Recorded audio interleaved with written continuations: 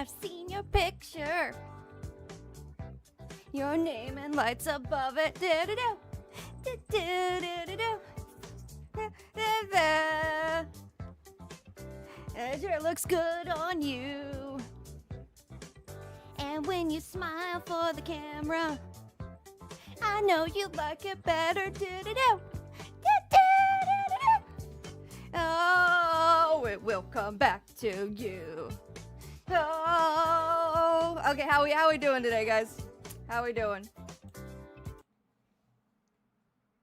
How we doing? Yeah, karaoke jump scare. How we doing today? How we doing today, friends? How are we all doing? Welcome, welcome. So I slept like shit today. Fair warning. I don't know how long I'm gonna be able to stream, but I wanted to be able to stream somewhat. So we're gonna be streaming today's Lost Media Day, a very well in order Lost Media Day that is due. It has been a minute because I've been on my Tomodachi Life bullshit. But hello everyone. A little chilly. It is chilly. Oh, OC usually gets more chilly as far as like Southern California stuff. So yeah, it's pretty chilly where I am. I'm sorry. Why are you sad, Paprika? Just had dinner playing Pokopia. Oh, that is the life. That is the life. I've been lifening my Tomodachi. Yeah, no, that's been my fucking life all week. That's been my life all week. It's so good. It's so good. Hello, Pixel Knight. Hello, Detective Melon. Frank the movie fan. Jeremiah. Excellent Bololini. If I didn't say that already, I think I did. I don't remember. I hope I got. If I missed you, Homer. I think I said hi to Homer. If I missed you, I'm sorry. I'm very sleep deprived, but I also got a few new followers before I went live. A good batch of them. We got Volsic followed, Soldier McBlessed, PXO Life, Tyler the Destroyer 1337, Soy Dilla, that Punk Otaku, Brianna Banana, Kitty Plushies, Ahota 25, Marmalade, Dark Ruler 64, Apocalypse Joker, Apocalypse Joker, and I think that's everyone since my last stream. Welcome aboard. Welcome to the Cozy Chaos. I keep seeing Cozy Chaos as a tag on Twitch. I don't know if that's somebody else's thing, but it makes sense for my stream, so we're using it. Let me turn music back on, by the way. What are we feeling today? I can't play Peg by Steely Dan, unfortunately. I'll get DMCA'd up the ass if I continue. That song's been stuck in my head for like the past week, though. I don't know why. Let's see. How about a Dreamcast mix? That sounds cool. Dreamcast jungle mix. That sounds pretty sick.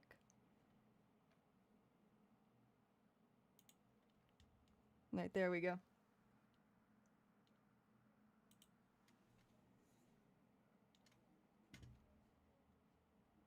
Beautiful. I hope y'all are doing great. Yes, Monsieur Magnificence. I cannot say any words in French to save my life, but yes, I am chibi today. I am Smolkura. I have short hair Kura, I have Smolkura, and then I have base form Sakura. Speaking of, I forgot. Y'all got a new animated GIF.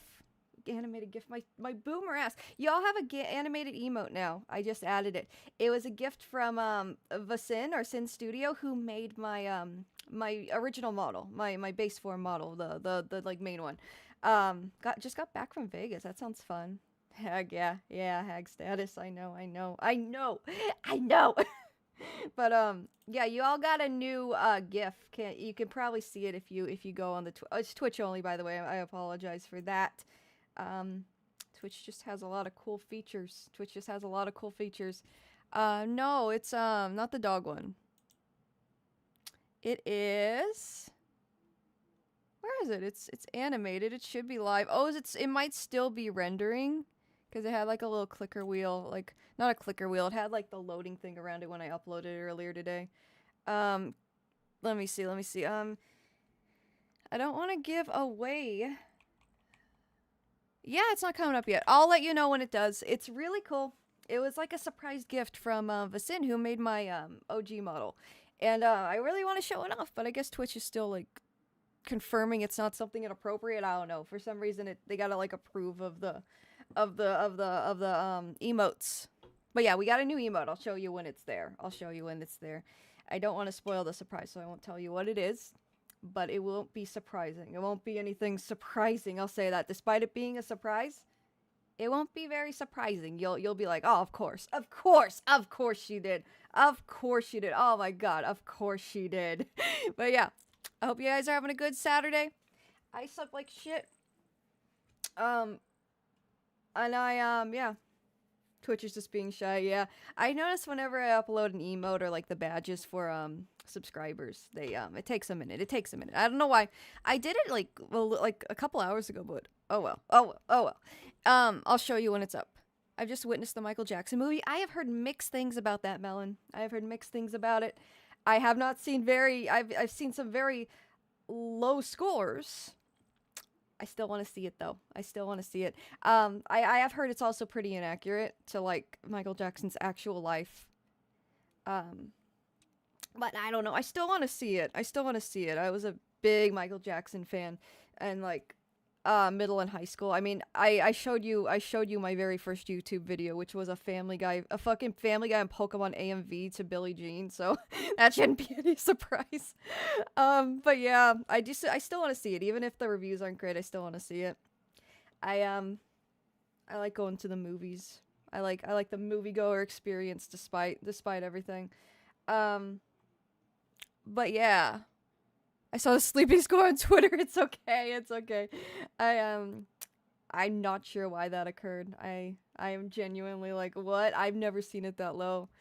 I'm very tired, but we're gonna do a lost media stream, cause streaming is fun and streaming is nice, and maybe I'll feel like tired after the stream where I can get a good night's sleep. Oh, Michael Jackson's daughter hated it. Paris Jackson, is that what you're talking about? I think that's the only daughter, right? Maybe that was the fans' first initial reaction. Oh, what did you think about it, Melon? I didn't ask your thoughts. Without spoiling, of course. I mean, spoilers on a real person, but I don't know, biopics can be pretty hit or miss in my opinion. Bohemian Rhapsody is one of those where like there's things that aren't correct in Bohemian Rhapsody as far as like the Live Aid concert, and like I could get into that too. I'm not a huge Queen fan, but I know there were some like inconsistencies with that where the end of the movie. If you're familiar with Freddie Mercury, then you know he had an AIDS diagnosis and ultimately passed away from that in the early 90s. The timeline of the diagnosis was incorrect in Bohemian Rhapsody. So like I don't know, biopics tend to do that. I'm not really sure why. Like, it's weird. I still want to see the movie though. And we'll probably see it eventually when I got a chance to. Has anyone seen the Mario movie since I was last live? I want to talk about spoilers, but I don't want to spoil it just yet. I'll probably wait a little bit longer. Trying to position myself in a place that looks like it makes sense. Can you hear the music, by the way? You cannot. You're just hearing my voice and nothing else. I got an ambient Dreamcast mix going. There we go. Don't mind the scuff. I'm just repositioning the frame so it's easier to move around the model itself. You loved it? Oh, nice. First we had a movie with Bohemian Rhapsody and Elvis, and now The King of Pop himself. The Elvis one was a musical, wasn't it? Because I watched a little bit of that, and I just never finished it. Not because it's a musical, it's just, I don't know, I just was, like, preoccupied with other stuff. It was on, like, TV in the background. Wait until it's out of theaters. I don't know, I like theaters. I like the theater experience, especially as somebody who, like, I live in SoCal, but I'm not from SoCal, and the theaters are so big, and there's such an abundance of cool theaters here. Especially, like, I was telling y'all a couple streams ago, one stream ago, I don't remember, about this really cool theater in Pasadena, where it's, like, really bougie. They got, like, a bar. It looks like a fucking, like, nightclub lounge in there. Just so many cool theaters. Um, and I think there's like a Disney-owned theater in LA as well, where it's a hot spot to see like the Marvel movies when they drop. It's like an event. Okay, I created a Yoshi and Boshi on my island. Oh, that's cool. That's cool. I next time we play Tomodachi Life, I don't know if we'll get to it today, but tomorrow, if not, for sure. I want to make Kekrok. I think that's gonna be our next me. I have a big old list of me's from y'all, a bunch of beautiful me's that we're gonna be adding. But Kekrok, I think, will be the next one. I think I figured out how to make it look somewhat doable. How to make it work. How to make it work. Although I wish could have covered more of Michael Jackson's childhood and his involvement with the musical The Wiz. Oh yeah. I also heard they cut it off at 1988. The movie itself. I don't know if that's accurate. I was just reading like stuff on the internet. Yeah, we're gonna add Kekrok. We're gonna add Kekrok to stick to the Lost Media theme. I bet he's gonna pull. I bet Kekrok's gonna pull a lot of maidens on the island. I wish I could go to the movie theater more often because it's my most preferred way of seeing a movie. Same. I love seeing movies. I love movies. I just love the experience. I love making an event. When I saw the Mario movie, I went to the midnight launch, and I wore my Yoshi fit. I have a Yoshi fit. It's they're like pajamas, but they're shorts and a hoodie, so they can be like loungewear too. And I brought one of my Yoshis with me, and I got the popcorn bucket. So like I had the Yoshi. I was dressed like Yoshi. And I had the Yoshi popcorn bucket. It was an event, and everyone around me, like, they met the freak, dude. They met the hype. They all were like wearing different Mario attire. Even the employees, they were wearing like Universal, like the little headbands with like Yoshi on your head, which I really want. I don't have one of those, but yeah. The popcorn buckets are cool. I'm using mine for beads. I've been getting a ton of beads lately, for making like bracelets and phone straps and just cute keychains and shit. And I put all my beads. I got a bunch of beads from Daiso. If you're from SoCal, you know what Daiso is. It's like a Japanese or Japan. It's a like Japanese like kind of dollar store, or like it's like Japan's Five Below, but it's really aesthetic and pretty, and a lot of stuff. It has a lot of cool stuff, and it's not like low quality stuff either, and it's not like dirty. I'm in Texas. I love. Oh, they got that in Texas. See, like, well, growing up in Nevada. I didn't grow up in Vegas, by the way. I take offense at when people assume I'm from Vegas, because I'm from northern Nevada, where we just do not like Vegas, just because it's like, you know, it's just unsafe and like just not a pleasant place to live, even from like people I know who like moved out of Vegas. That's another story. Where I'm from in northern Nevada, we don't have Daiso. I mean, they had Daiso in Japan. That was my first experience with Daiso. So, all that aside, City Hunter games on Switch. Oh, I got it on Steam. We're gonna be playing it eventually. I swear to you, we're gonna be playing it eventually. I'm just so behind on stuff. But yeah. I haven't even opened the game yet. I'm excited to play it. I also want to make Ryo, in my island. He's probably gonna pull too. Him and Kekrok, pulling all the maidens, all the ladies. But yeah, Daiso's cool. Daiso's really cool. If you live near Daiso, I highly recommend it. You can get a lot of really cool stuff for really cheap, really inexpensive. And I like to get beads there. I like to get beads and crafting stuff there. And I got a lot of crafting stuff. I got like a shit ton of beads last time I was there. And they're only like 200. The price tag says 200 yen, but they're like $2 or $3 if I recall. Yeah, it's just really expensive, and it's not like a Dollar Tree or a Five Below where there's like shit everywhere and it's not clean. And like I worked retail. I'm not saying like, you know, it should be clean or anything. It's just kind of a hellscape in those types of stores. Daiso for some reason evades that look, despite being a very inexpensive store. Oh, the kitchen utensils are so baller. Oh my god. Oh my god. I am officially entering like hag status for real, like big hag status. Because you know what I got this week, chat? I got sourdough bread starter. I'm gonna be making sourdough artisan bread, y'all. I'm gonna be like feeding my fucking sourdough starter, and I'm gonna be on that shit.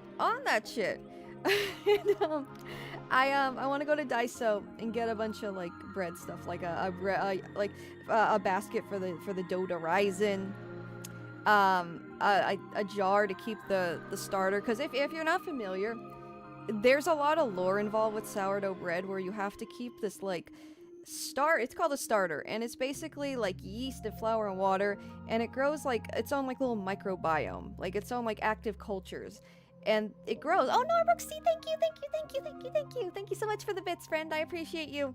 Thank you so much, as always. Thank you. But yeah, so like you have to keep your own like little fucking microbiome in a jar, and it rises on its own. You got to keep feeding it flour and water to keep it going.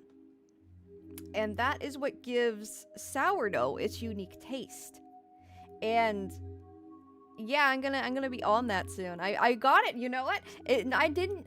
Not only did I get sourdough starter, I got sourdough starter from Etsy. It doesn't get any more white than that, y'all. It doesn't get any more white than that. I'm really excited though. I'm really excited. I love my silly little hobbies. I have a lot of them, and I'm just really excited. I love cooking and baking. And sourdough is one thing I haven't tackled yet, so I'm excited to give that a shot. Sourdough reactor, yeah. Yeah, you gotta put like a fill line for like how much like starter you put in. And then it like rises on its own from Etsy, yeah. I love Etsy, not gonna lie. I love Etsy. Etsy's great. Etsy's great. I got a lot of magic stuff from Etsy too, like card sleeves with like art from artists on them. And deck boxes, and just I got a play mat with a cute little cat on it, and it just I got a lot of stuff on Etsy. When I was really going hard into like MTG, like Magic the Gathering stuff, I got a ton of stuff from there. So I'm like style, like when I'm playing Magic with friends, I'm doing it in style. And even one friend in our friend group noticed and was like, did you see all the stuff Sakura already got for playing Magic, like the mat and stuff?" I was like, yes, I'm taking this very seriously. I gotta do things right.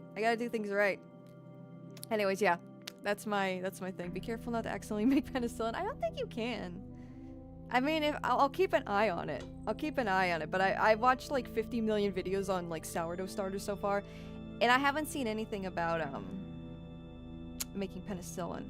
One thing I did see is if you make your own mushrooms, you can produce your own mushrooms with like cardboard and mushroom stems and a little water and like keeping it in a humid environment.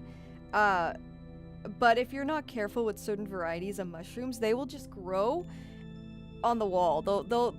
They'll transcend time and space and grow in the most random places where you don't want them growing. So you'll have like mushrooms growing everywhere. Have you heard of the website My 80s TV? I have not. Yeah, spores. The spores. Yep, Aroni. Mushrooms will grow anywhere. I have not. I don't think that's something I'll do. Maybe gardening sometime down the road. I do want to get into gardening, and I'm lucky to live in a place it always has really good weather. So. Yeah. I'm a little bit torn between Tomodachi and Final Fantasy VII Remake. I will say, Wajin, the Final Fantasy VII Remake, if you have not played it, is so good. I got it at launch. I got the deluxe edition, I believe. Not the big one with the statue, but it had like an art book. Gosh, that carried me through COVID. The first part. I'm talking specifically about the first part. I'm not up to date with the newer parts. I played the demo for the newest part that came out. I haven't like fully played the other one though. The other one. What's it called? Final Fantasy Remake. Something great. I don't remember the titles, but I played Remake. Remake was really good, and as somebody who's a big old Final Fantasy VII fan, 10's probably my favorite, but I have a very special place in my heart for 7. It's good. It's good stuff. It just depends on what kind of mood. Oh, and Smith, welcome Smith Zero. In Norbrook C. Oh wait, I already said hi. Sorry. I live in New York. Everyone immediate links NY City. I live over 200 miles from there. Yeah, it's kind of like that with Nevada. Like, everyone assumes Vegas. And I know New York State's pretty big. I've been to Buffalo before. And like Buffalo's nowhere near the city. It's nowhere near the city. And yeah, no, Vegas is not anywhere near where I grew up. If anyone's familiar with Lake Tahoe, I grew up near there because that's like on the borderline of Nevada and California. So I lived a little in NorCal. I lived a little in northern Nevada, and that's where my upbringing had took place. Any special anime you're gonna watch during anime? I never thought about that. I gotta look at my backlog. I honestly, actually, you know what? You know what, Melon? You know what? You know what? You know what? You know what? You know what? You know what? I wanna watch Attack on Titan all the way through. I really wanna watch through Attack on Titan because me and Attack on Titan, we go way back, way back. Like when they found, if anyone's familiar with the series, I read the manga up until the chapter where they got into the basement. If you know, you know. When that chapter dropped, that was the last chapter I read. When things really got hype, that's when I dropped it. And as far as the anime, I watched up to like season 2. But I hear a ton of people saying that it gets so good after that point with the basement. And yeah, I haven't had any interest in like, I don't know, I just kind of dropped it and lost interest. I don't know why, but I might pick it up again. I don't know. I'm feeling like I want to pick it up again. I see these like, I see like the animation in the newer, like the later seasons, and I'm like, god damn, they were cooking, huh? They were cooking. Okay. And Eren, the fucking, I don't know what's going on with Eren. No spoilers, please. Like, I know some crazy shit happens, but bro had a diabolical glow up. Bro had a diabolical glow up when I see like the later Eren with the long hair. I'm like, god damn. What? That's Eren. What? So yeah, I might watch Attack on Titan. I don't know. I'm just going through chat real quick. Making sure. Someone asked me something and I missed it and I'm trying to find it again. So give me a second.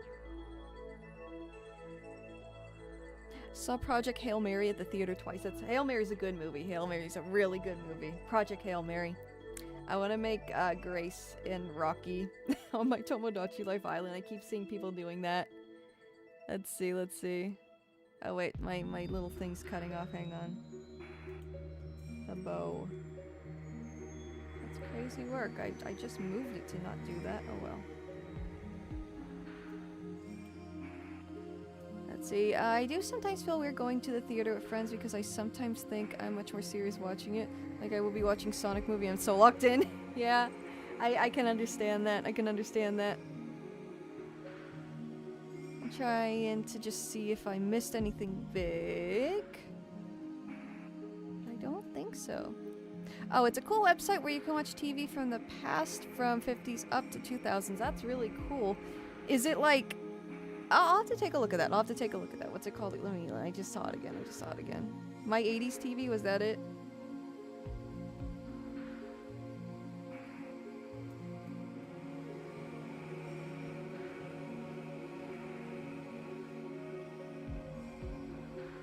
I don't see, it's my 80s TV, right?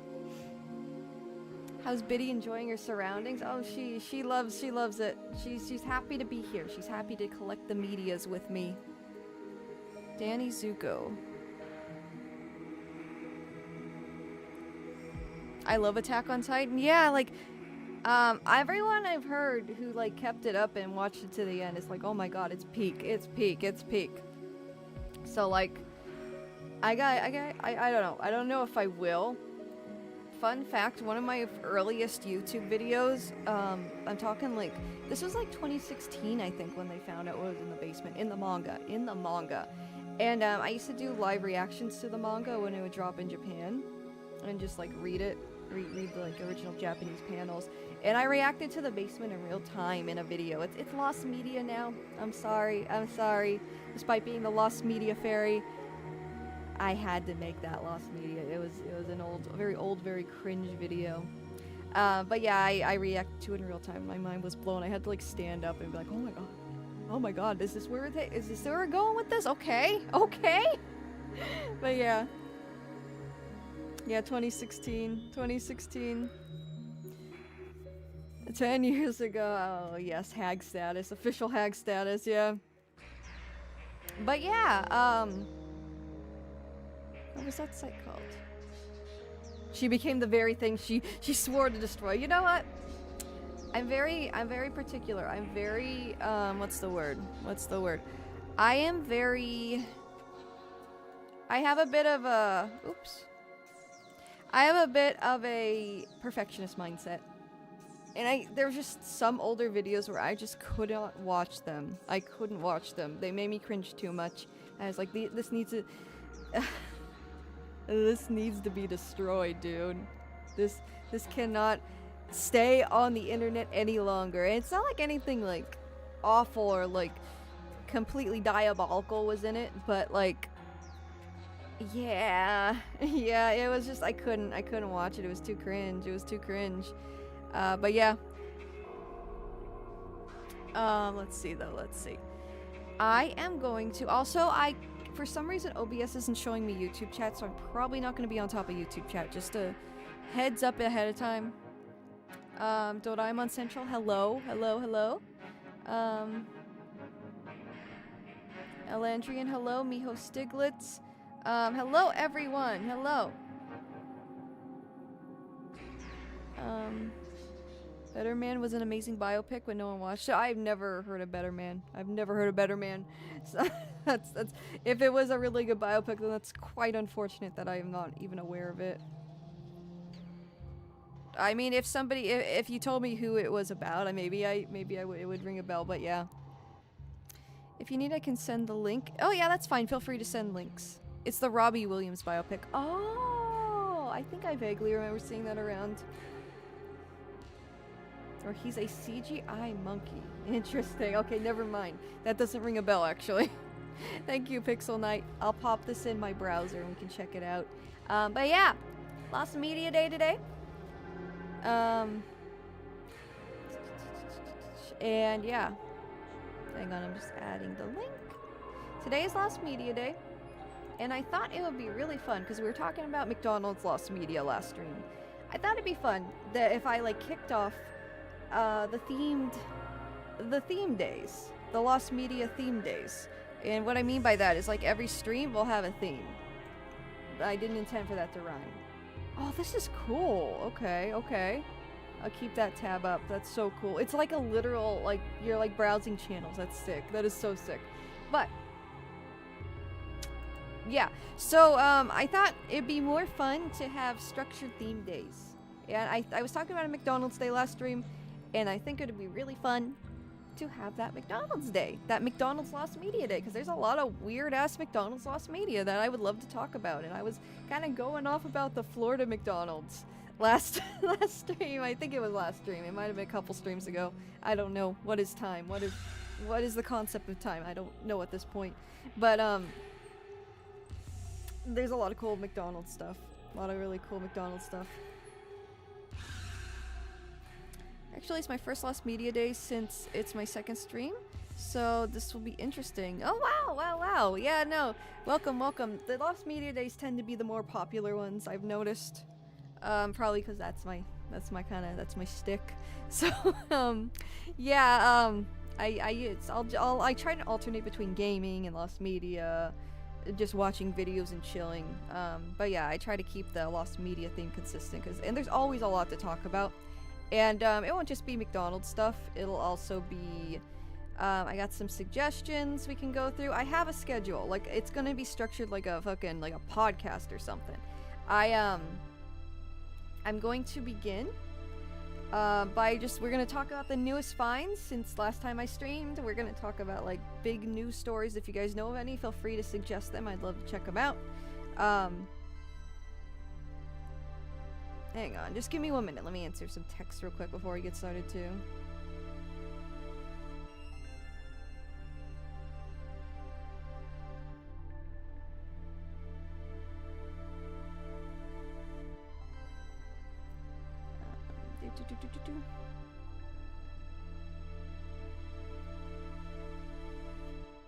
Can you hear the music, by the way? Can you hear the music, guys?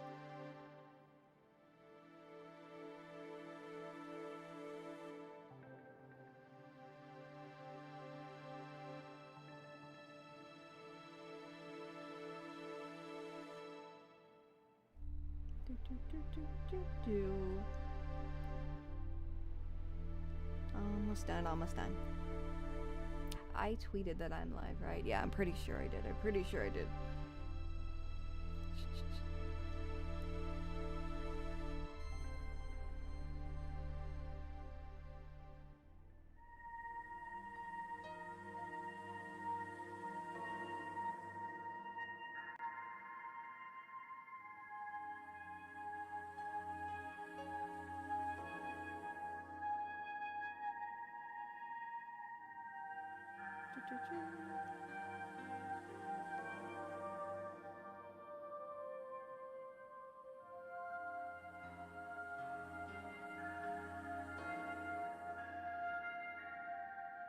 Alrighty, sorry about the delay.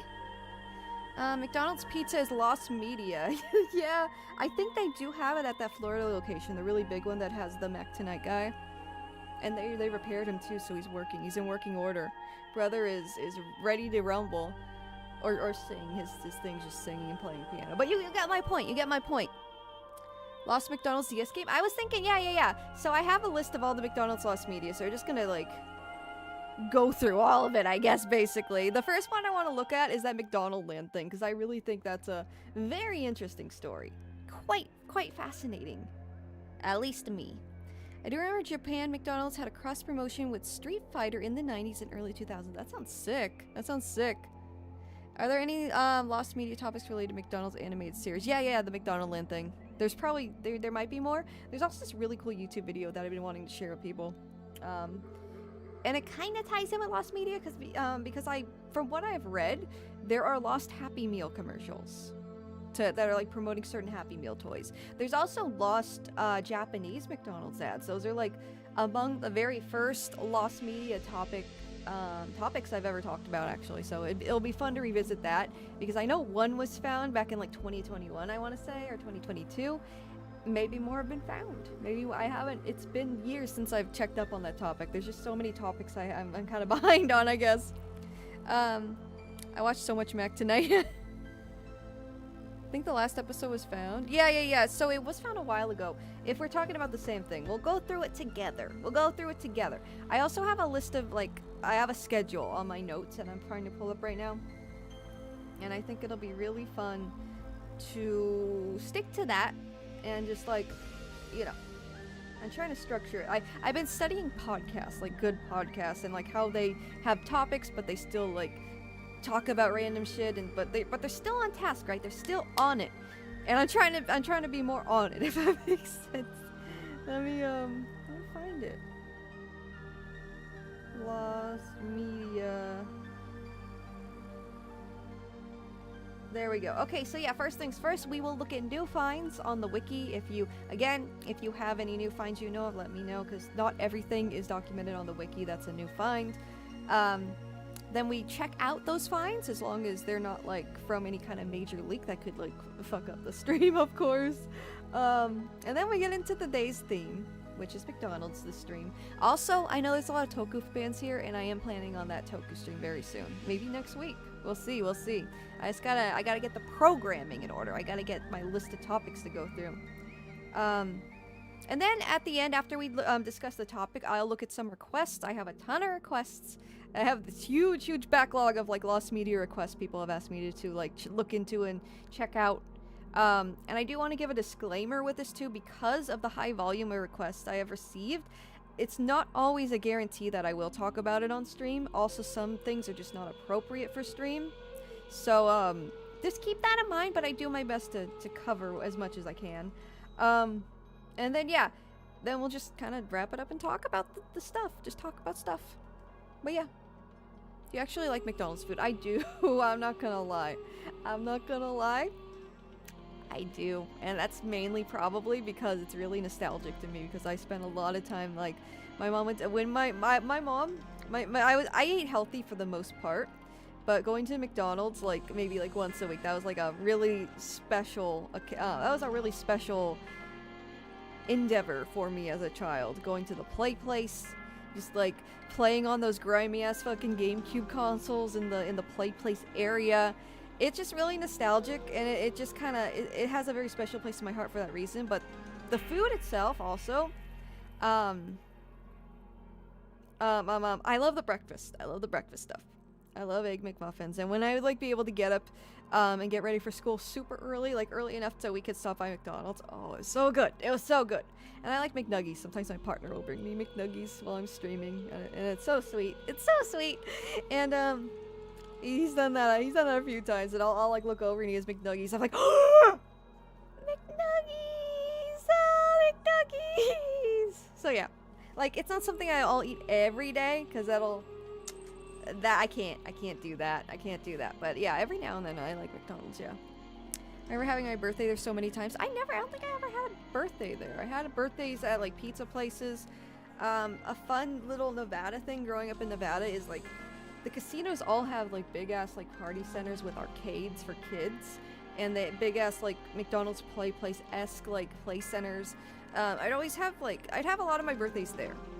I have a lot of my birthdays there. There's this casino in Lake Tahoe, the Lake Tahoe area, like on the Nevada side, because like I said, it's like half Nevada, half California. The California side is very proactive towards outdoorsy stuff, right? There's like recreational centers where you can like be fit, go ice skating, play sports. It's very, very California, very, very motivated towards people having a healthy, active lifestyle, like touching grass, perhaps eating ass. Who knows what they're after. But the Nevada side just casinos. Because, and the reason why that is because Nevada is, you can have casinos everywhere in Nevada, basically, where in California, there's certain special requirements, special cases, like, no, I won't get into that too much because I don't really know a whole lot about it, but Nevada, like, is super casino heavy, so, like, the Nevada side has casinos, and the point to my story, the moral here, is there used to be a casino there. It might still be there. I think it's a Hard Rock Hotel now, but it was, there was a casino there that had a really big arcade and a really big, like, McDonald's play place-esque, like, fun jungle gym play center indoors with a lot of slides, and it was just, like, the coolest shit ever. And I had a lot of my birthdays there. I had, I want to say, like, my 7th birthday, my 8th birthday, my 10th birthday, yeah. But yeah, the casinos, basically, the moral of the story, well, if there is a moral, it's not really any moral. The big casinos always have this, like, crazy shit for kids. Crazy, like, and Vegas too, Vegas especially, though I'm not, like, super familiar with, like, what's going on there. I think there's this one place called, something Quest, from what I've heard. I don't know. But yeah, casinos will always have a ton of crazy shit going on in them, in Nevada. Like, the buffets. The buffets are so good, dude. The buffets are so good. They have these big-ass buffets, these big-ass fancy buffets. On weekends, they'll have, like, seafood and steak. Like, it gets bougie on weekends. It gets bougie. And, yeah, that's just, like, where I would go on my birthday sometimes. Not always, but sometimes. Circus, yeah, there's a circus where I grew up, too. It's kind of run down. But they do have, they have, like, acts and stuff, like circus acts and stuff.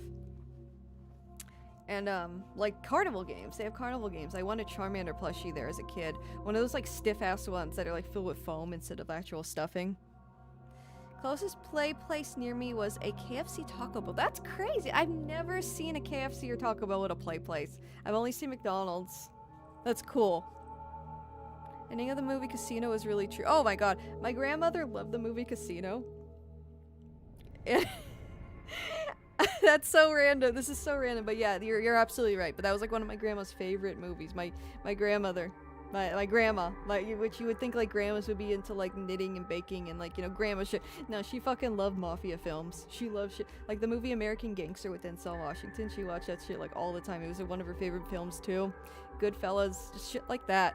I remember as a kid, she watched Casino all the time, and all that movie has a shit ton of cursing in it, by the way. So that was something. That was really something. Well, thinking back on it just makes me laugh. Casino I would rather go to is Casinopolis. Oh, and Sonic Adventure. Hell yeah. I love Japanese games, especially like Sonic And Pokemon does it too, and Mario kind of with like the DS mini games, but like when they have like a casino theme for no reason whatsoever, they just kind of pop it in there. I just love that shit. Sonic Heroes had a casino stage too, a casino area. Fear of Loathing in Las Vegas. I know that movie through a Family Guy reference, and that's literally it, I think. I think the movie was called that. I've never seen that one though.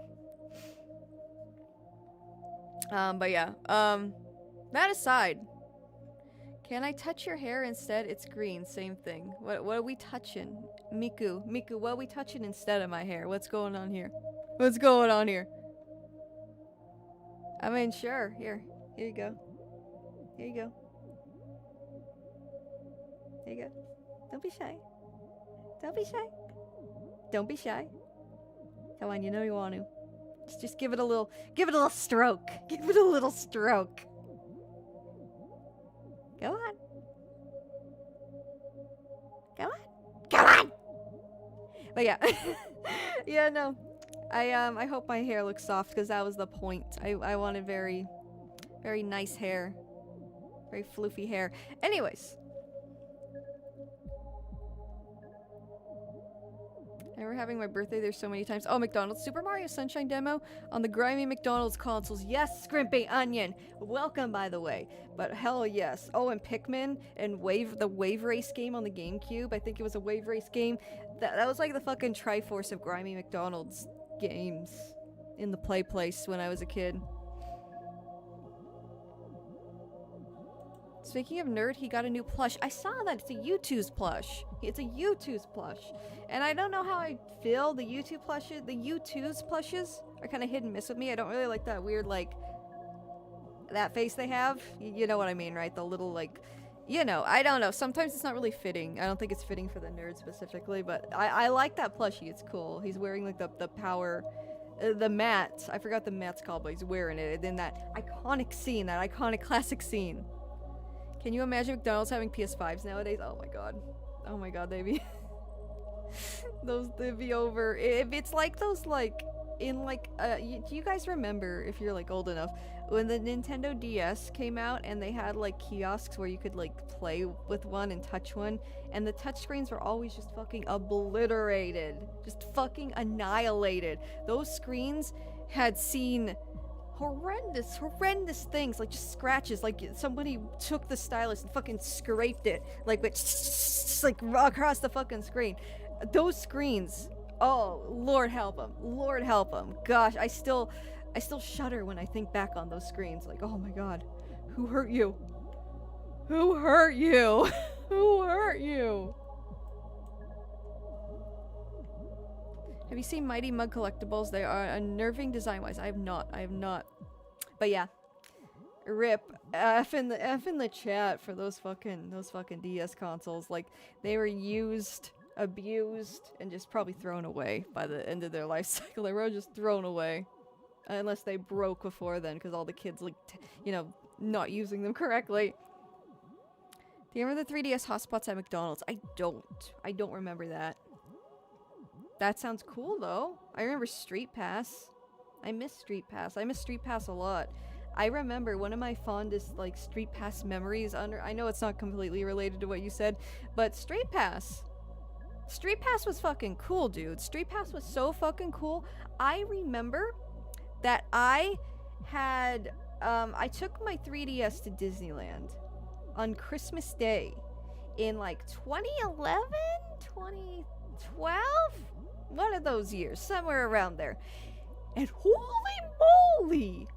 Oh, I got so many street passes, so many people from all over the world. It was so freaking cool. Like, getting back, after, like, going to Disneyland, getting back to the hotel and looking through, like, my street passes, like, I had so many, I think it, like, capped out. I think, like, I filled the whole memory, like, I couldn't, like, hold, like, the 3DS couldn't hold them all. It was so cool. It was so cool. I miss Street Pass. I want to bring my 3DS to, like, a con and see, like a big con. Like, maybe, like, Comic-Con or PAX. Probably PAX would be my best bet, or AX. Maybe AX. And just see if I get any Street Passes again. Because, man, do I miss that. I miss Street Pass so much, dude. It was so cool, and I wish the Switch had that kind of innovation with it, because that would give me the incentive to want to bring it with me more, I guess. Oh yeah, Street Pass was cool. Street Pass and Spot Pass. But Street Pass was really cool. I miss it. I miss it. But yeah. Machinima Lost Media. Oh yeah, Machinima. That takes me back too. That takes me back too. Used to exist Xbox 360 kiosks in a hamburger chain in my home country. That's really cool. That's really cool. Pretty sure the McDonald's hotspots were based around Street Pass. If I remember correctly, you could collect Miis from around the world by connecting to McDonald's Wi-Fi. That's so fucking cool. Why do I not remember that? I guess I just didn't go to McDonald's that often around that time. I lived close to a Jack in the Box around the time like the 3DS was poppin', so I guess I just didn't really go there as much. And I was in high school, like around like the 3DS era. I was in high school, so like I don't know. I guess I just never, like, I couldn't fit in the play place anymore. The day I realized I was too big for the play place and too old for the play place was a heartbreaking moment for me. When I tried crawling in through the pipe and I was like, oh, my knees. My knees hurt. I can't fit in here. What has happened? But yeah, I never... Red vs. Blue, that fucking takes me back. I remember a kid in, like, 2006, a kid in my class showed me Red vs. Blue in the computer lab. In the fucking computer lab. And meanwhile, I remember the exact thing I was watching when they, like, stopped me. They, like, say, hey, you want to see something really cool? And all I knew was, like, Halo. And I was like, oh, it's like, oh, my cousin likes that game. Oh, it's Halo.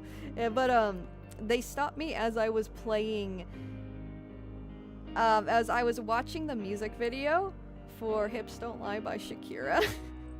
That really places the moment in time. That specific moment in time. Just watching that fucking music video in the computer lab in my school. Take me back, man. Or not. Middle school and like that era of my life was actually quite awkward. When you're starting to hit puberty, it's just not. But yeah, I remember Red vs. Blue. All that aside, TLDR. I grew up on a military missile range, so it was tough to get any passes on my DS. Oh man. I remember correctly, Nintendo Zone was a 3DS app associated with... Oh, the 3DS was full of awesome utilities. Too bad Nintendo wanted their newer consoles to purely be game-focused. Yeah. Monty really was a skilled animator, brought Red vs. Blue to a new level. Yeah! Yeah, I remember, like, watching it. It's like, oh, wow. This is actually, like, there's a lot going on. That, Yeah, no, I didn't watch it on my own, but I do remember, like, that moment in time when I was introduced to it. And that kid next to me, he loved Red vs. Blue. He was always watching it. And then, like, Line Rider was another one. Unrelated to animation, but Line Rider was a game we'd, like, play too around that time. I heard Chief and Arbiter skits was funny with the Microsoft voice. Pretty sure the McDonald's hospital. Oh, I just read that. I remember when the 3DS had an AR feature and just kind of existed. Oh yeah, Bork! You're welcome, by the way. The fucking face raiders and those cards that came with the 3DS, and you could have like Link pop out of your card and just kind of hang out in your world IRL. Yeah. They really went hard with the AR cameras. I don't think anyone really cared. Even with the 3D. Like, I would like the 3D on occasionally, but most of the time I just had it off because, like, I wanted to save the battery. Like, the gimmicks on the 3DS were really, really cool, but, yeah, a lot of them just kind of fell short. And, like, I know Nintendo loves their gimmicks. I mean, the Wii U is a great example of that as well, but oh my goodness. Oh my goodness, yeah, some of them just are not... They're fun, but only for like 5 minutes, you know?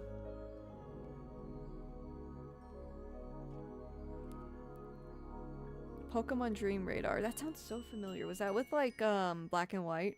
Middle school when the 3DS had an AR feature and just kind of... I just read that. What is wrong with my brain? Oh, middle school computer labs are truly a social mecca. Yeah.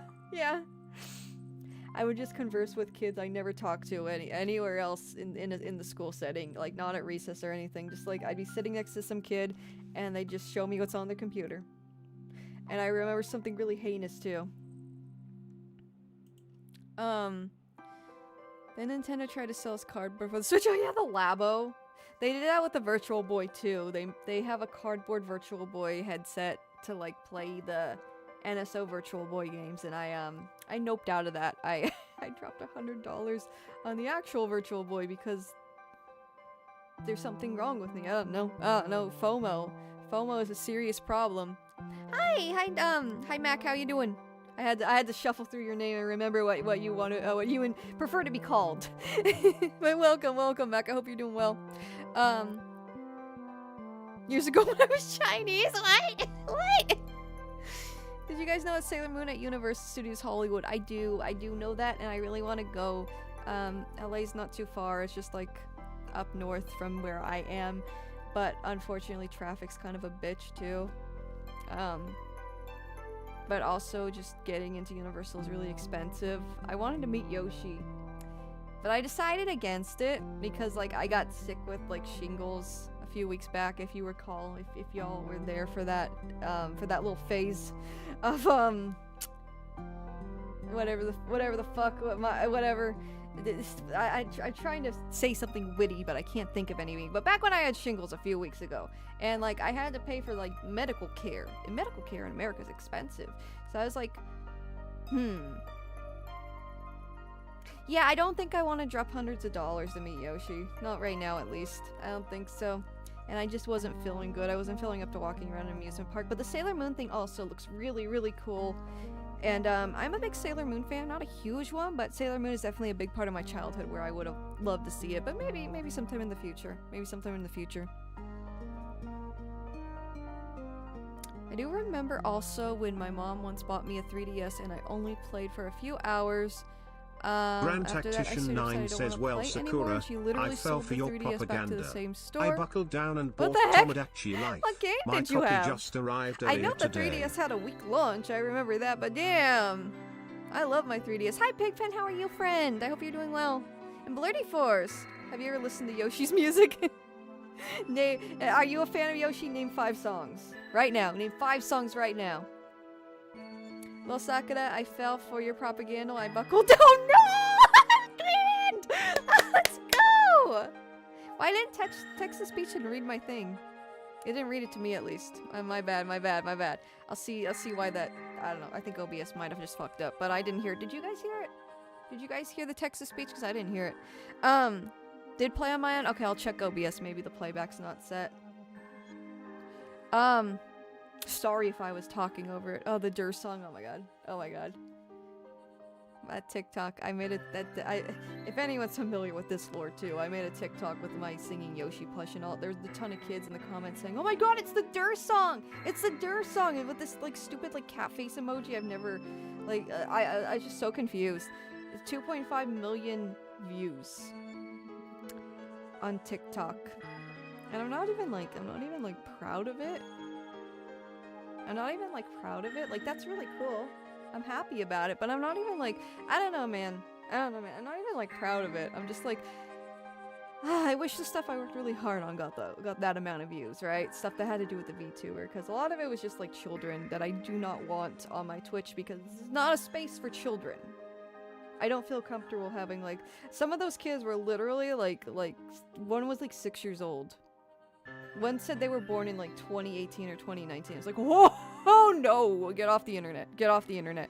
Whenever I see like the list of like people who liked it, like, and I'll see like literal children, and when I see who like samples the sound, because a lot of people like sample the Yoshi song from that specific short, TikTok, whatever.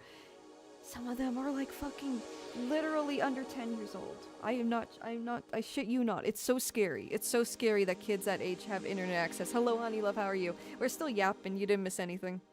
But yeah, let me read Grant's comment because I missed it. You didn't hear text to speech? I'll figure it out. Maybe it's just really low.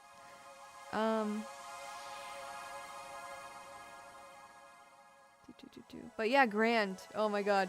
Lil Sakura, I fell for your propaganda. I buckled down and bought Tomodachi Life. My copy just arrived earlier today. Let's go! Let's go! I love to see it. That's the only propaganda I will spread. Probably. But, oh yes, Tamagotchi. Tomodachi Life is so goated. I hope you enjoy it, Grand. I sincerely hope you enjoy it, because it's a really fun game. It has a very near and dear place to my heart. helped me through some tough times. The 3DS one did, at least. And I'm really loving the new one. I'm really, really loving the new one. I have 2 files. I have one for streaming, and I have one for like IR, like, you know, when I'm just like chilling in bed before I go to sleep. It, like, you know, just playing in my off time, playing in my free time. Oh, it's so good. I'm so happy. I'm so happy for you, Grant. Let me know what you think. Let me know what you think. I hope you like it. I really hope you like it, because I really like Tomodachi Life. Understands who the fuck the new one understands who the fuck plays the game. Yeah, if you're talking about Tomodachi Life. My favorite anime fact to tell people who don't watch a lot of anime is that cool Hunter x Hunter Hunter x Hunter thing that was on Adult Swim Toonami was created by the oh yes. The creator of Sailor Moon is married to the creator of Yu Yu Hakusho and Hunter x Hunter. That's cool, right? I think they have a daughter also. Another really that's a pairing as legendary as Maria Takeuchi and did I really forget his name? Oh my god! Tatsuro Yamashita. How could I? Oh, I'm so ashamed of myself. But yeah, Maria Takeuchi and Tatsuo Yamashita are married. I think they also have a daughter. And yeah, the creator of Sailor Moon and the creator of Yu Yu Hakusho are married. And Hunter x Hunter, but I'm a big Yu Yu Hakusho fan, so I'll always say that first. Feet Inspector 96 has followed. Oh, you missed a big chance, brother. You missed a big old chance to name your account Feet Inspector 69, unless that was already taken. But all that aside, welcome aboard. Welcome aboard, Feet Inspector. You also just reminded me that, are you guys familiar with Marky Mark and the Funky Bunch? It was Mark Wahlberg's musical group before he became an actor. They made a song called Good Vibrations. There is a guy in Marky Mark and the Funky Bunch. The song's a bop, by the way. Like, Mark Wahlberg as a person, not a fan of, but the song itself, Good Vibrations, is such a slapper. There's a guy in Marky Mark and the Funky Bunch, and his name, get ready for this, his name was Hector the Booty Inspector. That was his stage name. Hector the Booty Inspector. What a based fucking name, dude. What a based fucking name. Bro cooked. Bro got in the kitchen and he became Gordon Ramsay in that moment. He's like, you know what? I got the perfect name.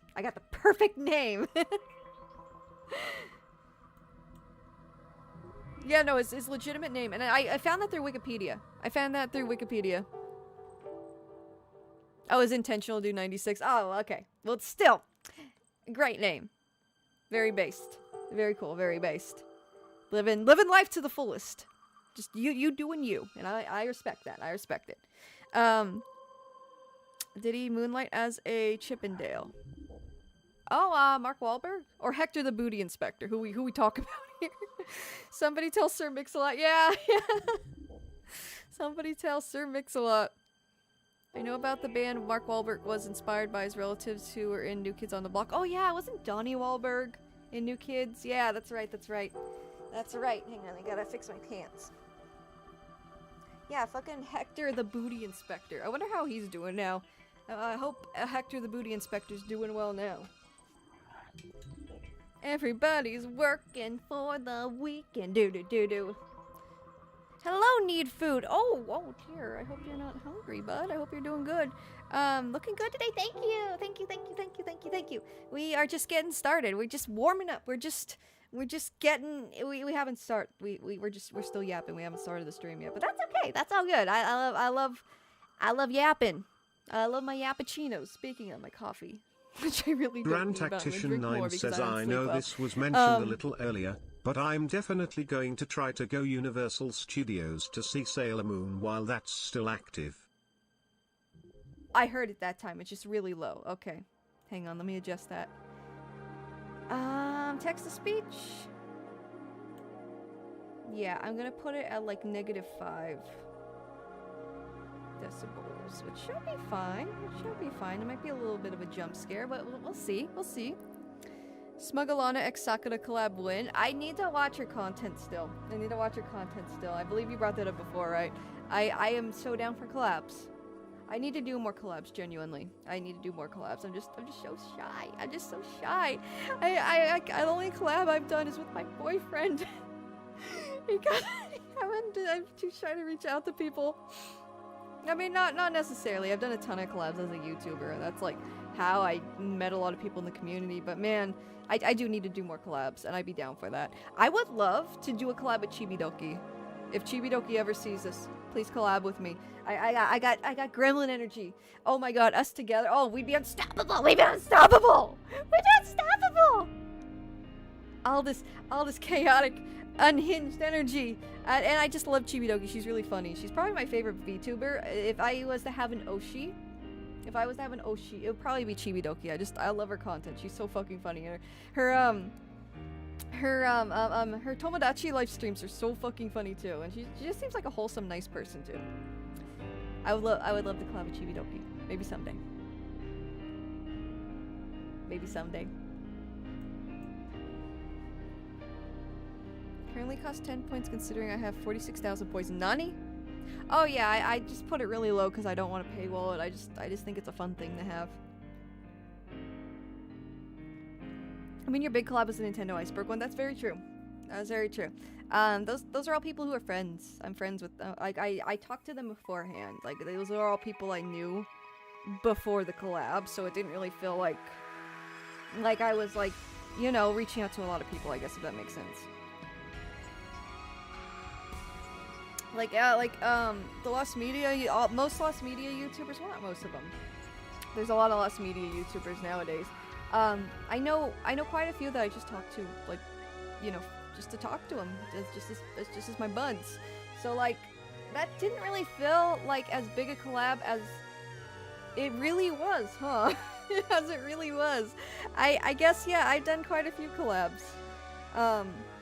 Yeah, I've done a lot of collabs. I remember my very first collab, back when I was trying to be a Nintendo news channel, like kind of like the Etika News Network, if anyone remembers Etika's, like, Nintendo news videos.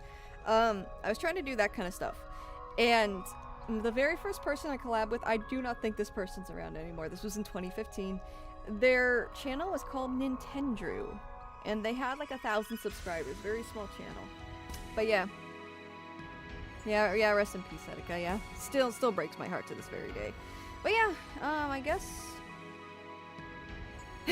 Toki's Tomodachi Life Island is a legit soap opera. It is. Every clip I see of it, I'm like, what the fuck? Genuinely, what the fuck? I think I remember Nintendrew. I thought he was a bigger channel. I don't know. Maybe he got bigger later on, but he was quite small. We were just talking about Fire Emblem news or something, if I recall. It was like, I think it was around the time Fates came out. Or around the time Pokemon came out. I genuinely could not tell you. Did a video 3 weeks ago. Interesting. Nintendrew's still around. That's cool, yeah. Probably my very first collab, and it was probably sounded like dog shit on my end because I was using my laptop speaker and I didn't have an audio set up and I was very shy. 351 subscribers, cool. That's cool. Yeah, that was my first. Unless that's a different Nintendrew. But who knows? I don't know. That's good for them if they're still around, if that's the same person. Good for them, that's awesome. I just gotta confirm that's the same person. It's been over 10 years. Well, back then it was just like a dude behind a microphone. It was like a faceless channel. It was just a very very simplistic Nintendo news channel that didn't have any crazy edits or anything, and there wasn't anyone appearing on camera. This was 2015, so you know, long time ago.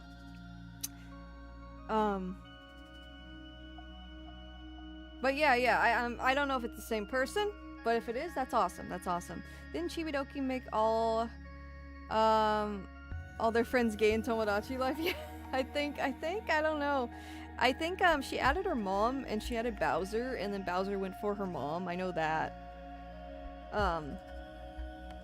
There's a lot going on there. I've only seen clips for the most part, but yeah, her playthrough's unhinged. I sincerely hope my playthrough becomes that unhinged as time goes on. But yeah.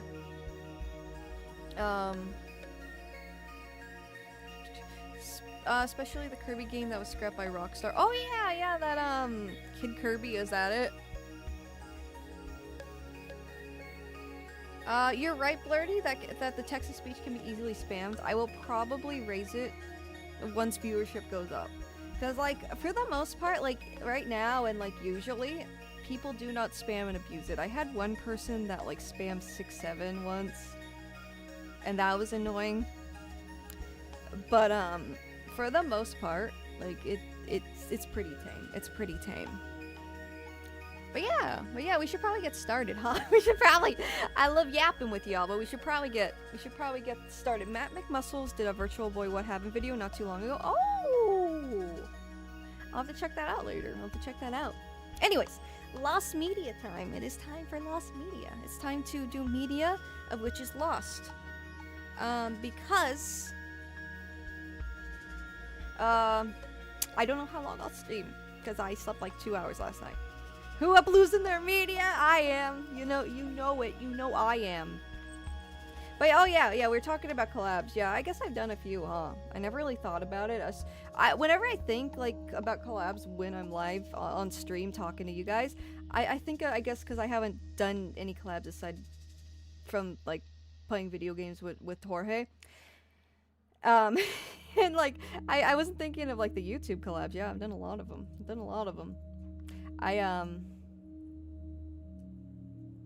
Who is mediating my lost? That has like a dark undertone there. 4-panel comic? I thought you were referencing that, but I wasn't completely sure. Oh, that's devious. The lost references in this economy. I actually like... I'm so baffled by that comic still. I was reading the Know Your Meme page for it. I was in an LSSQ video. You're absolutely right. Yep. I've collabed with Elle a few times, actually. A few videos. Like, not just, like, his video, but, like, their videos, there's a video on, Blame It on George's channel, where we all kind of came together and did voice work for that. It was the top 50 found media, that video. And then, there was a Nintendo collab I was with, I did with Elle and a lot of other, like, gaming creators a little while back. And then, yeah, there's been a few times I've collabed with Elle. I've collabed with many people. Let's see.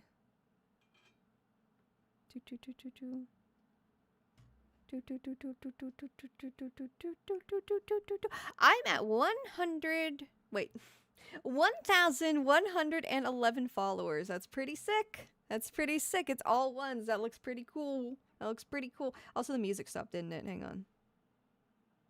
Shoto mate kudasai. Ambient playlist. What is this? That's not what I played.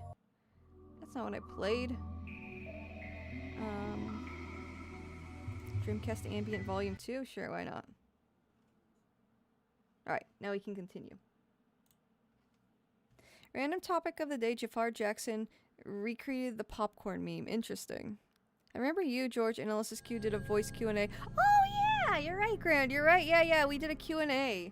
That was fun. I'd love to do it again. That's up to the people who organize the LMW Discord, though, not me.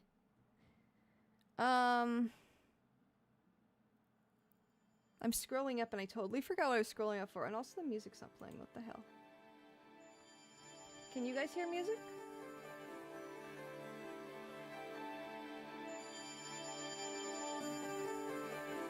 Let me know. You can hear? Okay, cool. Maybe it's just my... Oh, shoot. I turned it up too high on my preamp. That was the problem. Alright. Anyways, let's get started with the Lost Media at hand, because, yeah. Did you happen to watch the Nostalgia commercial? The Nostalgia Critics? Are you talking about, like, the international... Oh, y'all are talking. Never mind. My bad. You should do your collabs like you're on Channel Awesome. Be all confused when they appear on screen. That'd be crazy. Have you thought about having a community Minecraft horror server? I don't even know what that is entirely. Alright, but let's get started. Let's get started.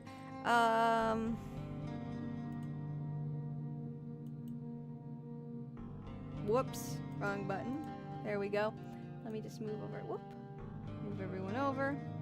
We're gonna start on the wiki, and we're gonna just talk about the things that have been found since the last time I streamed. It doesn't look like a whole lot, surprisingly. It does not look like a whole lot of stuff was found. But this is according to the wiki, too, so I don't know for certain if there's any other things aside from that. But yeah, let's get into it. Let's get into it! A Minecraft server with horror mods. Interesting. Interesting. I've never thought about that. And I'm gonna be so for real with you. Like, I'm not a big horror person despite, like, my YouTube niche. So I as far as, like, horror content, I don't really consume that in my off time. So it has never crossed my mind. But a Minecraft server in itself might be cool. I know there's some VTubers who do that, so it might be fun. Might be fun. Make Bit a little smaller. There we go.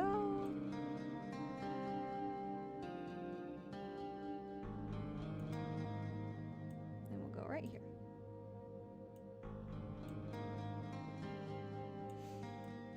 Alright, alright, alright. Let's do it. Let's do it. So yeah, today's theme is McDonald's Lost Media.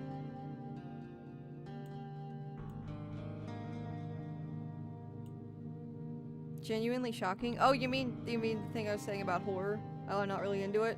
Yeah, I'm not. I like to make those types of videos, but as like it's rewarding to me. But yeah, I'm not a big horror fan. I'm not a big true crime person either. I'm really like true crime really unsettles me. I'm not reading about true crime and like stuff like that really puts me in a bad mind state. Like outside of content. Rock and Roll McDonald's, nani kore? I mean, some of the found media is more interesting in the LMW Discord server. That's true. I just don't want to show my Discord just in case I accidentally show anything personal with my like DMs if something pops up. So I'll have to figure that out. I know a lot of people do show their Discord. I just don't know. I don't know. I gotta figure out a way to do that. Like other streamers is what I mean. There we go. All right. So, let's see what was found recently. Oh, it was a song? What the heck? I'll have to look that up. I learned something while playing Scrabble last night. Ghibli is a real word. It is. It's an Italian word. It means like, it's like a gust of wind or something, right? Oh, a hot, dust-carrying desert wind in North Africa, somewhat similar to the phone? Yeah. I don't remember where I heard that personally, but yeah, it is. It is its own, like, word. Family Guy, I'm kind of surprised Family Guy hasn't made an episode based on ancient Rome named Pater Familias. That'd be interesting. They tackle pretty much everything. They don't really have a set, like, schedule of what they're gonna cover and why, They just kind of go for whatever. Like, the whole Sneakers O'Toole thing that's a meme now. Like, who thought of that? That was just, like, a one-off thing in the episode where they moved to Texas. It's like, it's so, the song's really funny. I'll check it out in a bit. If I don't get DMCA'd for it, of course. That song's tough? Nani? Okay, I'll listen to a little bit of it. Oh, thank you, Blurdy Force. Everyone's super into Rock and Roll McDonald's. What am I missing out on? What is this? Let me turn the music off over here. All right, let's see what y'all are. McDonald's is a place to rock. It is a restaurant where they buy food to eat. It is a good place to listen to the music. People flock here to get down to the rock music. Rock and Roll McDonald's. What the heck? McDonald's. Rock and Roll McDonald's. Rock and Roll McDonald's. McDonald's will make you fat. They serve quarter pounders. They will put pounds on you. I was taking this so seriously until I. When was this produced? How old is this?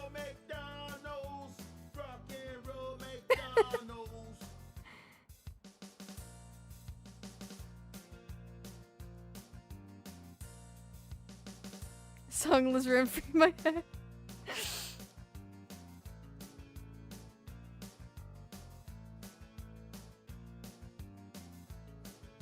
Now, I don't even care if I get DMCA'd for this. This is high art. This is amazing.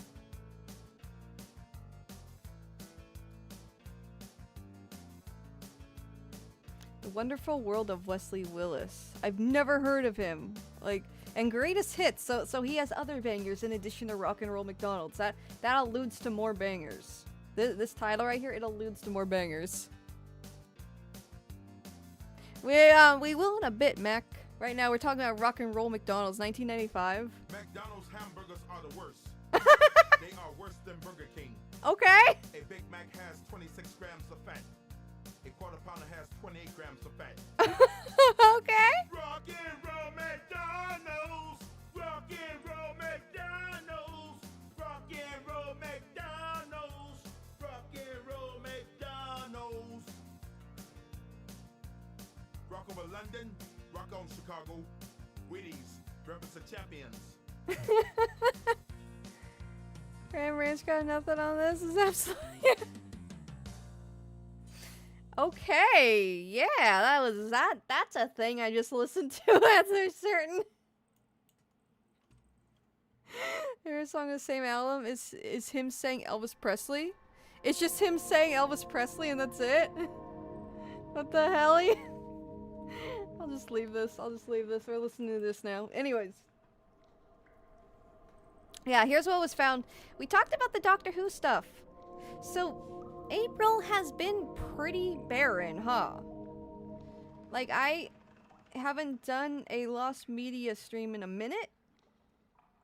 And we talked about the Doctor Who stuff. And we did talk about it prior to it being on the wiki as well. So, and all this stuff we talked about too. So, there's only 2 big finds since then. April is dry as a bone, dog. Barely any. Yeah, there's a big Doctor Who episode found. The first big find since 2013, I believe. That when it was found in, like, the Nigerian church. Or, like, somewhere, like, some random place like that. For a while, there were McDonald's commercials about a group of teenage kids that hung out at the establishment for reasons and got into various antics. I've looked for them, but only a couple have turned up on YouTube. Interesting, Surfer Knight. I can look into that. Here, I whoop Batman's ass. What is this?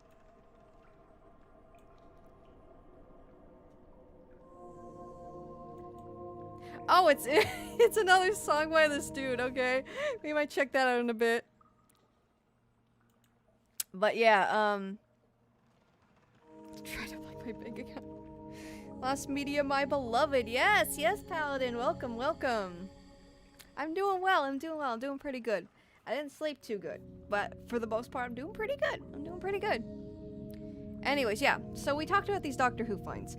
The TLDR of it is these were episodes obtained from a private collector who had them.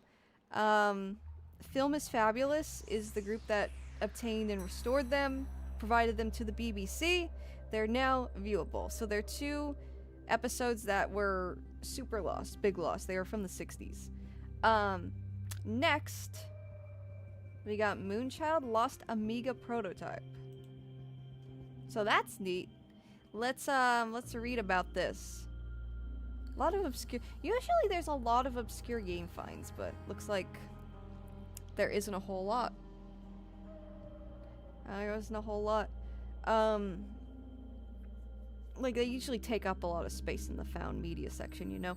But yeah, only 2 finds since the last. So in total, if you bundle the Doctor Who episodes as 1 find, because they're found from the same source, there have only been 3 finds. There have only been 3 official finds according to the wiki this month. And it is, what, the 25th? Yeah, that's crazy. That's crazy work. Crazy work. I imagine there's more. That'll be added later. I don't know. That's crazy. That's a barren month. Barren-ass month. Anyways. Moonchild. An Amiga game. The Commodore Amiga, to be exact. Turn down the music so I can focus on reading. But yeah.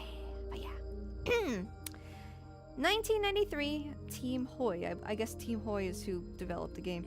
Platform Commodore Amiga, AGA. Moonchild is an interesting project that... Hang on. Hang on. I'm not in the narrating headspace. I'm still distracted by Rock and Roll McDonald's. Okay. Moonchild is an interesting project that started life on the Commodore Amiga, but ultimately ended up being completed and released on PC instead. The game was developed by Dutch team Team Hoy, made up of Renier van Ville, Mateen 7... Oh, I'm gonna butcher these names. Mateen 7 and Ramon Braumuller, who had previously worked together on titles such as Hoy and Clockwiser. So they got a self-titled game. Team Hoy made Hoy. Mind-blowing information. Here's the game itself. Looks like a cat. I'm not really sure. I like Dr. Seuss cat type thing. The team had strong roots in the Amiga scene, not only through their games, but also through tools such as SIDmon or SIDmon, and digital musician, or digital, what is that word? What am I? Digital Mujichan? Or is it supposed to say musician? Is that a typo? Digital musician, let's just assume that. As well as their demo scene work with Digital Force International. Digital Force International. Development of Moonchild began around 1993 as a side project and was originally intended for the AGA Amiga range. The game itself was planned as a kind of spiritual successor to Hoy, even featuring the original character as a sidekick during early development stages. The game was eventually, hang on, let me make the text bigger. That'll help all of us, that'll benefit all of us, no doubt.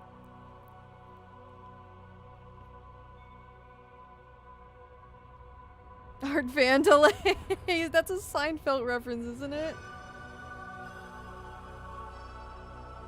Alright. Yes, it is. Isn't that? Yeah, that's the episode where George, he makes up Vandalay Industries or whatever the fuck is like a job reference. That's a good one. That's a good episode. Anyways. Let's just start here because I totally forgot where I was. The game was eventually to become a platform action game with puzzle elements. Oh wait, actually... Yeah. The game itself was planned as a kind of spiritual successor to Hoy, even featuring the original character as a sidekick during early development stages. The game was eventually to become a platform action game with puzzle elements, following a small green elf. Okay, so it's an elf, it's not a cat. Sent from a moon to the planet Utopia. Let me move my Mixu. I'm a little more direct. Alright. The world is under threat from a technovirus caused by a crashed comet, which is transforming natural environments into cold metallic structures. That's a crazy ass plot. Why is anyone doing any of that? Why is anyone doing any of that? I'm so confused, dude. I'm so confused. A technovirus too. Like, y'all are, you know, under the influence of the virus. You're gonna go to a rave, listen to some Daft Punk. I don't know. Thought the elf was red. It has like a green head, so I can't see its face, so I don't know. It looks like it has a red suit on, like a bodysuit, but I genuinely have no idea what I'm looking at. This is the first time I've ever seen this combination of things in front of my face, so I could be wrong. Anyways, where was I again? Techno thing. Technovirus. Where players must navigate hazards, yeah, there we are, which is transforming natural environments into cold metallic structures. The game unfolds across a series of levels where players must navigate hazards, activate switches, and overcome enemies using a flexible actor-based system that drives character behavior. Everything about this is just... What? Like, I need to see it in action. I have no idea what bro's going on about here. Looks like Green Hills from Sonic. It kind of does, and that would check out for the time period, I guess. It does kind of look like an Oompa Loompa. What in the Warhammer 40k is this? No, for real. Anyways, originally the Amiga version had... Okay, so there's other ports, I'm assuming. Originally, the Amiga version had experimented... Oh wait, I already read that. I think it was supposed to be for a different computer console, and then it moved over to We'll just keep reading. We'll just keep reading.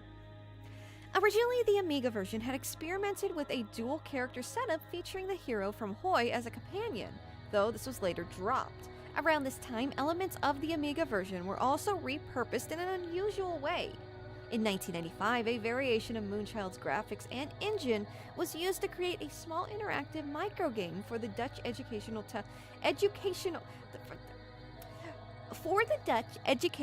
television program, Typisch Techniek. I probably obliterated the pronunciation of that. I apologize. Meteen 7 produced graphics and a short level based on the Amiga version, with this Peter Shop coded the sequences so that it could be played and recorded for use as part of the show's theme. So it was inevitably made for a show instead. That's interesting. The segment incorporated different elements tied to the program's episodes, and even featured an appearance of Hoi, the boy himself, the boy wonder over here. If Hoi is male, I don't know. With Meteen also being interviewed about game development during the broadcast. Meanwhile, it seems the game may have been pitched to Psygnosis at one point as an intro was created, with their logo present. However, following repeated financial difficulties due to unpaid royalties from earlier projects, the team were forced to rethink everything. After Commodore's bankruptcy in 1994 and the declining viability of the Amiga market, a decision was made to shift development over to PC under a new arrangement with Dutch multimedia company Valkeizer. By 1995, Rainier and Meteen had joined Valkeizer to form a semi-independent development division, with Ramon continuing to contribute as a freelancer. At this point, Moonchild was effectively rebooted for Windows, with a significant upgrade in resolution from 320 by 256 to 640 by 480. Insane improvement. I know that was insane back then. Nowadays, that just sounds like very small, allowing for much more detailed visuals than originally planned on the Amiga. The PC version was built using C++ and how do I pronounce this word again? It's not C++.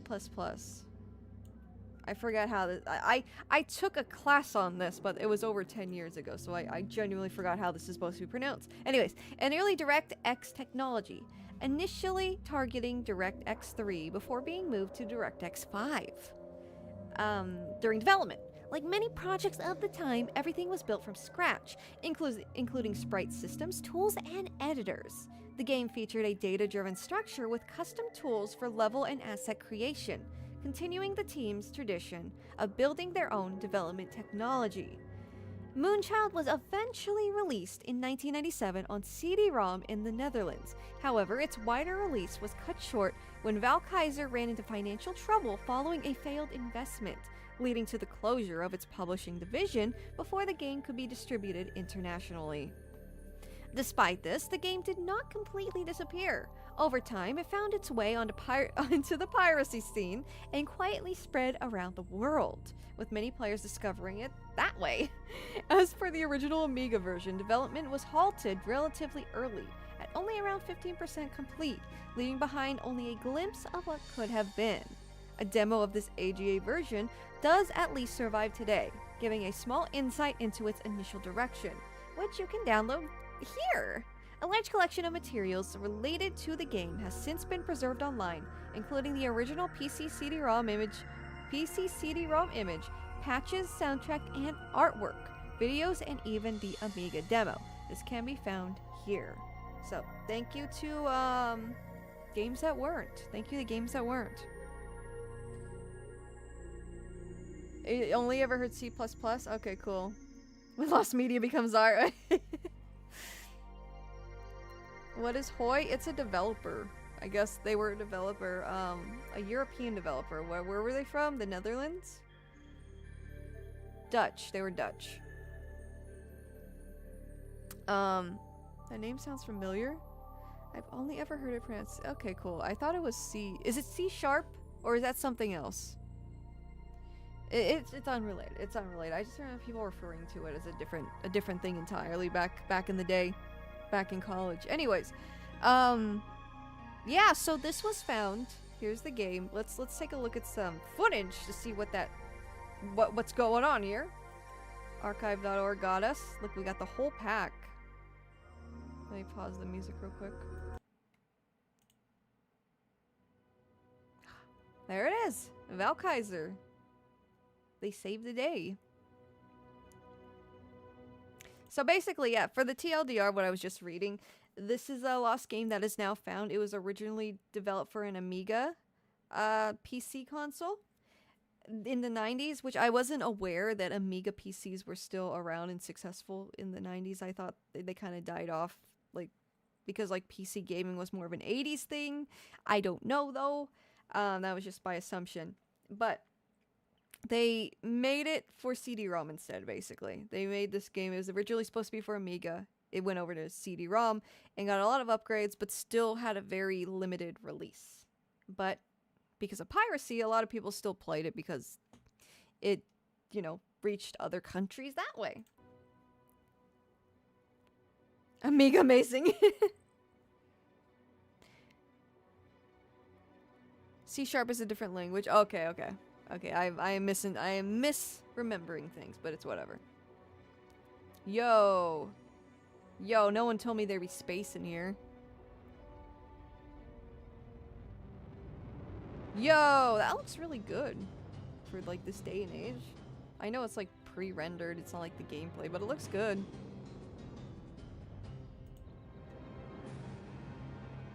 Oh damn, what's going on?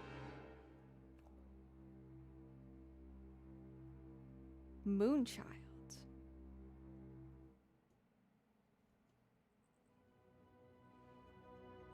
Then there's the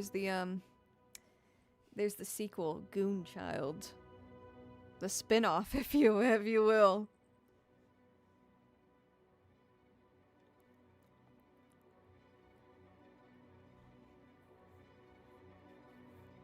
Still better looking than a lot of realistic and AI slop games of today. Yeah, AI stuff, it's really cringe. I'm so tired of looking at it, but it's not going anywhere. Especially on YouTube where like kids watch it and shit. That's so sad. I probably said this before, but like, imagine... Okay, so this is the upgraded. This is the upgraded. So I think this is the Windows one. That looks cool. That looks like an indie game for like the Wii or something. Like, that looked pretty good. That looked pretty good. But yeah, no. I feel bad for the kids whose nostalgic, like, TV programs they watched are AI slop. Like, when they grow up and they're, like, longing for that stupid fucking ballerina cappuccino or whatever.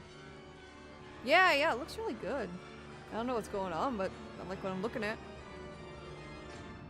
Tung Sahur. Yeah, what the fuck is that? I keep hearing that. What is that? Oh, and that Fruit Island shit on, like, TikTok, like, oh, I feel so bad for kids who are gonna be nostalgic for fucking Fruit Island and Tung, whatever the fuck. Yeah, Dreamcast, it does appear. Yeah, that looks good, man. AI slop has hit car boot sales? Oh my god. Who would purchase a physical copy of AI slop? That's really sad. Okay, so these are all the cutscenes. It shows the older version and then the newer version. I see. Hello, Record! I'm off an extra long shift. Oh, I'm glad. Welcome back to, the world of the living. Unless you, like, you know, like your job. But yeah, welcome back. I hope your day at work was good. And I hope everything went smoothly. And welcome. I'm happy to have you here. We're just talking about recent lost media finds. This is a game that was found. It was made for the Amiga, and then it got improved for the CD-ROM, and now it's found. Could it be worse if it was an NFT? I don't know. You know, it'd be the worst of the worst? NFTs made with AI. Imagine making NFTs, but they're made with AI. Imagine the kind of cancer that would be. And I'm sure it exists. And if it doesn't exist now, it probably will exist later. God. Oh, that sends a chill down my spine. AI NFTs. That is disgusting. That's disgusting. Both are pretty bad, though. Both are pretty bad in their own right. Both are pretty bad on their own. Oh, the cutscenes are from a game called Moonchild, and it was on CD-ROM, recently found. It was found this month. It looks cool, right? Like, this looks, it's from the 90s. It looks really good for a CD-ROM, a computer game from the 90s. But the game's called Moonchild. We were reading up on it. I don't think the tab's still up. I'll have to go back. I was trying to find some gameplay, so let me... If you're into teasers, I recommend reading. There's the gameplay. Okie dokie. One of the coolest things I've ever seen on the Amiga is at the end here. Give me a minute. We'll figure this out. I think that's the older gameplay, the Amiga gameplay. But yeah, this is what we're looking at. Games that weren't made an article on it. And yeah, it's a game that was in development for the duration, most of the 90s, I guess, because that was copyrighted from 1993, and it didn't come out till 97 because it went to a different developer and even a different platform entirely. But yeah, we are looking at this. Moonchild Lost Amiga Prototype, specifically, was found on the 12th of April by Games That Weren't. So that's cool, right? Let's go back to... I just want to see some... Oh! Gameplay looks cool. Yeah, okay, we can just watch this. This is the gameplay. But if you guys want to check it out, it's on the LMW homepage. The shifting graphics, right? It's a stark shifting graphics. But yeah, the Lost Media is the older one.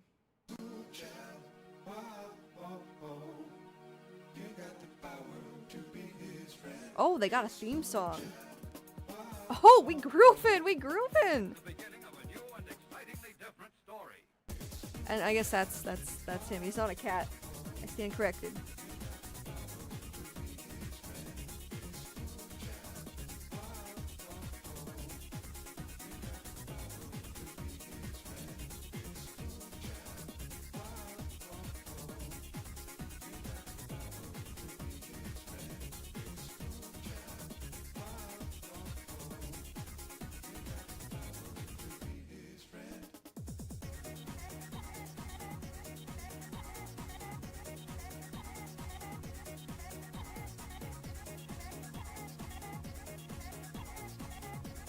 Holy moly, they were cooking! Whoever made the music was cooking here. What the heck? I was not expecting that. I was not expecting that. What the hell? Like the cool kids play some Jag. It's a PC game with the visuals that dazzle me pretty hard. Not much now, but back then. Oh yeah. We'll check that out in a moment. I wasn't reading any of this, by the way. I was just so lost in the sauce with that music. Yeah, listen to it. Who cooked here? Who cooked here? Someone cooked here. Who was it? Who cooked here? For this! For this! Oh my god, I feel like I'm at the club. I'm at like the Roxbury and it's like 1996.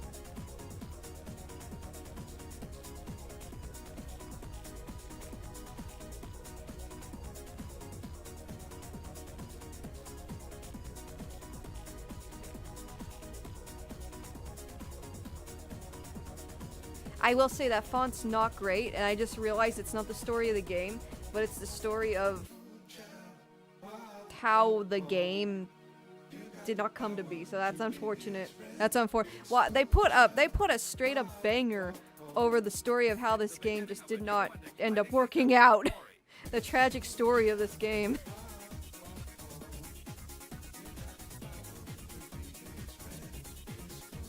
Oh, for it to get lost, yeah. Absolute Elven banger, yeah. Look at this dude. This has no right. You would not see bro pulling up to the club. Someone cooked here. Look at that. That castle in the background. Some like high fantasy shit. It looks so good. It looks so good. It does not match what's going on with this character. But that in the background looks so fucking cool. It looks so cool. What a shame that this didn't get like the widespread release it intended to have. Anyways, yeah, I genuinely... Okay, time for some poetry. We got poetry. We hope to keep bringing you the children of our mind for many years to come. Goodbye. Okay, so this is basically... Can the song be listened to on its own, or is the full song? I don't think the full song's lost. I was going for a while, but that was a slapper. I could see Vector Man dancing this. Yeah. Do you didn't they make a Vector Man like in recent years? And by recent years I mean like Xbox 360 years. Where it was like a gritty like Halo aesthetic Vector Man game. I think Matt McMuscles talked about it. I might be misremembering. My brain's just kind of a melting pot of a lot of different random things I can't really place. There we go. Here's the gameplay. So you heard that banger. Here's the game. I like the little guy behind him. He's really fucking cute. I want to make that dude in Tomodachi Life. Did you see him twirl around? Look at him rotate. Look at the front facing. Look at bro when he's front facing. Wait, I gotta catch him when he turns around. That does not look like it. That looks like a cat still though. I'm sticking to my guns. That looks like a fucking cat in the Thing 1, Thing 2 suit from like the Cat in the Hat. Oh moly.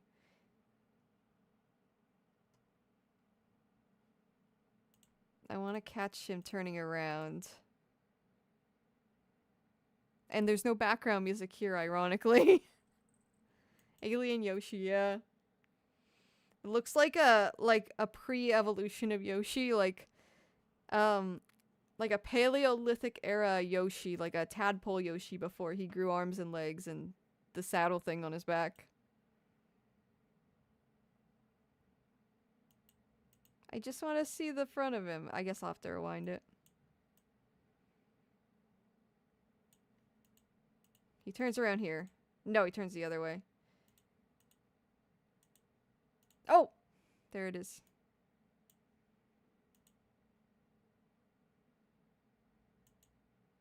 Oh my god, that'd be hard to catch. Nice for me, I'm not good at this kind of stuff. Oh! Look at him! Look at the front-facing dude! I think his name's Hoy. I think this is the Hoy in question. Look at front-facing Hoy. Look at that. Look at that beautiful face. Yes! He is beautiful. It looks like the guys from Bubble Bottle. Yeah, he does have that vibe. He just looks like a Yoshi tadpole. I love him. He's so fucking cute. I want to like make one. I want to like crochet one. I love him. He's beautiful. Look at this dude. Look at this dude. I love him so much. He is just a little guy. He's just I wish I had a weird little dude like that following me everywhere. That'd be crazy. That'd be cool.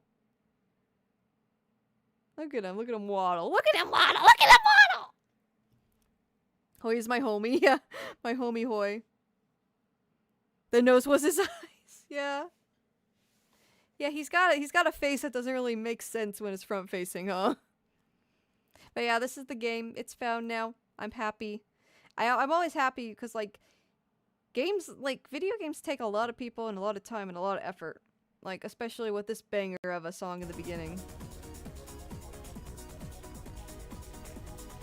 So it's cool. I really like when stuff like this is found.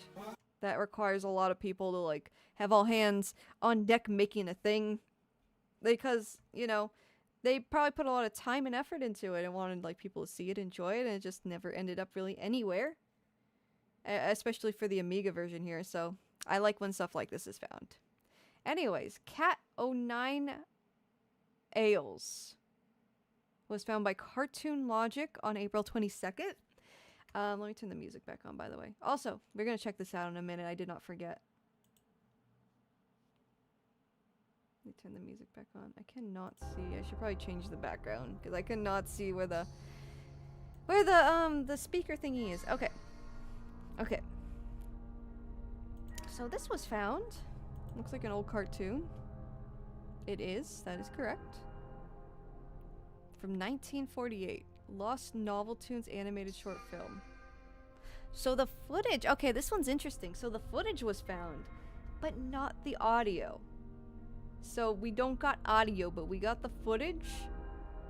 And this tends to happen. I've noticed audio will be found for things first sometimes, and then not the actual footage of it. Like, there's a Fat Albert special. Like a very, very early Fat Albert special, where the audio was found before the actual, like, footage itself. It does look like the Tasmanian Devil. I could not tell if it was or not, so I was gonna read before I made that assumption. Hoya's friendship, yes, yes, yes. Does anybody remember when Epic Games had a series called Jazz the Jackrabbit? I do not remember that at all. I do know, speaking of weird mascot character platformer type games that like a lot of people don't remember, I forgot who. There's some really random mascot platformer that's being remastered for the Switch, I believe. I was watching Arlo. He has a second channel where he talks about Nintendo news, or like he started it back up again. It's a thing he does every now and then. And there's something. The Fat Albert thing was apparently the pilot for the TV show. Oh, interesting, interesting. Yeah, it's been a minute. It's been a minute. I know that because I'll often help Blame It on George, my partner, with writing his found media scripts when things get a little like when there's a lot of fines and like it has to be out, and you know it's kind of hard to keep track of. Sometimes I'll step in and help write sections, and that was one of the ones I researched and wrote. I forgot what year it was found. I think like 2024. But yeah, that's how I know about that. And it's really fun to write for his videos because I often learn about a lot of random topics I've never in my life heard of. Not related to the dinosaur, Nani? The earliest footage we have of Humphrey Bogart has the audio missing. Interesting, yeah. I don't know why that happens. I'm sure there's a legitimate reason. I'm probably with older media, the audio was on a separate... The audio wasn't with the film itself, right? I don't know how that stuff works, so seriously, legitimately do not quote me on any of this. I'm just assuming. But I have a feeling it probably works like that. Is anyone excited about Coyote vs. Acme? Sorry to keep it... No worries, watching. Yeah. A friend of mine, a big Looney Tunes fan, and yeah, I remember he was really bummed out when Coyote vs. Acme was canceled, and they're bringing it back. They're bringing it back from the dead, and he's super hyped. I've been seeing a lot of people who are super hyped too. I don't know if it'll do well in theaters, but I'll go see it to support it. I'm not like super crazy excited, but I will absolutely support that. So yeah, I'm moderately excited, I guess.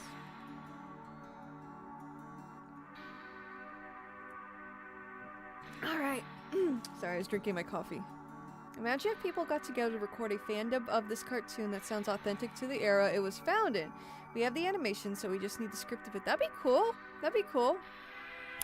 And scripts are found on their own a lot, so I'm sure that could work. But yeah, we're finally getting Coyote vs. Acme, and that's really cool. Alright, anyways. Let me read this, and we'll figure out what's going on with it. Cat09 ALS. Partially Lost Noveltoons animated short film. 1948. So it's an old one. It's an old one. Cat09 Tales, or I want to say that. Cat09 ALS is a 1948 Noveltoons animated short produced by Paramount's Famous Studios division, being the second entry in the Buzzy the Crow series of shorts. It was directed by Seymour Natel, with the story written by Carl Meyer and Joe Schultz. The short has Buzzy disguising himself as a doctor, with the character of Sam the Cat suffering from hypochondria being taken care of by him. A fantastic plot. For the longest time, Cat09 ALS was not available to watch, as it had not been released in any capacity for the longest time. Prints of it in general appeared to be hard to come by as well, outside of one held by the UCLA library. So yeah, this seems to be one of those cases where it's not available to the public, but it is, like, safe. It was safe and stored, right? On January 26, 2026, the company Cartoon Logic announced on their Facebook page that the short would be included in a Blu-ray they were producing alongside the Paramount Pictures archives, titled The Famous Studios Champion Collection, that was released on the 21st of April that same year. Let me zoom in a bit. There we go. That same year.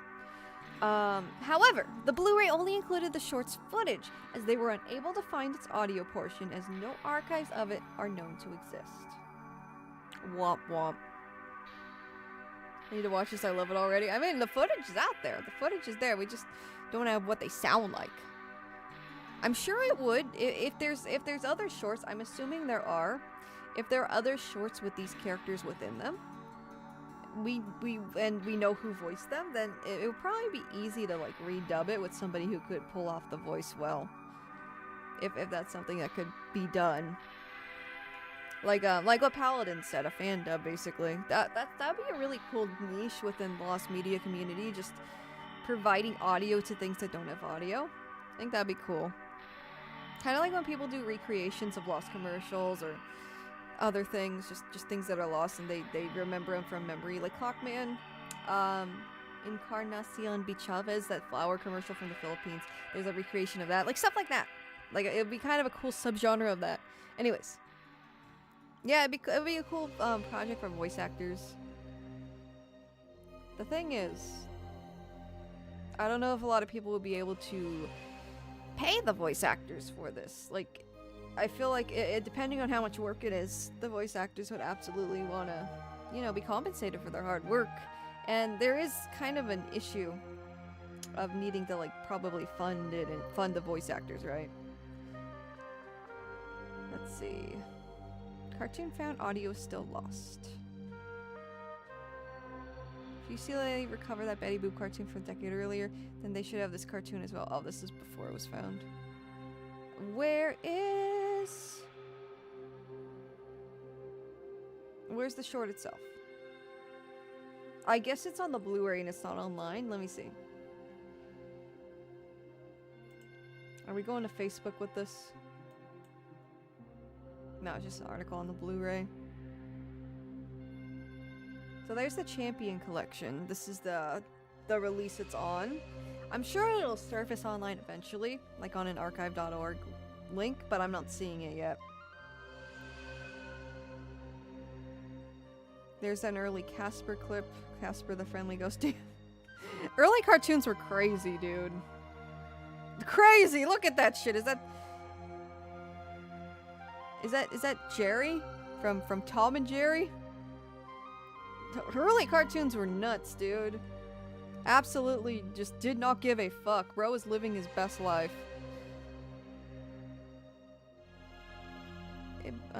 Film strips are often missing their soundtracks since they're stored on separate tapes. Records and tend to get separated over the decades. Yeah, that was my assumption, Smith, so I appreciate you clarifying that.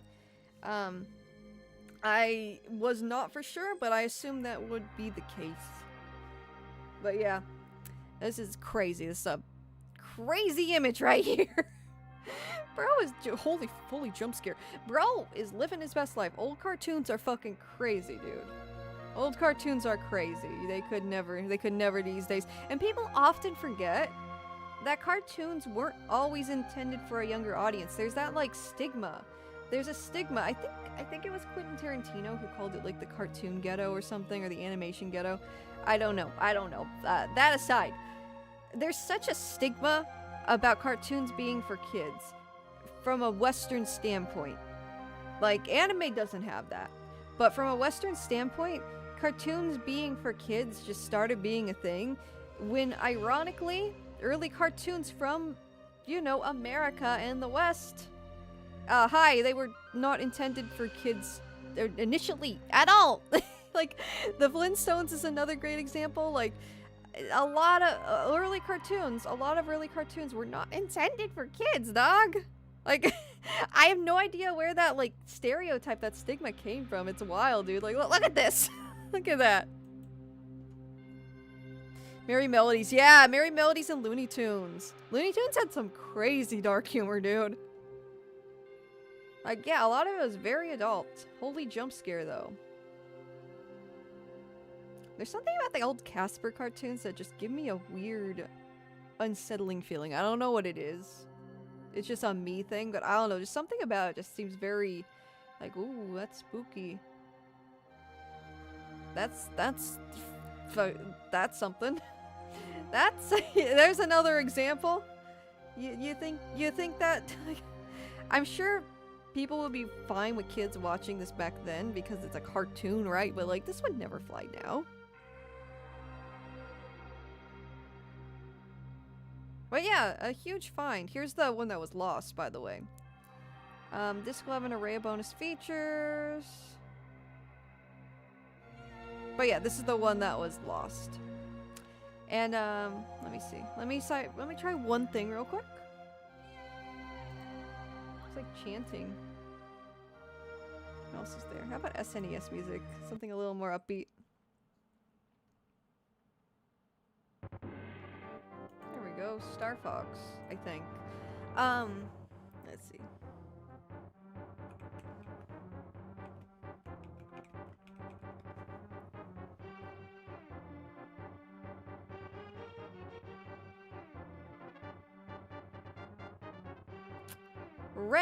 Reddit might got us.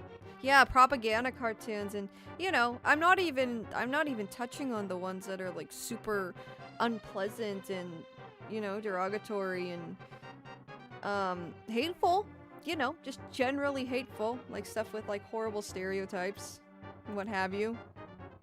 Well, this has been removed by the uploader, so we don't have that. Yeah, I don't know where we can find and watch it. I have no idea what that is. It's not what we were looking for, though. Let me try archive real quick, and then yeah, it's probably not up online yet, but you can like buy it and watch it, so that's cool at least. So support the official release and all that.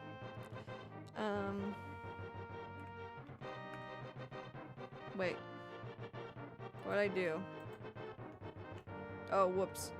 Cat.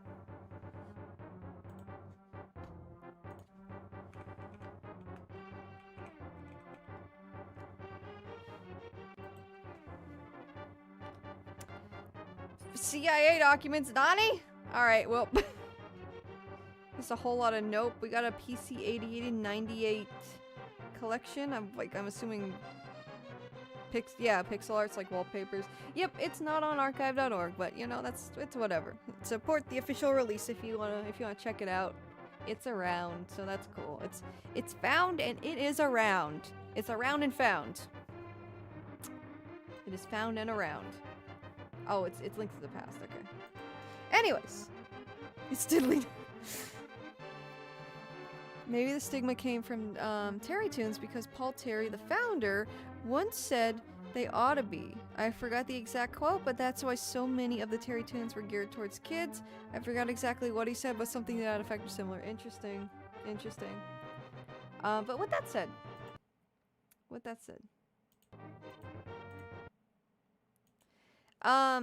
This is, I forgot who suggested this. Was it, Pixel Knight? I don't remember. Theme to the Dark World, yeah. I feel so bad, but I'm not a big, I played A Link to the Past, but it's been a minute. It's not something I've replayed. I played it on the Virtual Console on the Wii, so it's probably been like, it's 20 years now since I played it. Anyways. I have played Link Between Worlds, though, and I enjoyed that thoroughly as well. I played both, but Link Between Worlds I especially enjoyed. Anyways, it was me. Okay, Pixelite, thank you. Sakura's Unk, yeah.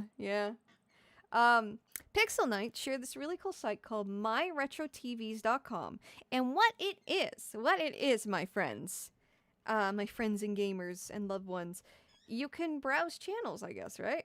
So we turn on the TV. There we go. So like back in the day when it would just have stuff on. So we're looking at a music video from 1989. Sapphire Thinking of You. I've never heard the song. Might add it to my Spotify playlist. Kinda slaps. I love a good power ballad. Let's see. Let's try cartoons. Oh, you can check and uncheck stuff. That's cool.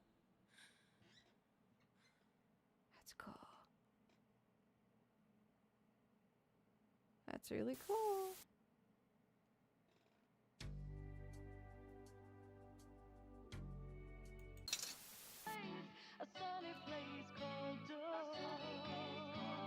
Oh, Dole Pineapples?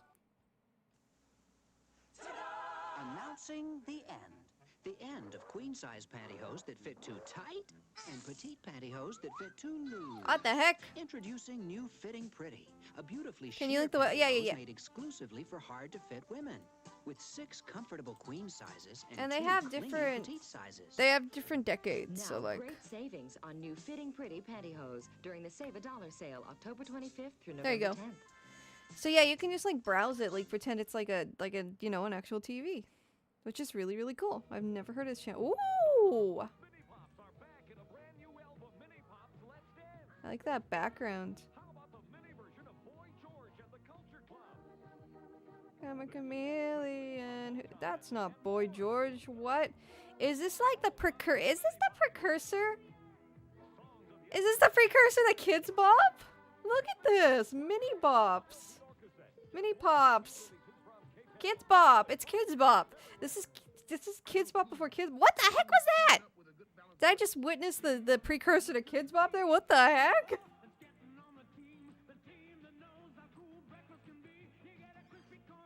Mini Pops is Canadian Kids Bop. Oh, okay, interesting. That's crazy work. Mr. T, he pitied the fool. He pitied the fool, gamers. Let's try 90s.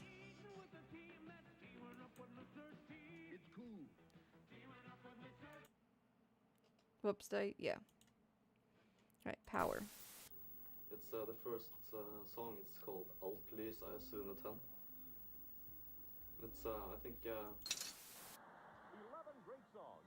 Whoa, we got a big hat. We got a big hat, guys. What the hell? Sandwich cookies. Oh, they're so good.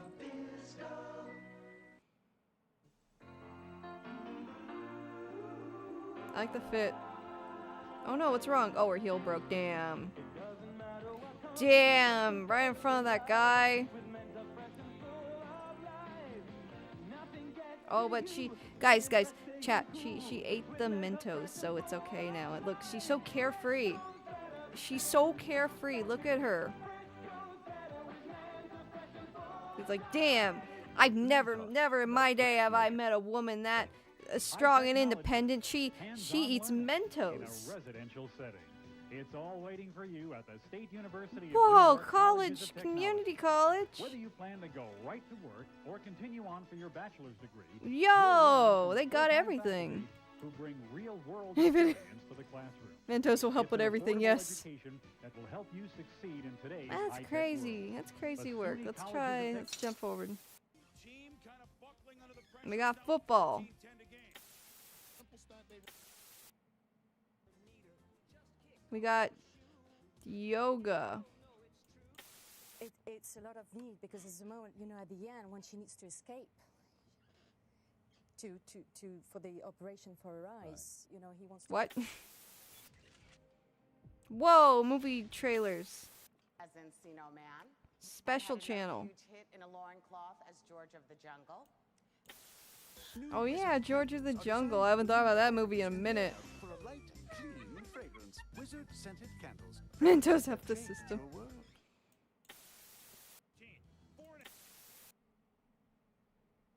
What the heck? Problem, Einstein? What? Nani is this? The Tribe Season 2. What is this show? I've never in my day heard of this. What the heck? Say, Sakura, do you know about the ARG McDonald's did called The Lost Ring? I do not. I have never heard of that. I didn't know McDonald's had an ARG. That's crazy. What is this? I'm so confused. I've never heard of this. Stay here for a few Try minutes, then follow me 2000s. outside. And remember,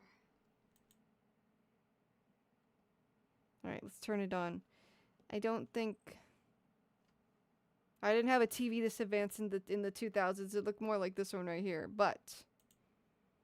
Turn on the power.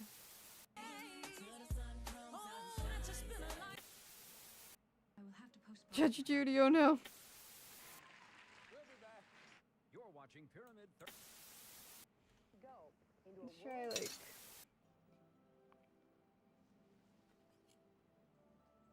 Oh, there's that Tribe show again. What is this?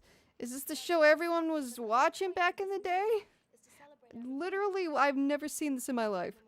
In regards to the cartoon for kids stigma, I feel that during the 50s and 60s when cartoons shifted from theater entertainment to television, it resulted in a lot of cheap Saturday morning cartoons that seemingly only exist to sell toys to children. Doesn't help that the animation budget for those shows was essentially the cost of a ham sandwich. Yeah, that's true. Pathfinder Paladin 2977 says the tribe is apparently a New Zealand post-apocalyptic teen drama where kids and teens must fend for themselves and live in a world where adults died from a mysterious virus. Apparently it had 8 seasons if Google is right. What the heck? I guess it was it only in New Zealand? Thank you, Paladin. I've never heard of this. Never in my life. Who cares? What are we waiting for? Kids today will never know the true pleasures of channel surfing. Oh, for real. Yeah, it's like doom scrolling, but at least there is substance.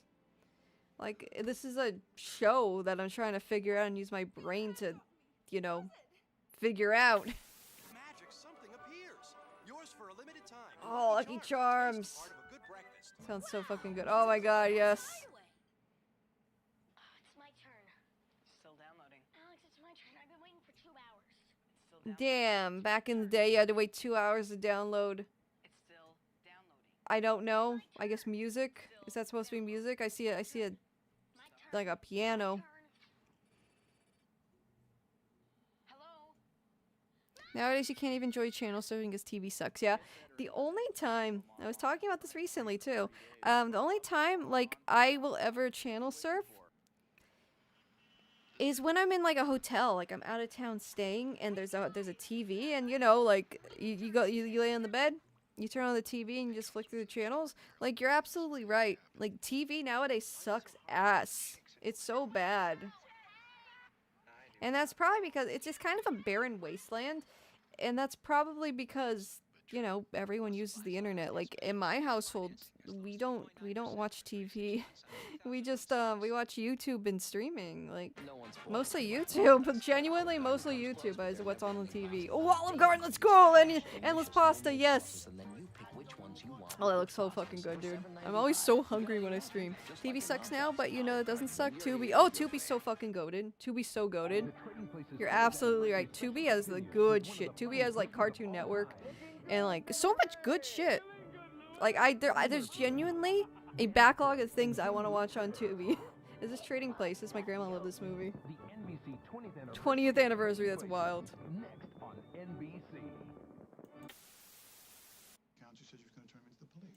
Soap operas. Those would come on after like the news and shit when I like stay home from school sick. You're like, oh, this sucks. Where's the Price is Right? Where's the Price is Right at? Nick Magazine, let's go! Oh, this commercial I remember so fucking well, dude. Oh, it's 102 Dalmatians! Waddlesworth is such a goated name. I didn't know that was his name. I love this movie for like a week. And the other dog was named Domino. This is cool. This is fun. TV today sucks. For real it sucks. They have vintage Looney Tunes. That's so cool. I was watching Miami Vice there yesterday. That's so cool. I think I watched Miami Vice. It was on Hulu a few years back, and that's where I watched it. Who's Its are better than Cheetos? I vaguely remember that. I vaguely remember Who's Its. This is so cool, dude. Imagine just some like lost media pops up. Teletubbies, oh no. You know what's crazy? If they showed the son, you know the baby son from Teletubbies? No. They might show it. But yeah, the son's like a baby, right? That baby, yeah, this baby is an adult woman with like kids of her own now. Which, yeah, time goes by and shit happens and life happens, but oh my god, that just feels so odd. Because the person's only known for being, you know, the baby, the son baby. Yeah, she grew up and now she has a baby. Teletubbies? You know, we old. We old. I don't want to linger on TV shows too long. That looks a little sussy. Looks a little sussy. I have no idea what the hell. Lex... I've never heard of Lex. Granted, I was a very... How's Chucky doing? Oh, it's Donnie. It's Donnie. I was like, Chucky's not feral like that. Why are they being rascals? Why is SpongeBob causing a ruckus? What the hell? Look out for more Nicktoons right here. LSSQ talked about this, did he?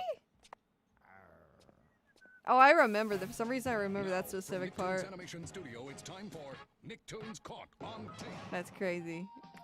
We got Cat Dog. Cat Dog feels like something that they thought would be a lot more popular than it ended up being. Am I the only one who like gets that impression? I feel like they really thought Cat Dog would take off like instead of SpongeBob. This is just a headcanon, and I don't know if any of it's true, of course. But I feel like they were probably banking on Cat Dog more than SpongeBob. Yeah, wait. That's so weird. It's Chucky, isn't it? That's Chucky. That's Chucky Finster from Rugrats, but he's acting like Donnie. His movements and body language is like Donnie from the Wild Thornberrys. That's weird. He talked about Nicktoons Caught on Tape in one of his latest videos. They were made to capitalize on the security camera trend of the time. Interesting. Yeah, why is that? Chucky doesn't do that. Chucky's a fucking 2-year-old. He does not have that power. He did Kung Fu in the Paris movie? Oh, that's one movie I never really...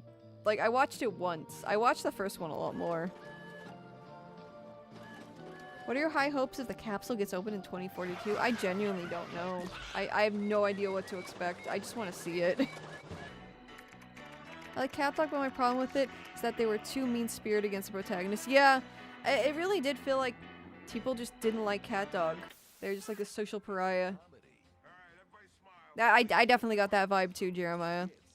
But yeah, I felt like Nickelodeon wanted it to be more than what it ended up being, but people like SpongeBob more, and SpongeBob is just more of a, it's just more of a good vibe show, you know, just more of a good time, you know. Saturday the what?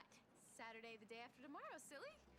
That's just an assumption, though. I don't know. I was seeing a lot of Cat Dog marketing, but then SpongeBob took off instead. And, you know, just a thought, just a little headcanon. Mom, I'm home. I'm on a computer. Downloading some chicken recipes. Downloading a recipe, man. That was the day. Those were the days. I've never downloaded a recipe, but oh my god. I think most people back then just probably bought a recipe book or something. Because like this stuff was there online, but it wasn't easy to obtain. I'm sure it didn't take that long to like download, but you get my point. You wouldn't download a chicken. Nope, not us. No way. We'll see about that. Damn, okay. Repeat. Chocolate. You love music. Oh, Star Trek: The Next Generation. Something you still I think. No, I think it's the one after that. Nope, the MCA. Roly poly oly, let's fucking go! Oh, this was my shit as a kid. I love this fucking show.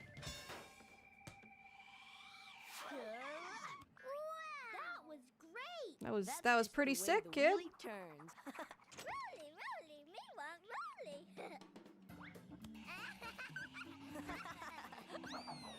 That's crazy work. But I cannot stay. Oh my god, 2 Disney channels? I remember this episode! I remember this episode because I got chickenpox around the same time. Oh, that's crazy. Sports. Animaniacs.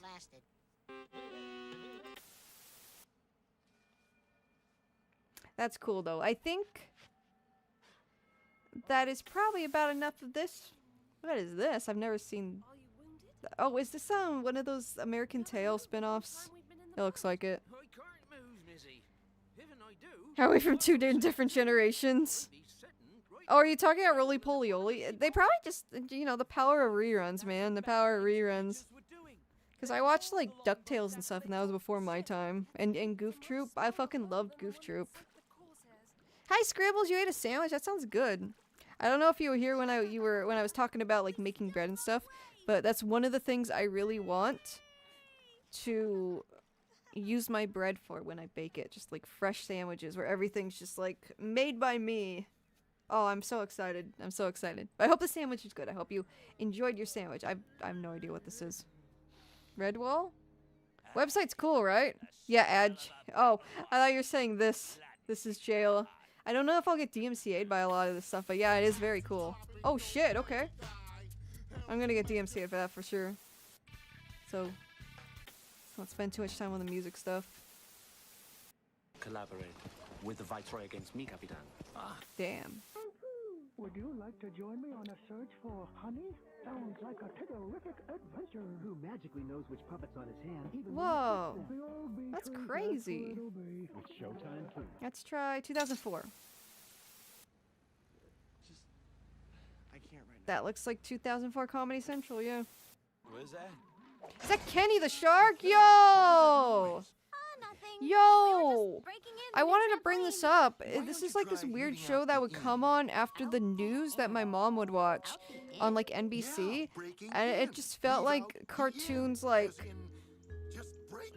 cartoons that were trying really hard to be cool and likable. And like I didn't know a single soul who watched fucking Kenny the Shark. I only know about it because my mom watched the news on this. It was on like NBC and it would come on after the news, like in midday. And there's another show called Tuttenstein, where like King Tut was like a revitalized mummy.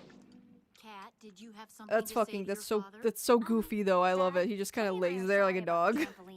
But there was a show called Tuttenstein too, and it was like King Tut fucking reborn, revitalized, is like mummified corpse, and he like went to school and hung out with the kids of today. It was a weird show, but like I never watched these. I just was aware of them being around, you know. And I've got a lot of expenses. Yo, I remember Tuttenstein. Yeah, like I remember. I never watched it. I just remember being like, oh, okay, interesting. Like this is a cartoon that exists. I love the shark's design though. I love that they just have a pet shark and everyone's cool with it. Conan O'Brien, DMCA, Miramax Pictures, Sports Ball. Damn, there's nothing on. Simpsons.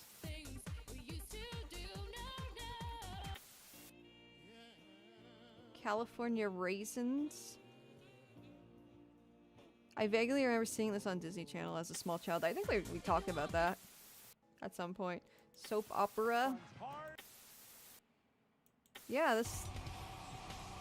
It's not a perfect replica of Mr. Bean cartoon. Yo! Yo! This isn't a perfect recreation. Oh, there's a Price is Right. There we go. Now it is. Now it is. Never mind. Never mind.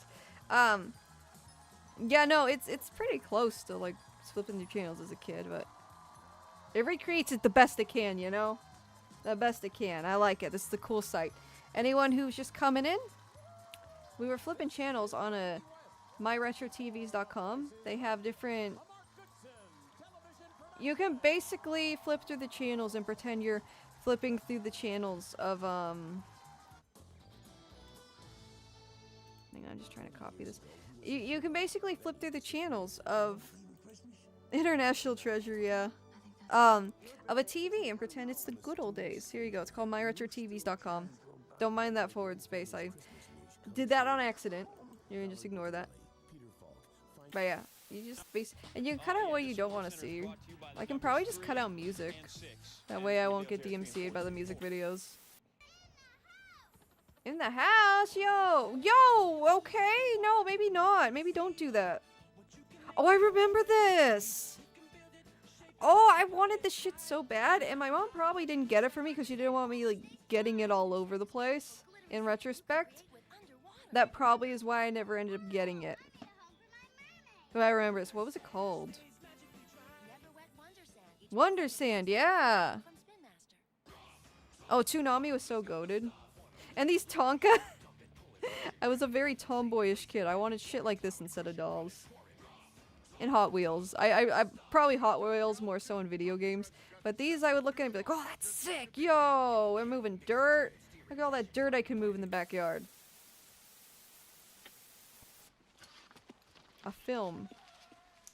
Cold Mountain.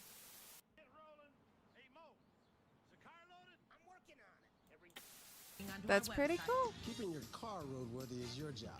Oh, damn. That's true.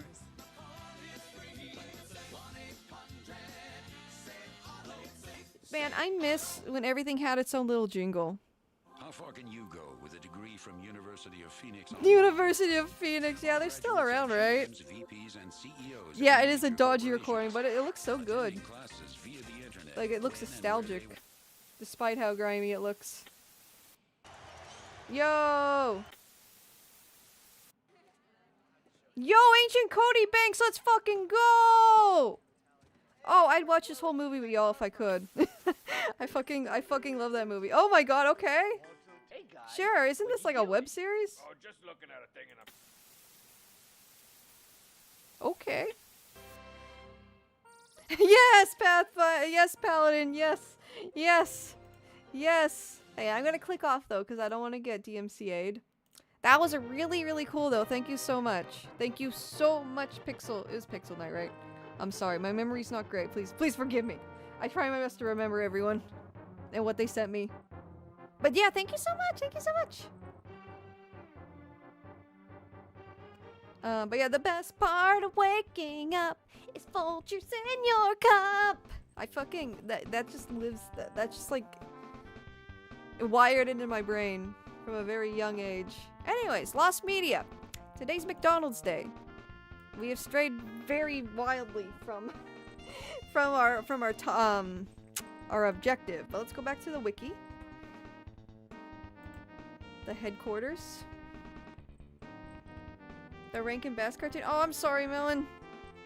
I didn't even recognize a Rankin Bass cartoon when I was flipping. But yeah, I wanted to flip through quickly because I don't want the stream getting taken in, you know? All that's copyrighted. Oh, thank you for the bits, Jeremiah. Thank you so much. Thank you. Hang on, I'm scrolling up. My VTuber can't be this cute while singing retro ad jingles. Yes. Yes, sir. Yes, sir. It is the best part of waking up. Actually, Folgers is not very good. Not very good. It's decent. It's serviceable, but yeah, it'll wake you up. That's all coffee really needs to do, right? I mentioned this many times, but I just drink black coffee. I just want it to wake me up. I don't care. Speaking of McDonald's, have you played Nick Robinson's McDonald's video on stream? That would be great to play on a request stream. Oh, we can check out a little bit of it once we were gonna discuss that topic in a bit. I do really like that video. So yeah, we can check that out in a bit.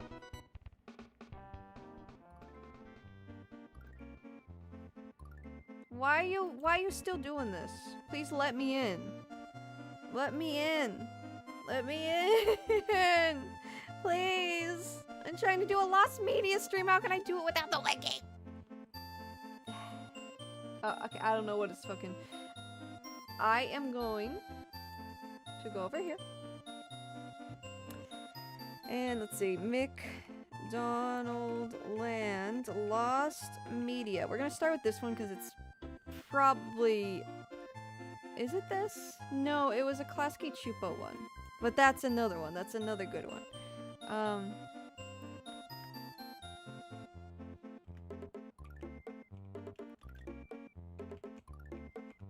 I know this isn't... Oh, there is CS.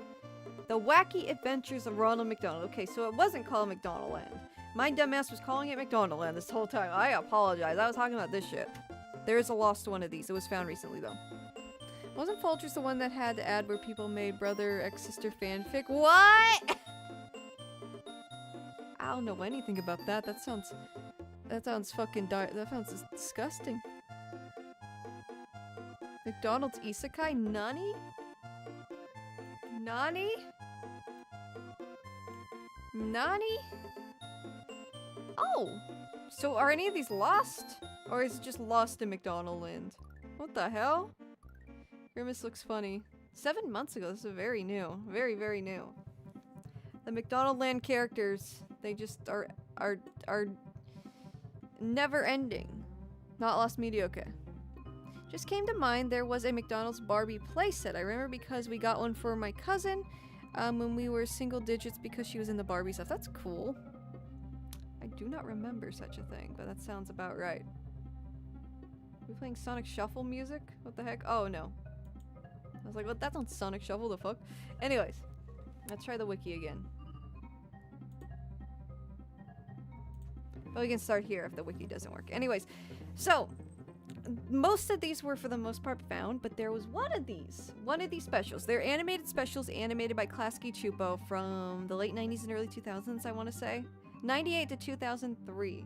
So they had a 5-year span of them making these. And Klasky Chupo was super popular back then. They did a lot of stuff. They animated a lot of stuff, so they had a collab with McDonald's. And it was called The Wacky Adventures of Ronald McDonald. It was like McDonald's cartoons with that art style. An American animated direct-to-video television series produced by Klasky Chupo in association with the McDonald's Corporation. It centers on McDonald's mascot, Ronald McDonald, and the gang in McDonald Land. So I guess that's why I got confused. Going on many adventures and learning lessons. The show follows the adventures of Ronald McDonald and his best friends Grimace Hamburglar, Birdie, and Sunday. Who the fuck is Sunday? Who the fuck is Sunday? But yeah. So, a lot of stuff going on. A lot of voice talent. One of them was lost. I believe it was the last one. Let me find it. Yeah. The Monster of McDonald Land, Locke. This one was mail order only, I believe. Let me try and find that. I might have to type in the episode name.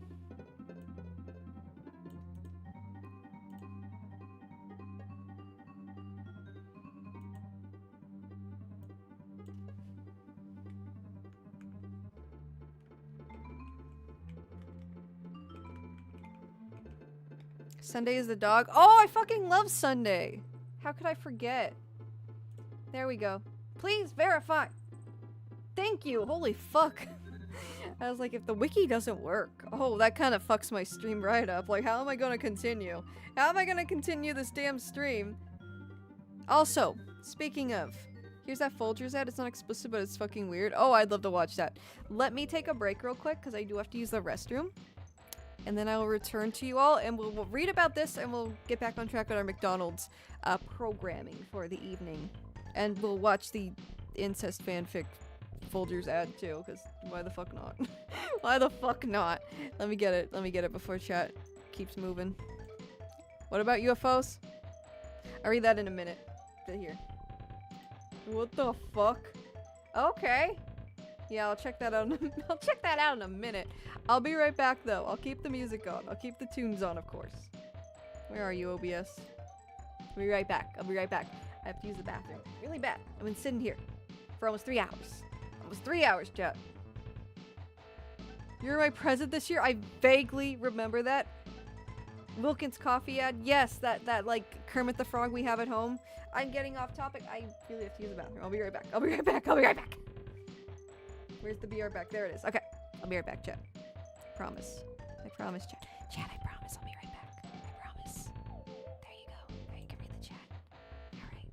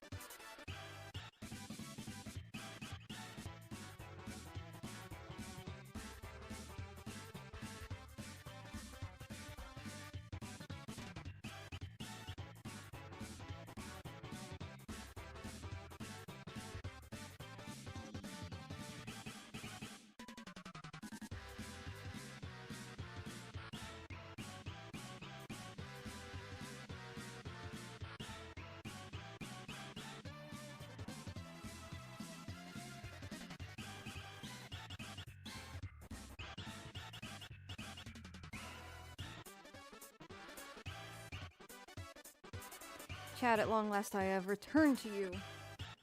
How are we doing? Had to get some warm water to rest my voice, but I am back. I am back.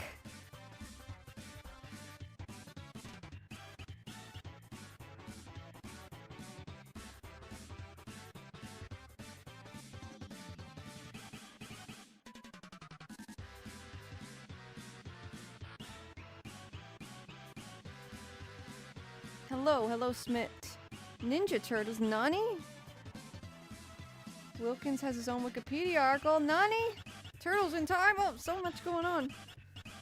We'll watch that Folgers ad now. Let me just, Oh, I'm still catching my breath, man. There we go. And there we go. Let me just check some text messages real quick and we'll get started. How's music sounding? Is it so good?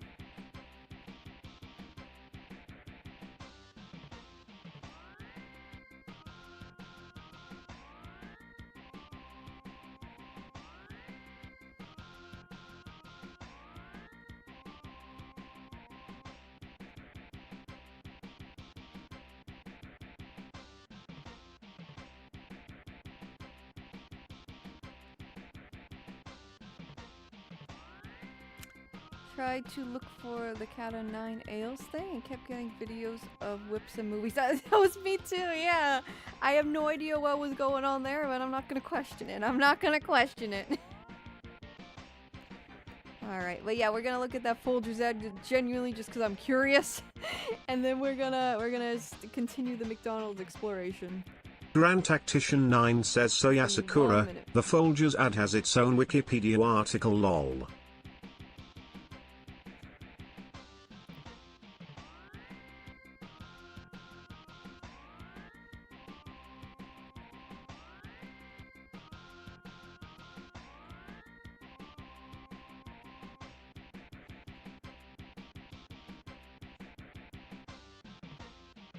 Wow, mama, guys.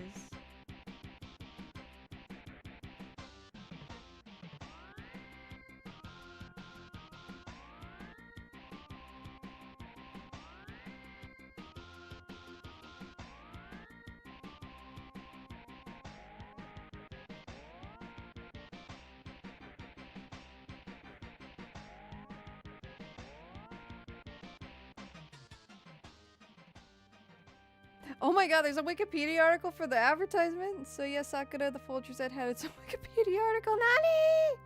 Nani! Nani! Here, I'm gonna pull this up. I'm gonna add a new tab though, so we don't lose sight of what's important. Oh my god, that's insane, dude. That's insane. I vaguely remember this. I didn't know it was kind of freaky. A moment though, let me just get back on track with some messages and then I'll be back with y'all.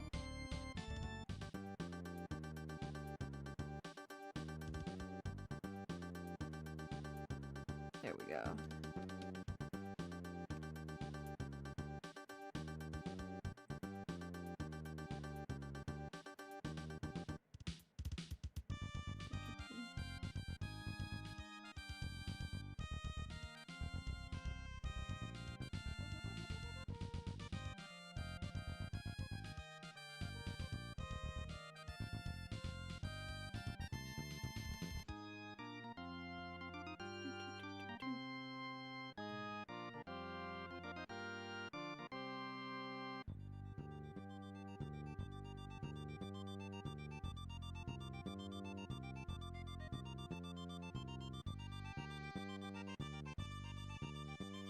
Okay, remember this? They showed this ad in one of my media classes. They did? They're showing this in classes? What the frick? What the hell? That's so... Nani? Alright, hang on. I gotta look into this. I gotta check this shit out. Just give me a minute. Just give me the minute. Again, my partner's sending me Jeff the Land Shark gifts, and I gotta appreciate them all before I continue.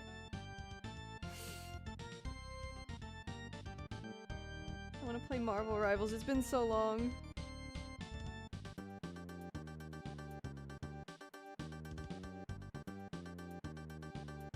I'm not a big like shooter person, but I really like Marvel Rivals. Add in my English class. What the fuck? What are they educating? What are they educating? Oh god, I got it. Let's watch the ad first and then I'll figure it out.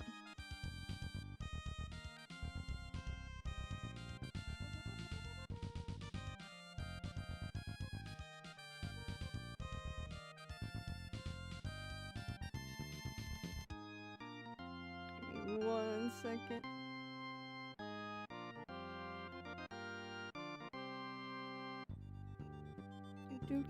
Do.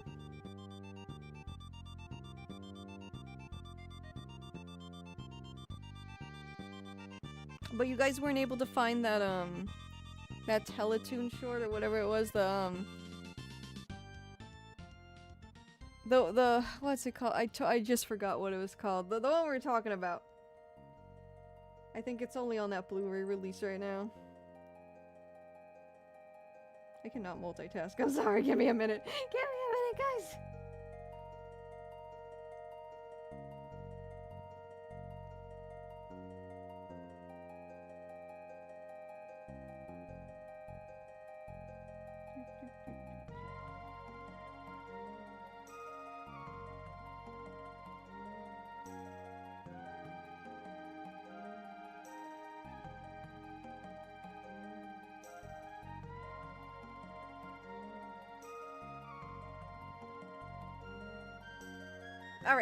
Alright, we're back on the grind, Alright, what the fuck is this? What is going on here? Let me put my headphones back on also, I can't hear the stuff.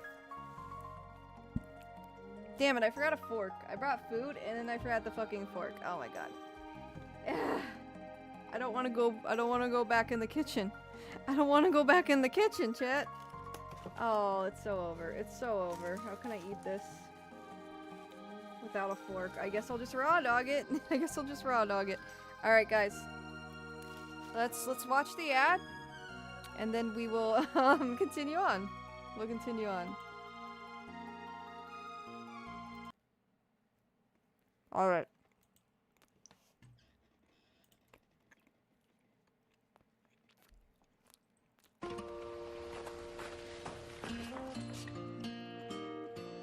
I must have the wrong house. Sister? Oh, I missed you so much. They waited up all night for you, you know. It's a long way from West Africa. Oh, real coffee. Bro just looked at Folgers and said real coffee. I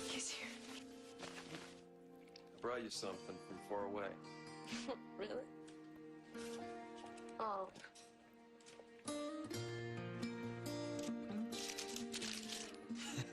I do remember this. You're my present this year.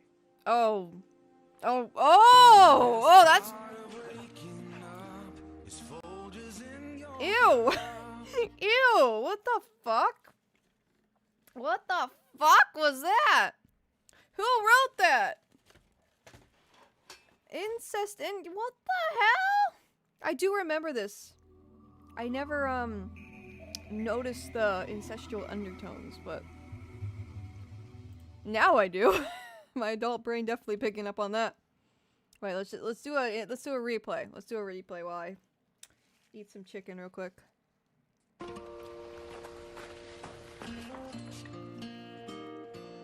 must have the wrong house.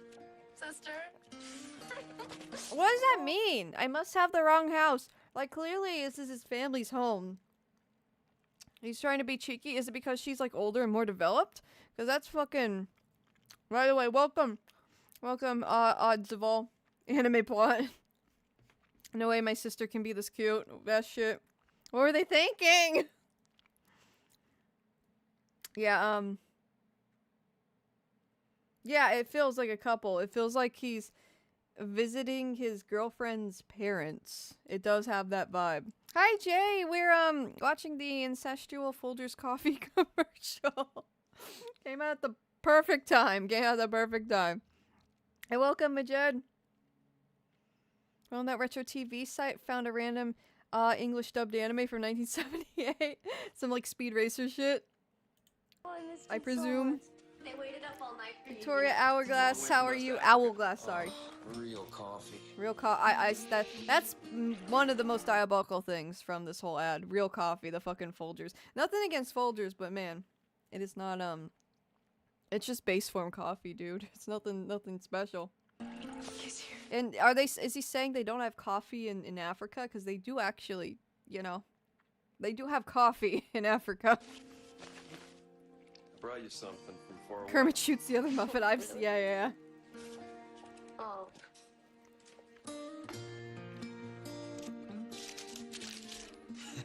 What are you doing? You're my present this year. Yeah, this look right here. Why is he looking at his sister like that? Bro, looks like he's about to bite his fucking lip. Look at that face. That's the face of a fucking predator, dog. That's a face of somebody who's not thinking of the other person in a platonic way. That's fucking that's diabolical. That's pretty gross. Wow, very cool. Thanks, Folgers. Thanks for watching. Bro, put credits over it. Anyways. But yes, thank you. Thank you for preserving this. Has 3.4 million views. Mom's eyes open real quick because she knows so too can't be alone for too long. Yeah, true. I like the way the mom knows it's him when the coffee is boiling and ominously says he's here. Yeah.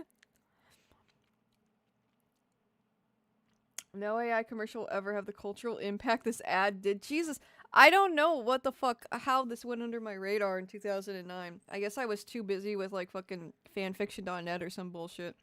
I was too deep in the anime phase. Like, oh, real people? No, this is an anime. I don't give a shit about this. Anyways, let's read. Let's read about it. Hang on, I'm just gonna turn the music back on. Alright. Combatant music. Pretty fitting. I finally got that Lego. It's a DeLorean. Oh, sick! I love DeLoreans. I have seen DeLoreans in person twice in my life, and both times were wonderful, wonderful moments. I love DeLoreans. One of my favorite cars for sure. And I love Back to the Future too. So, yeah, that's awesome. That's awesome. I'm glad you got your hands on that. Sakurai went on that My Retro TV site random. Wait, I just read that, Majid. I just read that random. Yeah, that's when I was like, oh, is it like Speed Racer? I was just sarcastically. Yeah, no, I read that. Another commercial with foreshadowing? What? We foreshadowing the incestual relationship? The fuck?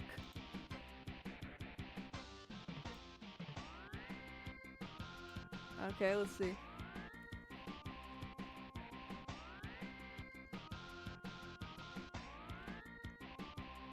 Johnson and Johnson? Oh. No. You caught a prize. You make me a Johnson. Oh! Oh, this is a classic. This is a classic. Listen, you can do whatever the fuck you want with your Johnson as long as it's not your brother's Johnson. Or anyone related to you. Damn. You yeah, and no, your this Johnson, one. a way of life for over 50 years. Is this? Yeah, it's real, right? It feels like a parody from like Saturday Night Live or some shit. It doesn't feel real. Now the incest ad, that unfortunately feels very real. Anyways.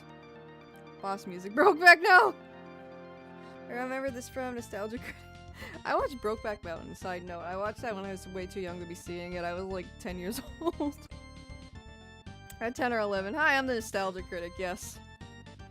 Let's have the Nostalgia Critic review whatever this was. Anyways, let's read it. Let's read it. Hang on, I gotta take one more bite of food. You and I'm playing with my Johnson. By Johnson, well, let's just say. Let's just say. Hey, Cosmic, how are you? No worries, no worries. I appreciate you being here, friend. Anyways, let's read about the incestual ad now. Let's read about it.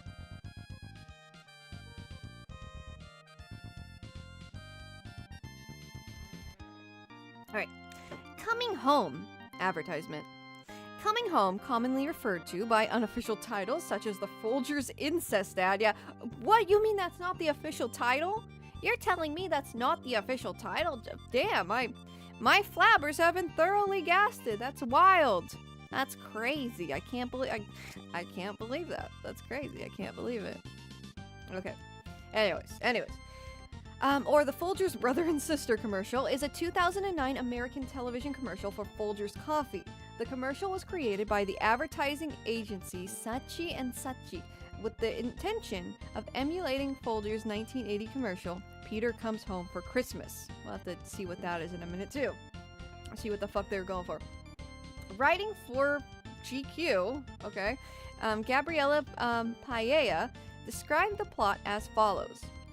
Coming Home opens with a taxi dropping a young man off outside a snow-covered house, bedecked in Christmas bedecked in Christmas decorations early one morning. A young woman excitedly opens the door and establishes that she's his sister by pointing at herself and saying, "Sister."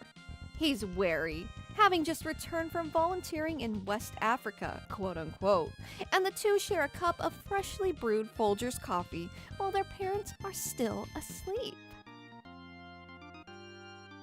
He hands her a small present, but instead of opening it, she peels off the red bow and sticks it on his shirt.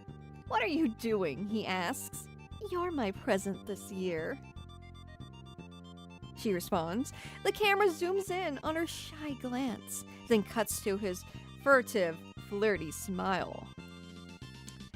And fantastic. The parents then enter the kitchen and greet the brother as the jingle, "The best part of waking up is Folgers in your cup," plays. Background. Alright. Background. Internal screaming indeed.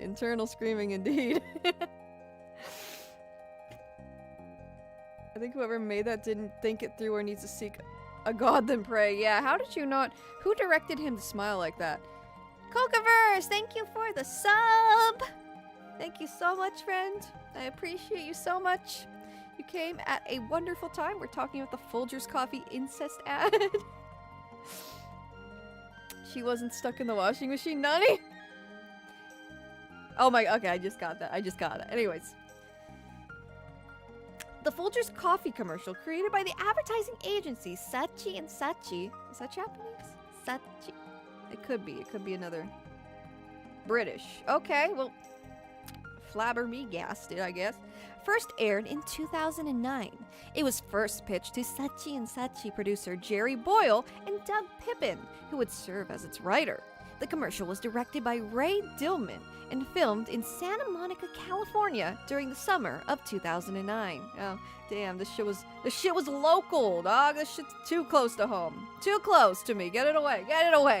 The commercial was a remake of the 1985 Folgers commercial called Peter Comes Home for Christmas.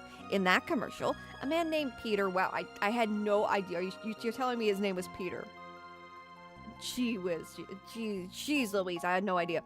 Comes home and is greeted by his younger sister, who is a little girl, as opposed to a teenager. An additional inspiration was that writer, Doug Pippin's son, had recently joined the Peace Corps and came home for Christmas. That's all fine and dandy, but here's what we're really here for.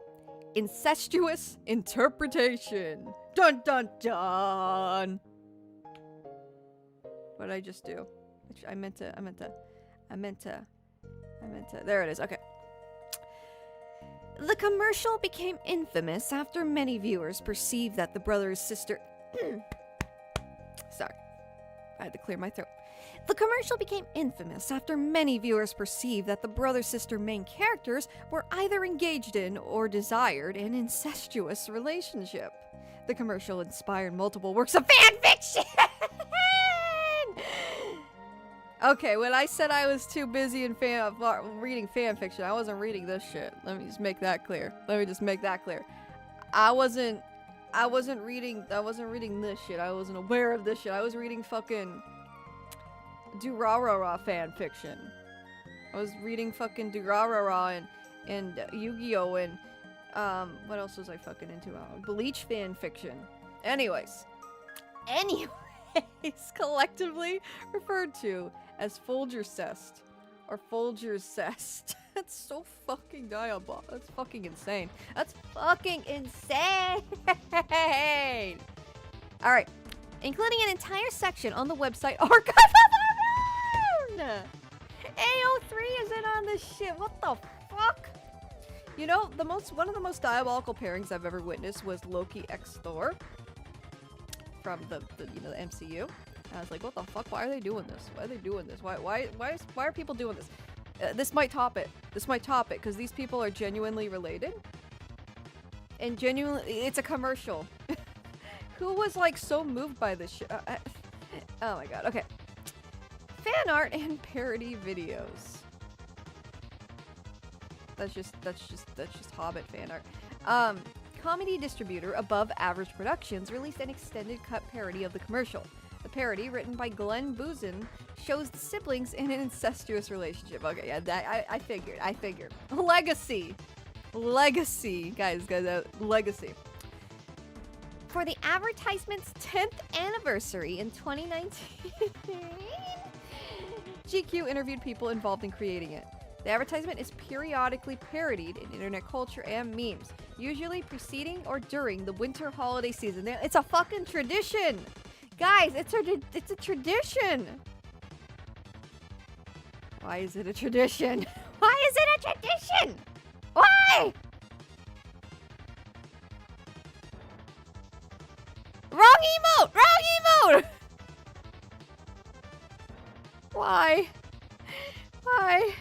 It's like Sprite Cranberry. Yeah, but at least Sprite Cranberry, like there's a valid reason why Sprite Cranberry is being pushed on the market. You sure wasn't Weinstein? That's crazy. Just saw the 80s one. That one was way more wholesome. We'll check that out. What's it called? Folgers something coming home. Ryan coming home. Peter comes home. Peter, the horse is here. The horse being the elephant in the room, being whatever's going on with these two.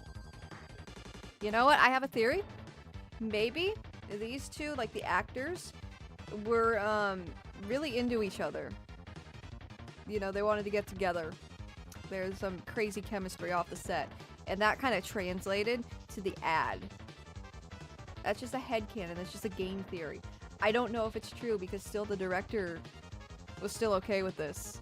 With the shots and the looks and all that. All that. They still wrote the fucking ad. So I don't know.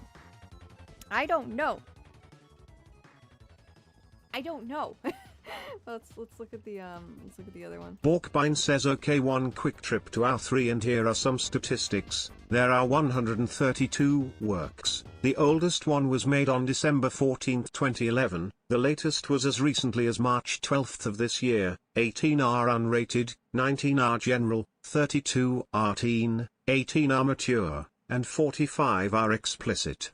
Sorry, not sorry. What?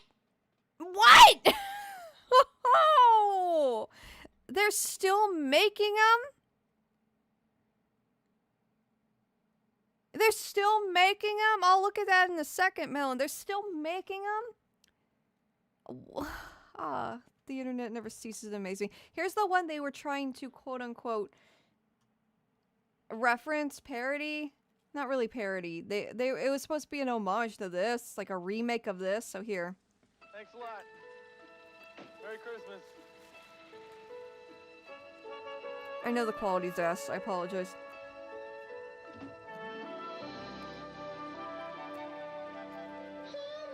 Merry Christmas. Everyone's asleep. I gotta wake them up. Come on. Yeah, this is wholesome. How the fuck was the other one like a remake? Like, sure, that shot makes sense. Like, oh, he's home. Or awake. The smell of Folgers coffee, that iconic smell, it's waking them all up. Christmas morning.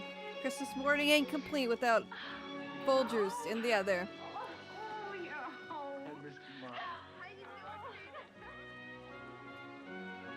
Yeah, that's just a wholesome Christmas commercial. Best wishes for this and all your mornings from Folgers. Yeah, same, Roger. I'm concerned how many people think incest is a general topic. Genuinely, what the fuck? The people who ship, like, even, like, fictional characters in an incestual way, I'm like, why do you think that's normal? Why are you okay with that? Like, yeah, this one was wholesome. Merry Christmas. No complaints there. This one, however,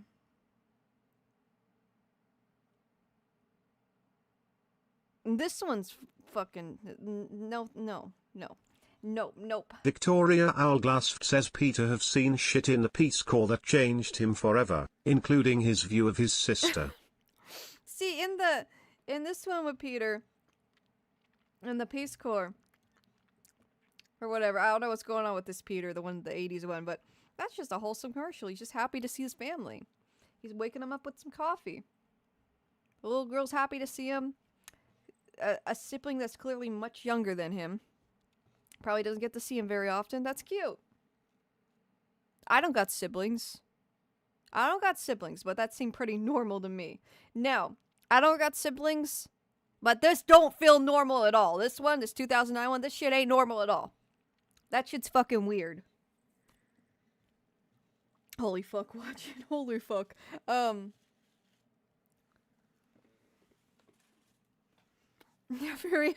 who's out here writing Folger's incest commercial fanfics in the year of our Lord 2026? Yeah, there are, yeah. Thank you so much to Borkbean for letting us know that there are fanfiction from this year. Well, there's one from this year, right? The latest was recently as March 12th of this year. So that's fun. That's fun. Who's out doing this in the year 2026? Holy shit. Anyways. What was that commercial?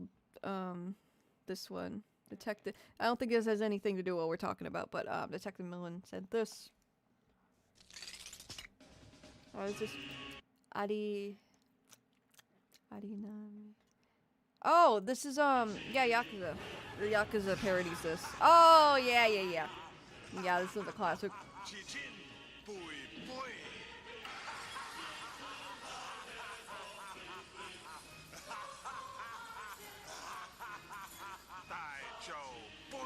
Daijo boy.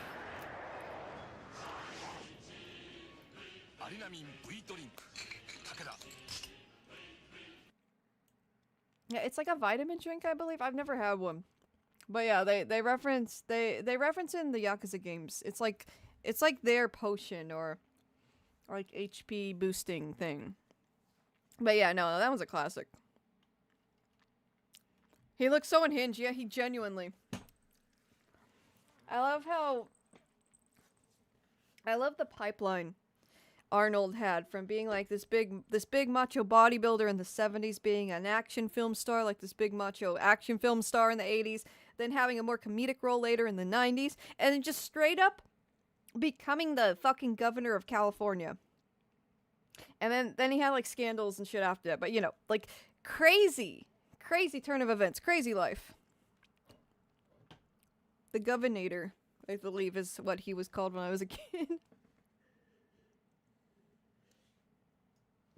We're not watching that again. I've seen enough of that to last me a lifetime. I remember the part with the bow. That's crazy. What the fuck? The fucking legacy of the incestual Folgers coffee commercial. It has a fucking IMDb page, dude. There's an IMDb page. This doesn't need an IMDb. Look, we got the names. Got the names of the cast get doxxed. Someone find out if they dated. There's a know your meme page. Oh, I could have just read through this. Whatever.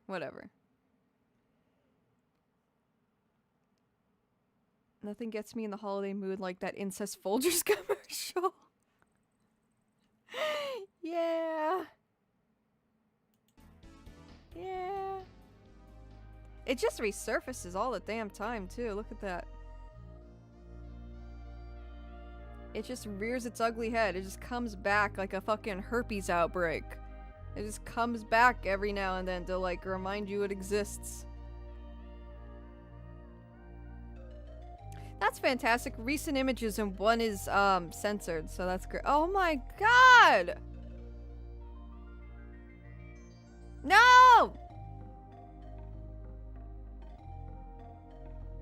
That's so fucking vile, dude. That's so fucking vile.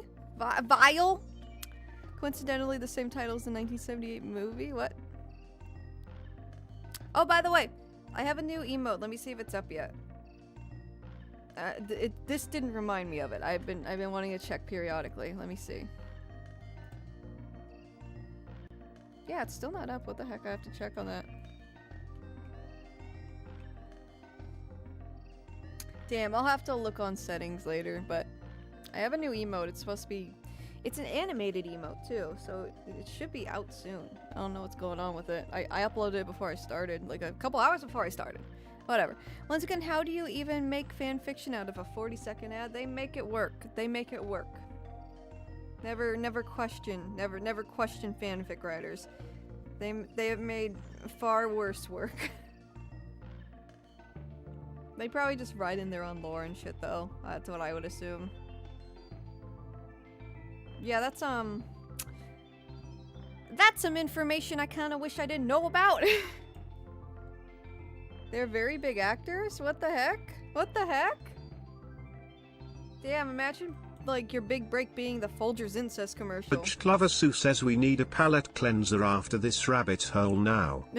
We're gonna go back into lost media. We were talking about lost media stuff earlier, so we're gonna go back into that. Let me just get my food over here. There we are. Alright. That was interesting. That was an interesting little detour. Let's get back to this, well, the topic of today's stream. And yeah. So, we were talking about McDonald's lost media. Nothing to do with what we were going on about earlier. But yeah, today is supposed to be McDonald's Day. So,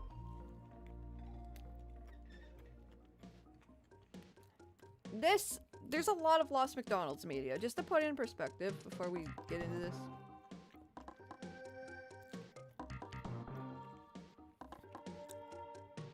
The Hershey Kiss Jingle Bells commercial is cute, but doesn't have incest. I don't know, maybe... Are the Hershey's Kisses related? Are they related? That would answer the question. Oh yeah. Lost Media Wiki. If we just go to Lost Media Wiki. And we type in McDonald's.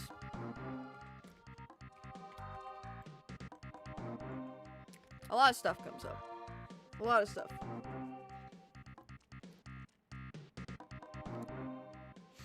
McDonald's fire prevention commercials. Just a lot of stuff. Just a lot of stuff. There's, well, we'll get into it. Basically, there's a lot of lost McDonald's media. I want to start with this one. It was, this is a lost, well, it was formerly lost. And, it was animated by Klasky Chupo, who made, like, animated, like, Rugrats, Wild Thornberrys, stuff like that, right? Gotta check out for a bit later. No worries, Surf at Night, no worries. I'll probably be live for a little longer. Talk about some lost media and then call it a night. Got some lost media that I think you should read into on the wiki. How can I suggest it? Let me see. I made a post a little while back, but I might need to make a new one. You can just put it in my YouTube community. And, I'll add it to the list. I have, a list of all the suggestions, and I screenshot them, and then I put them on screen when we do our suggestion segment, so that'll probably be the best thing. So yeah, I just say, like, go on the YouTube community for my VTuber, and I'll find it through there. For now, I'll make another post soon. I just have a huge backlog, so I haven't in a while. It's been a minute. Anyways. So yeah. This was lost for a while, and it's because it was super rare. It was like mail order only. And this is a series of, like, animated direct-to-video things that they sold directly at the McDonald's. Like, you could buy them when you went through the drive-thru, but for some reason, this one never had an official release within a McDonald's, and it was only mail order, so it was super, super rare. And not even thought to, like... Some people thought it was never released at all, just because it never had any, like, there's no photos of it or nothing. But yeah, let's get into it. The Monster O McDonaldland Lodge, alternate title, The Legend of McDonaldland Lodge, is an episode of The Wacky Adventures of Ronald McDonald, a 6-episode animated series around McDonald's mascots produced by the Kachu division of Klasky Chupo from 1998 to 2003. Each episode was released on separate VHS tapes, with this episode only being available for purchase on CoolTunes.com. Okay, so it wasn't even mail order, it was wherever the fuck CoolTunes.com is, from January 30th, 2003 to March 6th of 2005. So, as you can imagine, probably not a lot of people bought the tape. The episode follows Ronald and his friends as they travel to Scotland in search of the Monster O McDonaldland Lodge as part of a competition to win $1 million for finding him. Just inhale food. When they eventually find the monster, they discover that his name is Simon, and after talking to him, ultimately decide to keep his existence a secret. That's very cool. That's very cool, McDonaldland guys. Very cool. Very, very proud of you. I used to watch some of these tapes back in elementary school. Yeah, there was 5 of them that came out, I guess, right?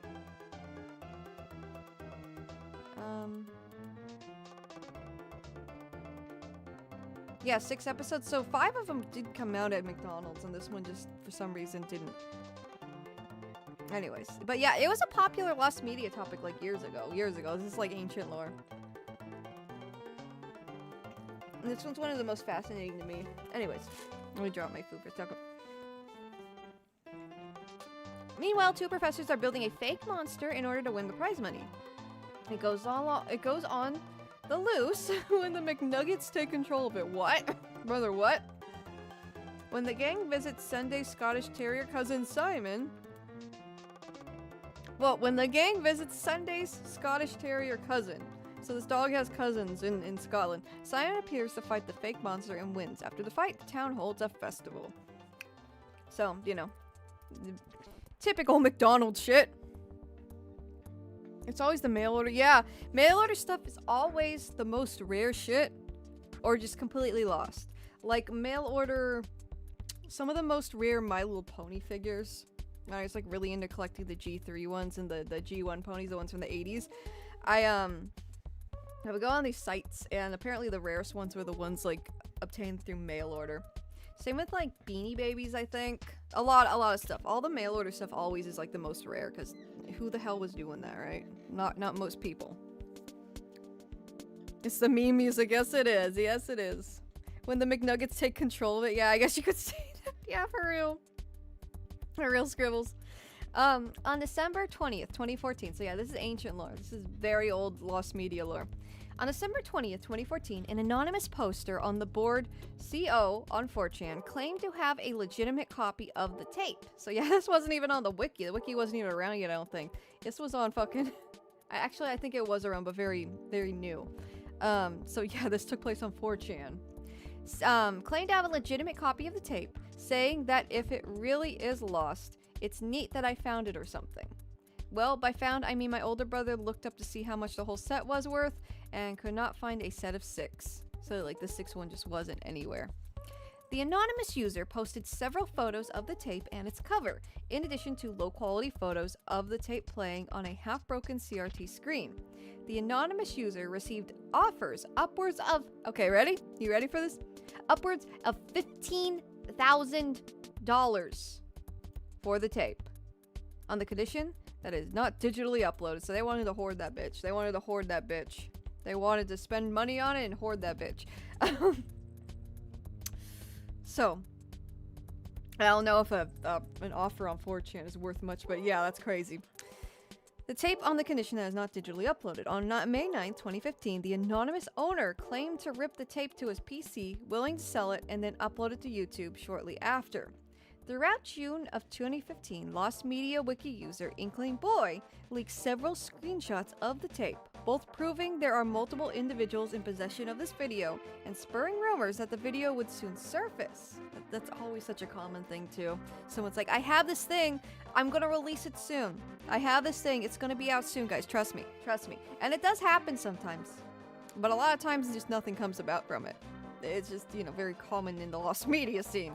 Following hundreds of requests for the release of some form of video evidence, that sounds so fucking funny out of context. Following hundreds of requests for the release of some form of video evidence. Meanwhile, we're talking about a fucking Ronald McDonald VHS tape. I love Lost Media, man. I love Lost Media. It's so good. Stuff like it's so good.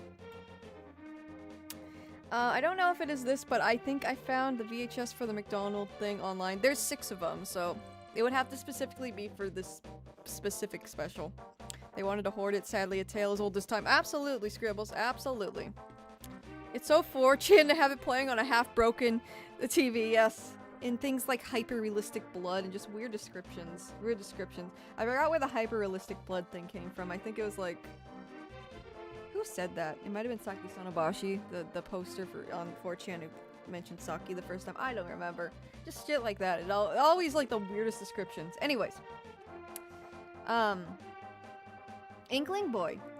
Following hundreds. Okay. Hundreds, chat. Hundreds. Hundreds of requests for the release of some form of video evidence of this.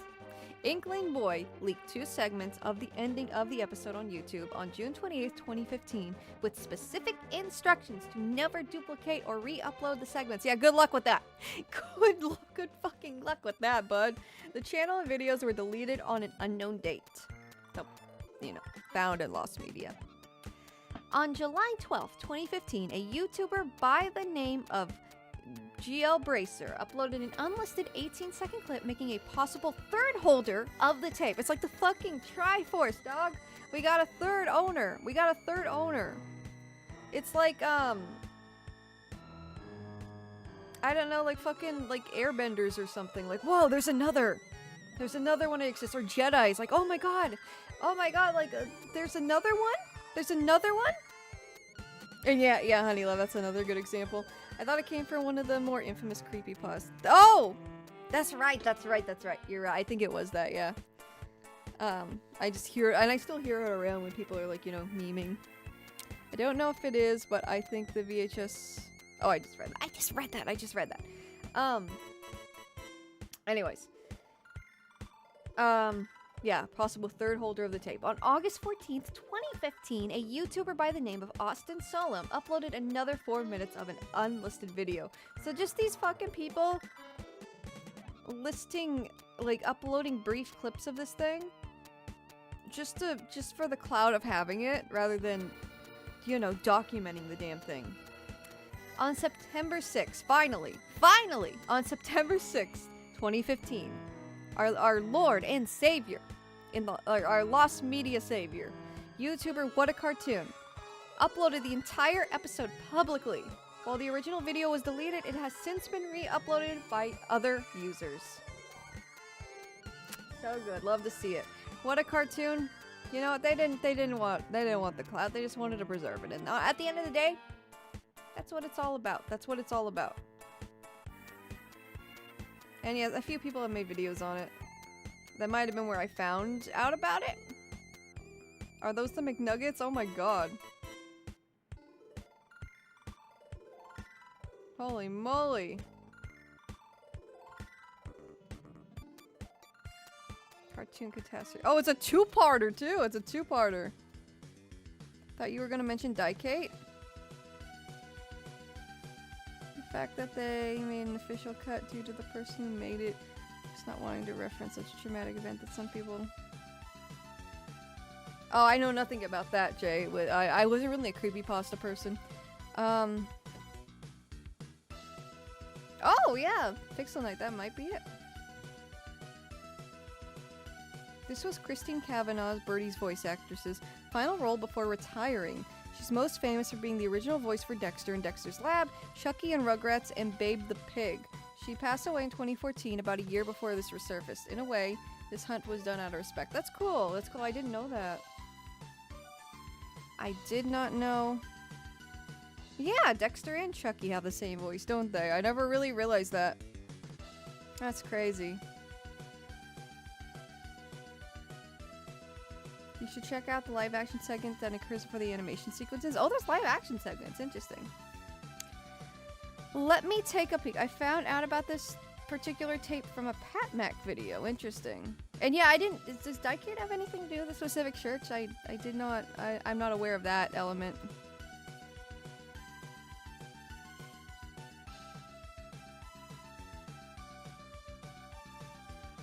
Alright, let's move this over here. Yeah! Interesting. Looks like that's it. I guess... I'm assuming the price went down a lot after it was leaked online. Like... It lost its collectability. It's still a very rare tape, so I don't know. And that's weird, isn't that weird? It says $20, but then it says pay overtime for orders over 35. Okay, I thought it was saying it was more than 35. This site's cool. The way they have VHS tapes like lined up, like laid out. The organization of the site's cool, is what I'm saying. Trying to say here. That's cool. Lost in McDonald land. That's cool.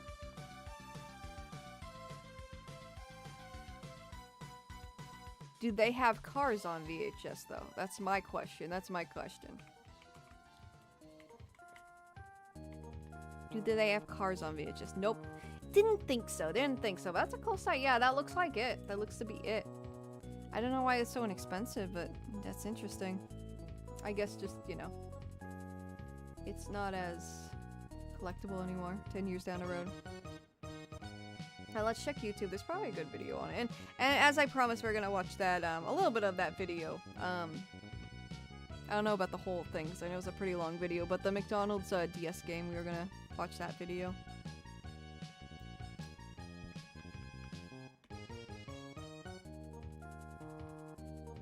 NetPack talked about this?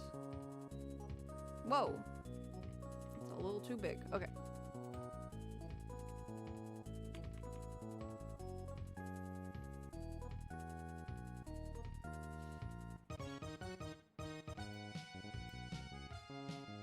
Come on.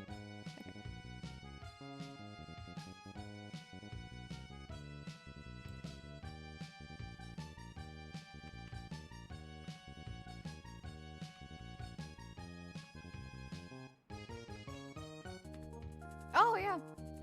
VHS tapes almost lost the time. Oh, you know what? Yeah, I think I might have seen this at some point. Yeah, we can watch the McDonald's section of this. Oh, yeah, the McDonald's DS. Oh, that's such a good video. That's such a good video. I hope to one day make a video that good. Like, something that impactful that, like, provides, you know, lost media in such a cool way, man. I hope to someday make a video like that. I don't know with what, but it's fascinating to think about how different video home media now. were That's just crazy. A few decades ago. Nowadays, people can watch full shows or even movies. See, there it is. Platforms. Okay, luckily you don't have to Just go a few too decades ago, far into we the were video. rocking these VHS tapes. Well, they may appear bulky. Okay, yeah, I think it's the first segment. These were the leading format media was released on from their inception in the late 70s, all the way until DVDs eclipsed them in popularity in the 2000s. This dude just resurfaces randomly with bangers every now and then. He doesn't upload super frequently, but when he does, oh man. Oh, that's nostalgic. That's super nostalgic for me. Unlicensed releases are highly fascinating and historical, and overall, even official releases oh yeah. have a feeling of unpolishedness, one that's been cleaned up for modern releases. That Dragon Ball. Interesting pieces from their time. It's also true that some that's a whole VHS other tapes thing, have but become we'll talk about that later. Now, before you get too excited, and yeah, cars on VHS. It's a very rare and expensive release. That's why I was looking for it. This tape of Bear in the Big Blue House is not worth anything, but there do exist some that are. Oh, hi Juan, I'm doing good. How are you doing? How are you doing, friend? We're just talking about some McDonald's lost media this evening, among many other random things. And with all of that said, let's begin. I love you, Ankazoo. It's so good, dude. It's so good. We're just gonna watch the McDonald Land one though. Before we dive Trying to into the stay really on interesting topic. stuff, I'd like to highlight some I'm of the glad, weirdest Juan, I'm but glad. coolest VHS covers I've ever seen. Most tapes themselves look pretty samey, with the only thing that makes them stand out being their label and maybe their I was so color. disappointed The real eye catchers with these that were always the Jimmy covers. Neutron Back one in the wasn't 80s and yellow 90s, because the a lot of Rugrats art one was used on orange. these were custom made for these releases. Because of this, it was pretty common to see covers that weren't very accurate That's to the cursed. shows the That's tapes genuinely contained. cursed. A lot of them ended up looking pretty strange. Yeah. It wasn't that common to see covers made with pre-made assets. Nowadays, most home media companies use strict style guides with specific pieces of artwork they can use for their releases. Back then, it was much less restrictive. While most of these covers can be seen as just plain bad, they're definitely fun to look at. A great example of these are the tapes released for the Deke Super Mario and Sonic the Hedgehog cartoons. While some of them have artwork based off of the episodes included on the tapes, most of these Bro use is laid to seemingly rest. random What the art. fuck? Most of these are pieces not seen anywhere else, likely commissioned solely for these releases. Some do actually use stock art, some even use artwork from the games, but most are these strange, off-model, charming designs. Oh my god! It's entirely possible that a lot of these were total rush jobs. Maybe the artists weren't paid enough or just didn't care, explaining how sloppy some of them look. What's going on now? Regardless, Oh, you never see stuff like this Lord, throughout help today. us. What For is some of the that? Mario releases, the covers were drawn on I remember seeing this at a Blockbuster, I think. Oh, the cell, the original cell, that's kind of sick. cells, just like the actual show. Some of these cells Fun fact, these cells that are made for like art, like cover art for like VHS and Laserdisc and stuff, or like promotional posters or what have you, these cells, they have a specific name in Japanese. I forgot the name. But they're typically much larger than the typical like 10 by 8 cell for like the actual show. So these tend to be rather large, and because they're like one of one and they're more detailed than typical animation cells, they're very very collectible, very expensive typically. today, as these were drawn solely for covers. We they're have real Nintendo art at home pieces. art, yeah, Most of for these early real. VHS releases of TV True. shows only contained a Who handful the of fuck episodes is each, that? which seems like nothing compared to the full season Bro, and who series the fuck releases are we you? see today. But back The then, first 100 reviews were episodes of amazing. SpongeBob, that's cool. I didn't know Many they of these released that. tapes were the first Oh my god, I instance of love these this one. popular I love this one. Look at Bro's face. Bro's got the same look on his face as the Folgers incest brother. That's the look on the face of the brother in the Folgers coffee incest commercial we just watched. It's the same fucking expression, dude. Look at that. Look how devious. I don't know what the fuck's going on with Diddy Kong. He looks like he needs some medical attention. But oh my god, that's a diabolical face expression. That's a diabolical picture. Like, that's diabolical. That's diabolical. series being released on home media. The first time SpongeBob was So pressed better on than the video shitty was, AI upscale. Oh yeah, AI upscale is always gonna be shit. They made recently of the Mario cartoons made by Deke on a place called MeTV Tunes. Yeah, Deke. The V8, not just that, but like the DVD releases of those. They're Donkey Kong Folgers incest crossover. Yes, put that on fanfiction.net. Like, we need it. We need it. Fanfiction.net needs that. They need it. Technically, AI upscaling is when they use AI to try and make the picture bigger and more detailed, and you can usually tell it's AI. So, it doesn't look good. It just looks like they turned it into an AI image almost. It doesn't look good. Theatrical releases have done it, and it looks really bad. It doesn't look good. Yes. This was a promotional item that contains the pilot cut of Help Wanted. That's cool. The first publicly released tapes of SpongeBob were these two, Nautical Nonsense and SpongeBob. I have this one. These two were also available I remember as having one Sponge DVD, Buddies. all released in 2001. Did you know that Family Guy saw a VHS release? It did, in the UK at least. Season 1 got a 2-tape twin set that was released in the early 2000s. Seemingly only in the UK though, as they all tend to pop up over there. Yeah, you are On PC and I'm suitable for kids. That's crazy. What? The early 2000s. That's insane, dude. Seemingly only Did in you the see the UK price though, on that? as Did they you all see tend the to pop price up over on that there. bad boy? Arm891 says, oh shit, I missed 3 hours worth of stream, sad. Oh, I'm sorry, Arm. I'm sorry. We were just talking about lost media and other random shenanigans. Today's topic is McDonald's lost media. We're just talking about so we're talking about it. We're watching a video that talks about one of the topics. It's like really rare McDonald cartoon that was on VHS. Well, we'll get there. We'll get there. But this is crazy. $185 for a Family Guy VHS tape. That's crazy work. And of course, the VODs will be up. On May 19th, 2014, McDonald's By the way, officially welcome, introduced Arm. their new Welcome, welcome. mascot to the United States, Happy. This Oh, I hate this minion-inspired fucking red thing. Happy Meal I'm so character glad I had didn't already wake. appeared in I'm so glad I international didn't grow up with whatever the commercials, fuck but it that wasn't thing until is. then when it was introduced to Americans. People Everything were minion confused coded is and so certainly fucking not happy. It's a fun distressing to mascot, me. one It suitable puts for me the in a era of state of McDonald's distress, it was made man. for, but one of the main reasons people were angered by its introduction Triggers my was flight that or it secretly fright. meant the end of Ronald McDonald and his friends. In 1963, Ronald McDonald was introduced and quickly became one of the most famous That's mascots not Ronald of his McDonald. time. That's To expand his success in 1971, McDonald's Donald launched the McDonald. I ever-popular don't know. McDonald Land branding, Hate which this brought thing with so it much. countless Yeah, I commercials wonder and why they got scenes of rid of it. promotion, starring Really, not really just Ronald, perplexes but an me. entire McGang. I love These Grimace's characters stupid were used hat. in almost all of I love his McDonald's goofy, marketing like, for cool kid decades, hat. until slowly being phased out. The McDonald Land Did brand America was get the almost box mascot entirely many years dropped by after we did? I have 2004, no with idea. characters That it was like a besides Ronald 2010s thing, I almost never think. appearing beyond that. I McDonald's was, has since used several different characters in their adverts, I remember that but none have too. reached the peak of popularity seen with the McDonald Land gang. These characters were iconic. Oh and yes, later take in their me run, back! they were Take used in me a cartoon back! series that was There it is. released exclusively They were talking about these. One of these was lost media for a time, and people are like hoarding it and shit. It's fun. It's a good time. VHS. The Wacky Adventures of Ronald McDonald was a 6-episode direct-to-VHS miniseries created by the acclaimed entertainment studio Klasky Chupo, more specifically their Kachu division. Yep, the Rugrats guys made a McDonald's series and their style is all over it. Each episode of the show, being approximately 40 minutes in length, was released on its own tape, which were available to be purchased exclusively at Bro, who the fuck are you? No, who the fuck are you? Who is this dude?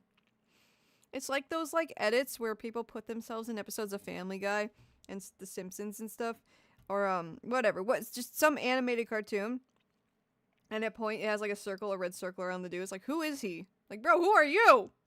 Who the fuck are you? Who are you? McDonald's restaurant. Bro thinks he's part of the team for real, for real. It was only $3.99, making for a sound purchase for families already getting meals for their kids. Having an additional I didn't mean to talk over that though. Crucial knowledge. Exclusively at McDonald's restaurants, while supplies last, of course. Each tape was only $3.99, making for a sound purchase for families already getting meals for their kids. Having an additional 40 minutes of content to keep them busy when they got home was surely very convenient. Each video contained short live-action segments starring Ronald himself, but the bulk of the tapes were the cartoons. That's While horrendous. Klasky Chupo already had Is that huge Tito? projects under their belt and more on the Is way, that Tito this from was Rocket a Power? huge The gig fuck? for them. McDonald's is so huge. Making a cartoon for them must have been crazy for the people working on it. The company redesigned the McDonald Land gang in their signature sorta weird but still appealing style seen in their other work. Their redesigned hamburger is some class A character design. That's crazy work. The first episode of the series, Scared Silly, was released on October 9th, 1998. I love those little After that, pom-pom new things. I episodes don't know were what they released are. sporadically through Or are they? 2001. They're not on 5 any of these, but episodes were released through being little available at the fluffy restaurants Karibo looking themselves. guys. However, there was a 6th episode made, advertised, and fully produced that went undocumented for 12 years There he following is. its release. This is the legend of the monster o' McDonald Land Lock. This episode was believed to have been unreleased for years, as it was never available. Bro lives in a hamburger. Bro lives in a hamburger. They're called the Fry Guys. I love them. I love them. They make me happy. I feel comforted by their presence. An American OVA. Yeah, Roger. The American McDonald's OVAs. They're legitimately OVAs. Oh my god. You could not be more right. So I looked into that VHS website and the tapes are custom made, explaining their price. Still cool to see though. Oh, interesting. Yeah, it's still cool to have that. One thing I considered was putting my my videos on VHS just as a fun little merch thing. I thought that'd be neat. Never really went through with it. I just thought it'd be a cool idea. But yeah. By McDonald's restaurants. The very name of this episode had been debated for a long time, as the episode has also been referred to as the legend of Collect all McDonald Land 6. Lock. Brother. This is due to what was one of the few pieces of documentation You're not for allowing the me to episode do so. online, the official website for the series listing it as such. That page also had rare screenshots from the episode. Bro's got the Folgers coffee incest brother's face. That's the looks they had. That's the looks they had at each other. That's how the brother looked at his sister in that Folgers coffee commercial. That same energy. Same energy. It was finished. There is certainly some irony that the lost episode of this show that no one Apparently can Happy find debuted in the centers on a UK creature in that's 2015. rumored to Interesting. exist, I don't but remember also when he cannot was be in found. America. Funnily enough, the site has a fun fact stating that the episode should be available Genuinely, sometime in like I was not Not a really much of a I fun was fact, not a and Happy yeah, Meal it should consumer be. at that point What in time, happened so to I it? have no Did they idea. make the episode and I just then remember not seeing it and distribute just hating seal how it its looked. fate as forever lost media? Girl, I would No one VHS for sure. some of your This videos. was for years I've while thought the about it. I was just so don't know good. how to make that Theories pop up, happen. such as the inclusion of a I know racial it's slur possible. I just haven't looked into like the process of like, you know, mass producing something like that. in the episode, causing an immediate recall. Not sure where that rumor came from. It's pretty unlikely that Sunday over here would drop a hard I one. love this Immediately, everyone who disturbing ass dog. began searching for a copy of the legendary tape. It's likely many of you watching Look at this own some of fucking these dude. episodes. Look at this fucking So when dude. the story hit the mainstream, I'm sure tons of people began searching, hoping that they owned the lost episode. Imagine coming to someone's house and that's their dog. And you're like, oh, that's my dog. His name's Chicken Nugget. Are we seriously going from incest to a Chuck Tingle romance reference? What? Chuck Tingle? Yes. Yes, that was the process people. Some of these. Obviously not this one, but still, that's to hear that any of how these were lost people was handled very that information. surprising, Yes. Given how easy it was to get the other episodes of the series. To add even more fuel to the mystery, it turns out that the 5th episode, Bro, Have who the Time, fuck Will are Travel, you? included a teaser for the episode.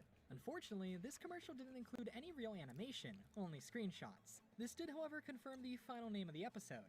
Eventually, it was discovered that, as expected, this episode was never available at McDonald's restaurants, instead being an exclusive to Klasky Chupo's online store, and was first available Oh, is that in what Cool January Tunes is? So it's Klasky Chupo's online store.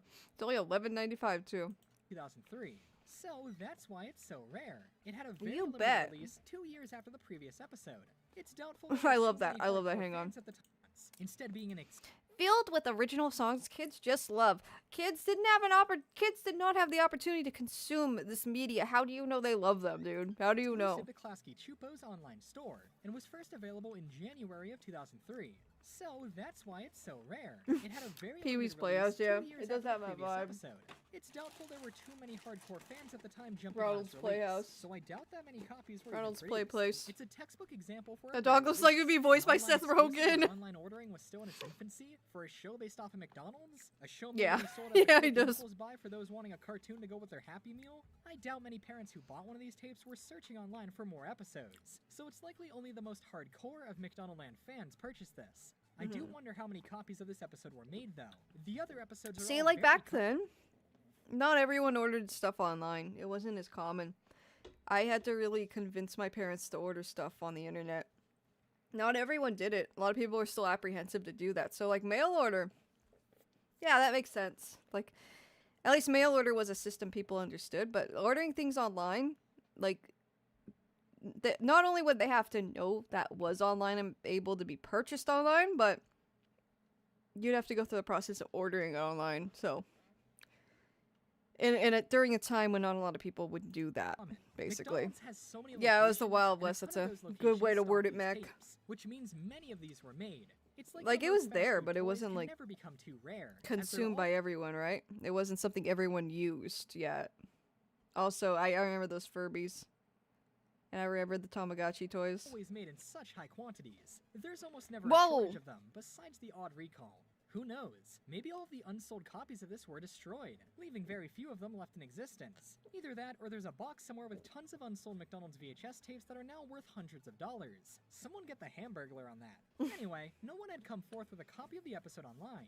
After the website that had the tape was found, it was clear it was released. Now the mission was to find a copy.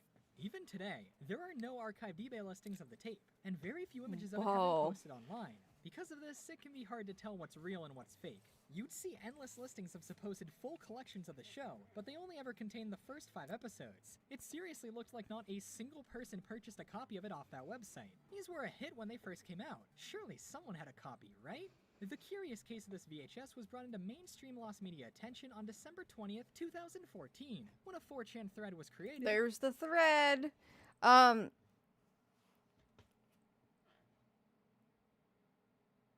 Wait, almost everything online was a scam until 2013. I mean, not necessarily. I ordered a lot of stuff online, or rather, I got my parents to order a lot of stuff online prior to that, and I want to say as early as like 1999. I want to say, I I was one of the very early eBay users, or rather, I guess my parents were considered the ones buying the stuff I wanted. But you know, you get my point. There was a lot of stuff you could buy online. Just like a site called Cool Cartoons. It doesn't seem it does not seem very doesn't look very reputable, right? Like if they put like Nickelodeon or well, it wasn't Nickelodeon, it was Classic Chupo. If they put like Classic Chupo online and had like, I don't know, Rugrats on it, then it would be a little more reputable because they're like, oh, okay, these guys, right? Remember that in Perfect Blue for 1998 literally had a scene that the main character learns that what the internet is and how it works. Yeah. That's what my parents thought. Oh, yeah, that's true. Yeah. The mentality of people who like grew up without the internet and then suddenly the internet was just there when you're an adult. Yeah. Yeah, that's absolutely makes sense. There's never a shortage of Happy Meal toys unless you want the Bionicle Tohung. Why do I not remember how to pronounce that?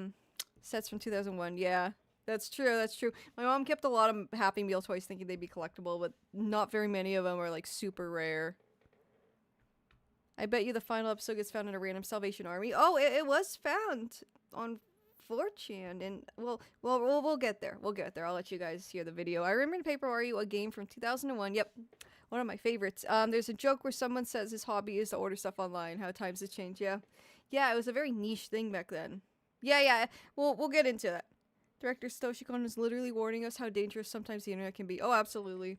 Perfect Blue is a great movie. Meant to discuss the rarest thing you own. VOP started the thread by detailing his copy of The Legend of McDonald Land Lock, stating that he's owned it for years, but when he and his brother went to research what a set would go for online, they couldn't find any info about this extra one. He provided photos of the VHS and itself and even its the label's cover. very Though the bare cover seemed off, bones. It appears to be a catch-all cover that could be used for any episode. Yeah. This makes sense given the tape was an online exclusive. I love the dog. It's not even front-facing. It's just the side view of the fucking dog. The website came in this cover. Perhaps they even just made each tape when they were ordered. That could also explain its rarity. The 101 Dalmatians set. Yeah. That and the Disney figures. Do you remember the Disney anniversary figures? They had like gold bases and there was like a ton of them. Oh, Colorburn! Welcome. Thank you for the follow, friend. I appreciate you. Thank you for joining us. But yeah, no. If you guys know what I'm talking about, around like 2001, 2002, they had a Disney McDonald's toy collab, and there was like a ton of different figurines.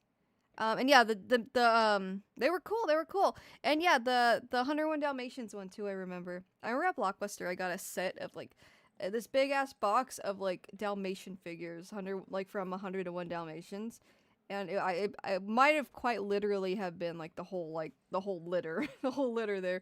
Yes, I don't remember, but it was cool. I was really into the Dalmatians for a bit. Rare it was. This was a huge deal. No one had ever claimed to own a copy of it before. Well, with proof, that is. They eventually provided photos of it running on a VCR, which confirmed its legitimacy. There's the half-broken TV. A copy was finally found. Throughout the thread, various anonymous posters offered obscene amounts of money. Yeah, I bet, buddy. Remember. Colorburn says, I love watching your Lost Media videos. Easiest follow of my life. Oh, thank you, Colorburn. I do Lost Media streams weekly at minimum, usually on Saturday, because that's like they're the most popular streams I do so far. So you know, I'm glad you enjoy. I'm glad you enjoy my Lost Media videos, and yeah, I hope you enjoy. We're talking about McDonald's Lost Media today, just chilling and watching Lost Media. I don't know how much longer I'll be live, but yeah, we're gonna watch this, and then we're gonna talk about the McDonald's training DS game. That's gonna be the next one. After that, I'm not sure. I might make this a two-parter because it's getting kind of late. But we'll see. I have to get going now. Have a good one, Sakura. Bye, everyone. Bye, Gran. Thank you for joining. Yeah, thank you again for the follow, Colorburn. Welcome aboard. With some even offering a ton of money if the OP promised to never rip it. Yeah, I bet, buddy. Tongue-in-cheek, I bet. With the episode being uploaded, so the wait Imagine like spending that much money, which would buy you a house in this day and age on a McDonald's VHS tape. Here, more more screenshots from the episode were posted, including some clean ones that showed it had been ripped and was ready for release. On July 12, 2015, an unlisted 18-second clip of the episode was posted onto YouTube. On August 14th, 4 minutes of the episode were Those are posted the in chicken another nuggets. unlisted Oh my video god. on a different account. All of this led up to September 6th, Jeez. when YouTube user What a Cartoon uploaded the full episode Oh, onto that's the cursed. site. The original upload has since been removed, but re-uploads are still online today. After 12 years, the episode had been found. So, how is the episode itself?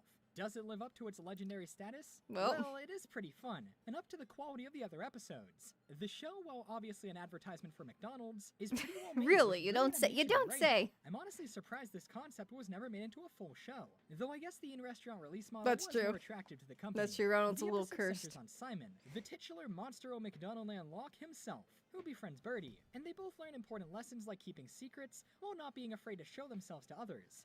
This episode is also very important, as it was the final voice acting role of Christine Cavanaugh. Oh, It was damn. great to see her final performance finally archived online for all to see. She played the role of Birdie. Interestingly, at the end of the episode, there's another commercial promising future adventures with the McDonald Land gang. However, there was never a 7th episode made in any form, and this commercial didn't show any specifics of a new episode. The deal to make these cartoons likely only lasted 6 episodes, and this ad was likely made in hopes they'd get funding to produce more. But after the limited release of episode 6, it was clear the show was over. This case Damn. is just so interesting to me because this show was popular and it had its fans. Mhm. It makes you wonder what happened behind the scenes that caused this one's odd release. It's probably something simple. Maybe the tapes were steadily declining in popularity, and they just didn't want to make a ton of copies of this one. But regardless, it's an ever-fascinating release. While the episode itself is online and preserved for all to see, it's true that original genuine tapes of the episode are still incredibly rare. If you own a copy, you're sitting on what was once a lost treasure. Who knew a McDonald's cartoon could be so interesting? This will always be one of my all-time favorite cases of lost media. Yeah, it's an interesting one. I don't know about y'all, but I always think back on this one. Like, what a weird one, right? As we all know, What a bunch of twists and turns. Oh, Blockbuster, my beloved. But now that it's But yeah. So that one's an interesting one. We're not gonna finish the video, of course, because we're just watching that specific section. The evil clown thing wasn't as big when Ronald's popularity was at its peak, but now it seems hard to think about going back to a time when clowns are mostly seen as happy and jovial. Yeah, I'm not a big clown fan myself. Ronald McDonald, like, I don't find him creepy, but most clowns I'm like, oh, no, I'm good. I'm good. Seeing 4chaners willing to spend $700K plus on a McDonald's cartoon reminds you of the SpongeBob episode with the #1 soda drinking at, yeah. Yeah, 4chan's a wacky place, a wacky and pretty disturbing place. There's a lot going on 4chan, that's all I'm gonna say. A lot. But yeah, McDonald's.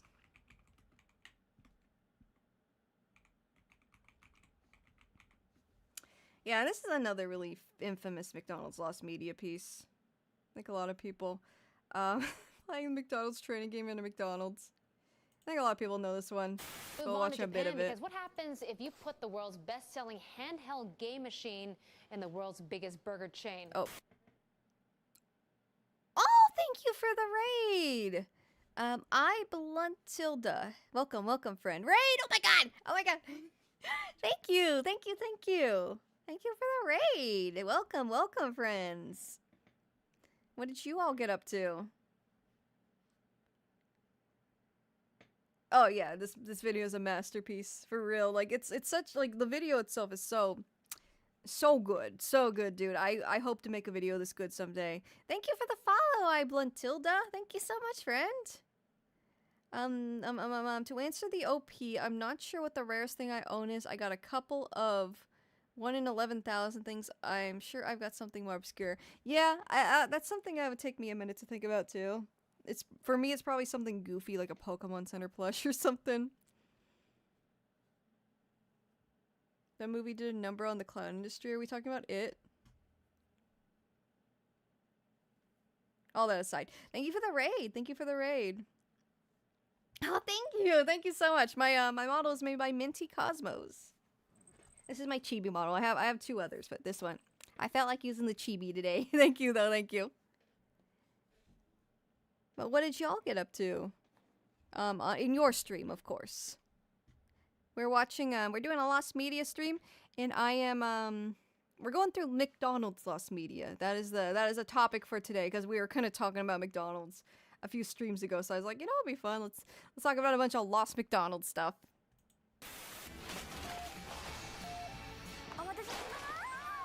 Black DSIs. There it is. Oh, and there's like a McDonald's DS that goes with it too. It's crazy. Containing training software. And Mike, how exactly are they teaching the McD's members with the was it the NSDS or something like that? I cringe so hard. Someone out The there watching this video NSDS knows more than we do. But for now, the McDonald's training game is a mystery. I love how Jorge's video is what got him into this mystery to begin with. It's the Jorge effect, man. It's the Jorge effect, man. He like, all he has to do sometimes is mention something and it'll get found. Like the original Herobrine stream, the Minecraft Herobrine stream. I remember he made a video talking about it, and like the next morning I woke up, he's like, hey, they found the Herobrine stream. They already found the Herobrine stream. It's so fun. It's so fun. Sometimes I'll just wake up and he'll be like, hey, this thing got found. It's like, what? That's how I found up the most mysterious song on the internet was found. It's like, hey, this was found. Whoa, what? McD's nuts. Oh my god. What about McDonald's? Oh my god, yeah. McDonald's is a thing in a lot of Rumiko Takahashi stuff. 今年8月、金沢市内のマクドナルドでマクドナルド。ソーセージエッグマフィンを食べた男性から異物が入って In the year 2010, McDonald's Japan announced something shocking. The future. In March of that year, the company revealed a brand new program to train part-time McDonald's Fancy employees, McDonald's pin. a partnership to create an exclusive piece of software for the Nintendo DS. This unassuming little cartridge would then You go can't on see to the become caption, one of so I'm the just gonna rarest turn 'em off Nintendo also. DS games of all time. Today I'll be telling Let me you know the if the story audio's of good, this though. legendary game and When is how Sakura gonna in get her June own of McDonald's meal? 2020, I fucking one of the wish, last dude. known I copies fucking disappeared wish. into the hands of an That'd be anonymous collector amazing. forever. That'd be so good. Maybe I'll eat a Happy Meal on stream. That's Now, the this closest program I was can a give you. big That's the deal best for I can give you. McDonald's Japan. The company claimed that this cartridge would allow them to train new employees. You know what? in I half just the got an time. idea. If I ever get like a doll, like a Sakura plushie made, I'll put it in like a Happy Meal bag, and I'll put it in the Happy Meal, and I won't tell y'all. And then I'll do a hand cam stream where I eat a Happy Meal, and I'll be like, oh, look at my toy, guys. Whoa, what's that? Oh my god. And that'll be how I announce you can buy Sakura plushies. No time in the near future, but you know, that'd be cool. I unfortunately have to go because it's 4 a.m. here, so gotta go to bed, but it was nice meeting you and have a good stream. No worries. Don't let me keep you. I get that feeling too. I'll like be at the end of a stream. It's like really late at night, but I want to raid someone and I'm like, oh man, I'm gonna fall asleep. So no worries at all. I appreciate you so much. Have a good night, friend. But yeah, Happy Meal reveal someday. Y'all are the real ones. You're the OGs. You're the pioneers. I don't know what you're pioneering, but you get my point. Someday when I do a hand cam stream with a McDonald's Happy Meal, you will know. You will know what's going on. You will know what is afoot. But yeah, no worries. Thank you again, Blentilda or Blentilda, whatever you want me to call you. Thank you so much. I appreciate you. Was costing them roughly 200 million yen, or That's $2 crazy. million, and that's not crazy. even counting the cost For a of DS developing the quote-unquote software itself. game. And while the title of the game isn't particularly exciting, McDonald's the official drip. name is eCrew Development Program. The contents of this cartridge are fascinating. From what little we know, the game So was much time and surprisingly effort. One thing I also really want to do someday is play that Burger King CDI game on stream. I just need to figure out how to emulate CDI games on my computer. I mean, Makeship I hear is a good one. Makeship is a good one, but I always see people start fundraisers for those and they just never go anywhere. So when I do, I gotta make sure it sticks, right? And I've actually funded some Makeshift fundraisers and they just never went anywhere. So I just gotta find out the best way to do it. Best way to make it work, because it does cost a lot of money to have dolls and stuff of that nature made. I gotta start with the keychains and stickers. I still gotta open my shop. I've just been so busy. There's Sneak King on the Wii 2. What is Sneak King? Is that a what? I think there exists a CDI emulator. There has to be, yeah. And yeah, there's a Burger King CDI game. We can take a peek at that later. I have it saved in my favorites. I found out about it a little while ago. And even some rudimentary 3D for the Like, little that looks- boxes the hamburgers That come looks so good, dude. Why does it look so good? This game shows trainees Japan how to has so assemble much a quarter polish pounder for the with most cheese. mundane You can like also learn how to things you cook would never fries and expect. clean your workstation. I'm gonna do that, and then I'll be a certified McDonald's employee. And I say what little we know because for the past decade, this game has been completely lost to time. Now I want McDonald's, For about dog. 10 years now, this I think that was an unassuming little blue AKB48 collab, cartridge that has been the specific holy anime grail also. for many Nintendo collectors. While nobody knows precisely how many copies were video. manufactured, estimates range from... Wait a minute, I'm gonna stick it in my, that sounded awful. I'm gonna, Sneak King Xbox 360. Nani? Oh, was it Lost Media? What is this? They're sneaking on the Wii. I mean, Nani?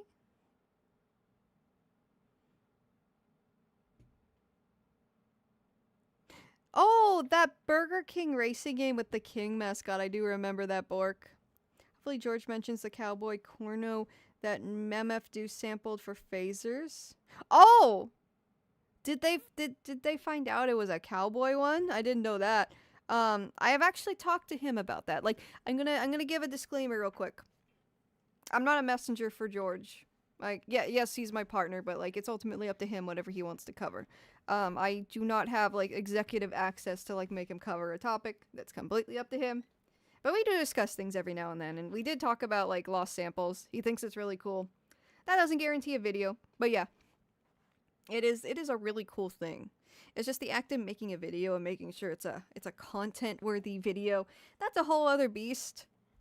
And that's ultimately up to him. But yeah, no, it's something we do think is a really cool topic. It's a cool thing. And I've read about the phasers sample, and that is it's a very interesting topic. I do want to talk about it more in another stream someday. No, it was a cheap game you can buy at Burger King. Oh, is that what? Okay. I wasn't sure what the correlation was. Okay, I understand. It's not Lost Media, but it's weird. Okay. Interesting. Loads of anime have a McDonald's, but See You Tomorrow at the food court had a straight up KFC. KFC is really big in Japan, yeah. The actual name, logo, and slogan. Good series too. Interesting. That's interesting. There's a ton I could think of.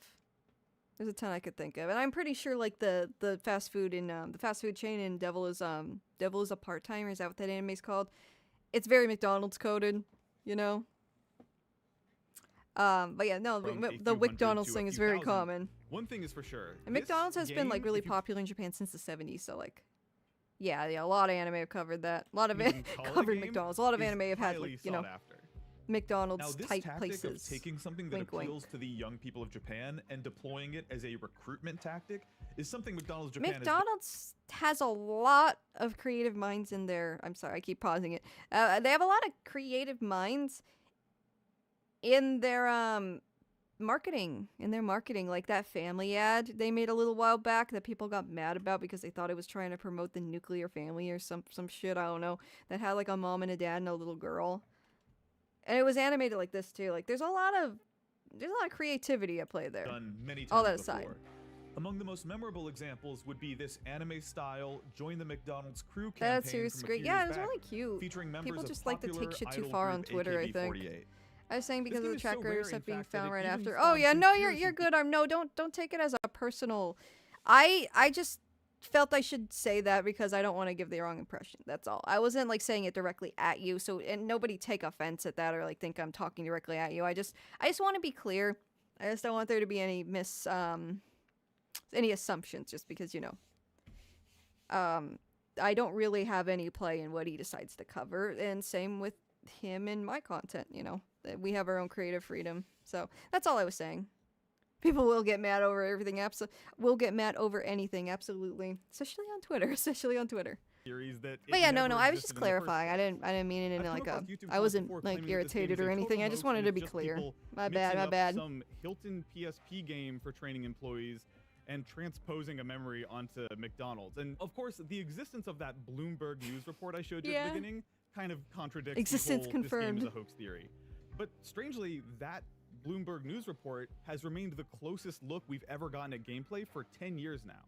And Bloomberg's Mike Fern went to McDonald's training center in the heart of Tokyo.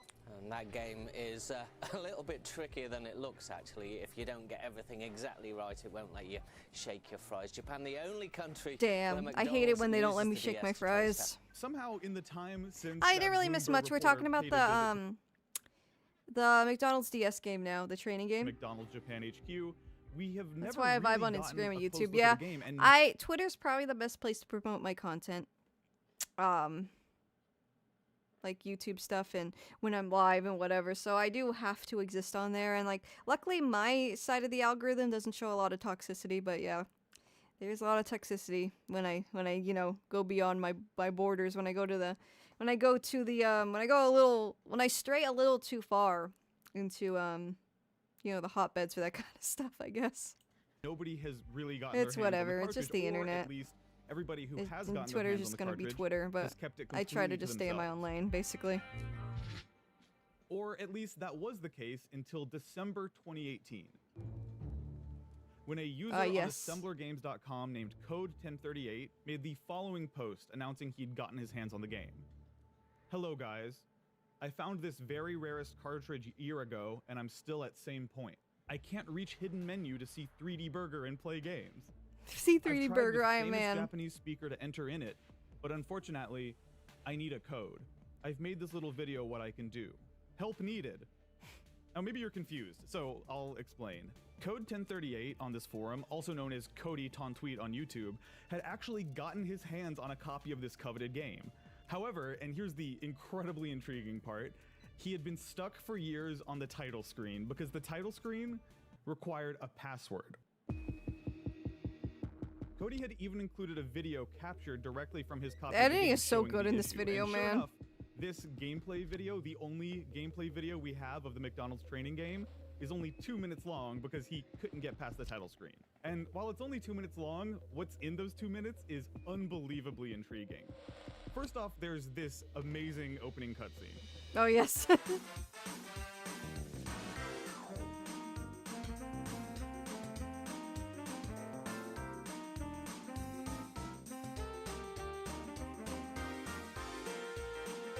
It's so good. It's so good. And then there's my personal favorite part, the incredible main menu. Those burgers music, are which, flying at me, if you listen dog. closely, you'll note is a What a profile. Oh, yeah, chiptune yeah, what a profile interpretation picture. Of the classic McDonald's ba-da-ba-ba-ba jingle. It does, Just Roderick. listen. It does have like style savvy vibes. I've thought that too. Or, yeah, McDonald's party game. What if you just tried literally every combination possible? Like, eventually you'd get it, right? I mean, this is really after the fact. Like, the game's found now. But what if you just did, like, 1 1 1 1, 1 1 1 1 2, 1 1 1 1 3? Like, you get my point, right? Just kept going up. Like, it would take a while, but you get there. I don't think it would lock you out, right? Yeah, it did not need to go so hard, Bork. You're absolutely right. This was all I love Cody all could the see. polish, Even man. though he I owned the love it. cartridge, he could only watch that title screen and get to that main menu over and over, and had been stuck The there. fact they according took to the him, original for a jingle year. from a Justin Now, this Timberlake song in of and all things. Did itself they is really? extremely weird. Did The they idea of a really? That's Nintendo really game cartridge interesting. With a unique password to lock out unintended players is already very unusual. But the fact that this functionality was built into what is also arguably the single rarest Nintendo DS game ever manufactured made the whole thing even more intriguing. Now, making things even trickier is the fact that Cody refused to share the contents Mr. of the Carbon. cartridge. In the That's somebody. I'm pretty sure I've seen that person around in my comments. But tragically, this was all Cody could see. Even though he owned the cartridge, he could only watch that title screen and get to Calculate that how long main it would menu take to enter over each and code, over then and had been multiply that stuck time there by according 1 to him million, for a yeah. year. You're Now, right, this but I in mean, and it'd of be worth a itself is shot, extremely right? Weird. The idea of a Nintendo worth a game shot. What is cartridge that with a also? unique Is that like a password to kiosk? lock out unintended players I'm is not looking already at there. very unusual. But the fact that this functionality was built into what is also arguably the You're- single okay, rarest y'all Nintendo are DS right. game I ever just, manufactured you know. made the whole thing even more I just intriguing. thought it might be worth a shot. Now, making you things know? even trickier is the fact that Cody refused to share the contents of the cartridge. In the comments of his video and all over the internet, people have begged him to dump the game. The comments Yeah, of the video he are kept now saying it was lost, but in this illegal or video by the something. YouTuber Blame It On Jorge, you can see somebody asking Cody to please dump the ROM and him saying, smiley face, that's illegal. It's not smiley though. I face." don't think it is. Even going back to his initial forum Right. thread, Cody said, P.S. I can't share ROM. And when another user insisted that Cody dump the cartridge, he stood firm. Quote, law is law, and I've already stuff for dumping. Sharing is still illegal I'm by already law, and I'm stuff for- very what? strict for this point. I've bad personal experience about illegal download. I'm working with people who are very strict about information sharing. In other words, Cody would not be dumping the cartridge and distributing it online, so picking the game apart inside the software and looking for the password was not going to be an option. Now, while researching all this, I reached out to a video game conservationist and Get Black Giny says Meowdy, speaking of creepy stuff, Sakura, will you ever do videos about bizarre hidden stuff in games that have been found? Maybe. I've considered that. Like in Japanese games, like Japanese RPGs or something, I've considered that. The closest I've ever gotten, because I primarily just focus on like Japanese stuff on my channel now. I think like the more gaming stuff I'd probably just cover. Like gaming and like general stuff I probably just have unofficially moved over to my VTuber over here. But yeah, I've considered it. The closest I've ever gotten was covering this one like weird game that has like a narrative of this guy being locked in the game developer's basement or something. I forgot what the game was called, but there's a lot of really weird shit in the code, or like there's a way to access it. I forgot the details of it. It's been a couple years, but God, what was the game called? It's been a minute. Sourceberry talked about it too. He talked about it in greater detail though. But yeah, that'd be I'd be open to it. I do have some ideas for like bizarre things found, but not for in gaming. One of the ideas I'm working on right now, actually, that I can share, in addition to the two big videos I'm working on, is disturbing things caught on Google Street View in Japan. I've been doing a lot of digging and finding like a lot of weird shit that was like kind of captured. That was captured by Google Street View in Japan over the years, and there's a lot of weird shit. So I'm making a video on that right now too. But yeah. The game thing, I've kind of thought about it. Nothing in the works currently, though, to answer that. Were the Pigeon Head people in Japan? Yeah, they were. That was from a disturbing image video, and that was like long before I had this idea. So, I don't know.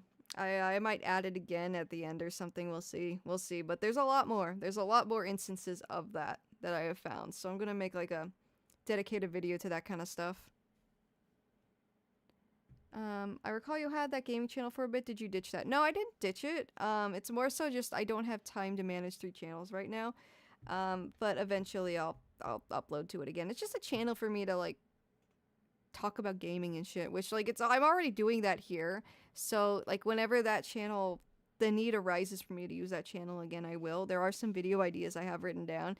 I just haven't gotten to them yet because managing 3 channels takes a lot of time. It's very time consuming. It's a lot of work. So yeah, but yeah, I have a video in the works that's kind of sort of like it's bizarre hidden stuff adjacent. But yeah. I answered your question. I will stop rambling.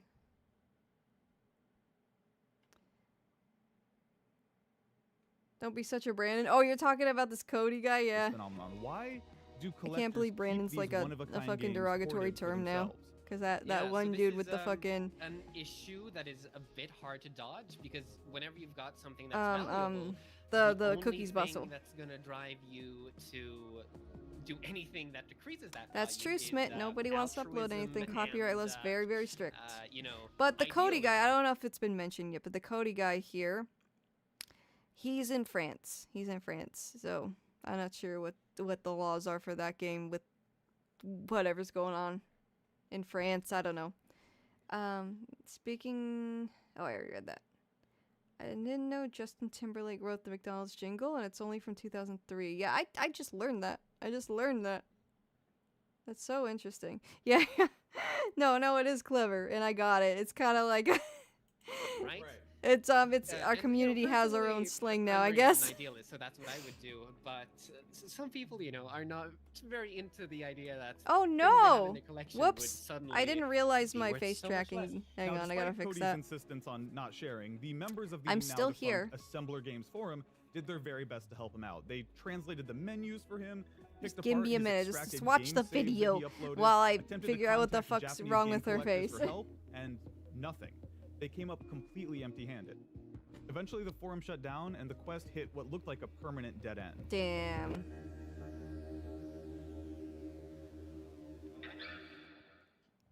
McDonald's needs a new jingle, yeah. But for over a year, this was where this. I don't really care about the I'm loving it movement jingle. on I've never Cody's really hunt to get access found to this myself game. drawn to it, But or then like in June of had any 2020, affinity just a few to it, months you ago, know. there was an enormous development. Over on Yahoo Auctions Japan, a seller by the name of Nanvata0122 Are we good? No, I was gotta selling reconnect. a copy, an actual copy of the McDonald's training game.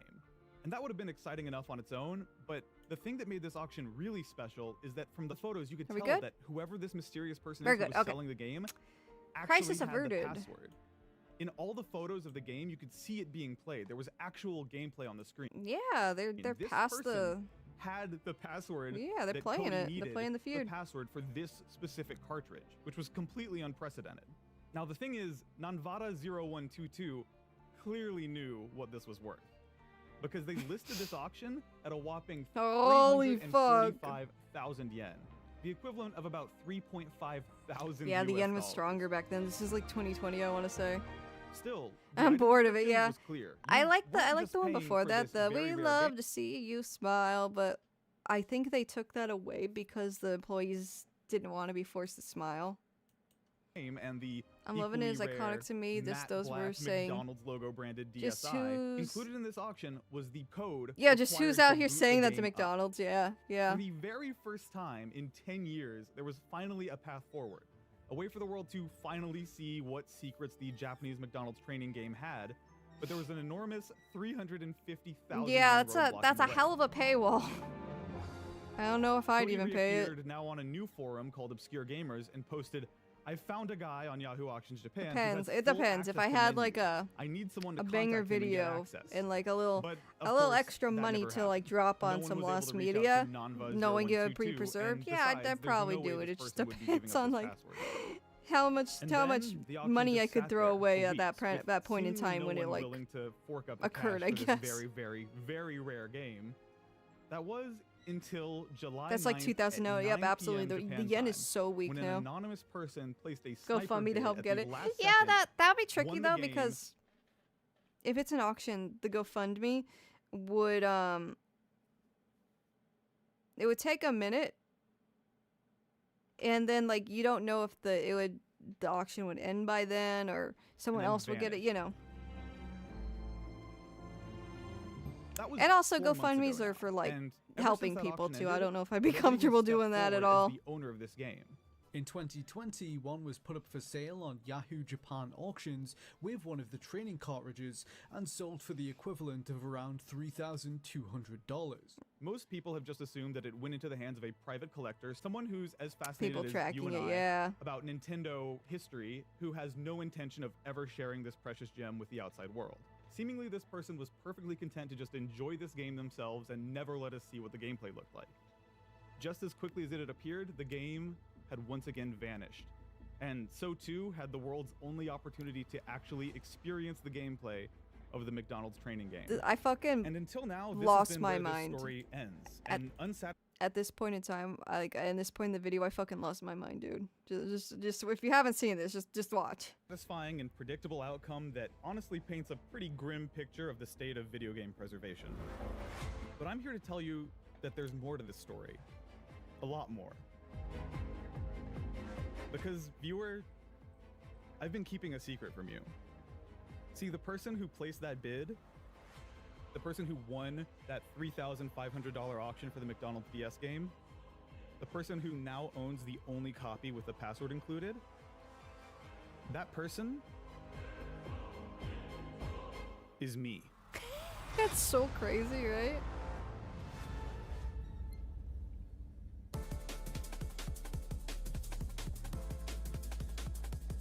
Yeah, no.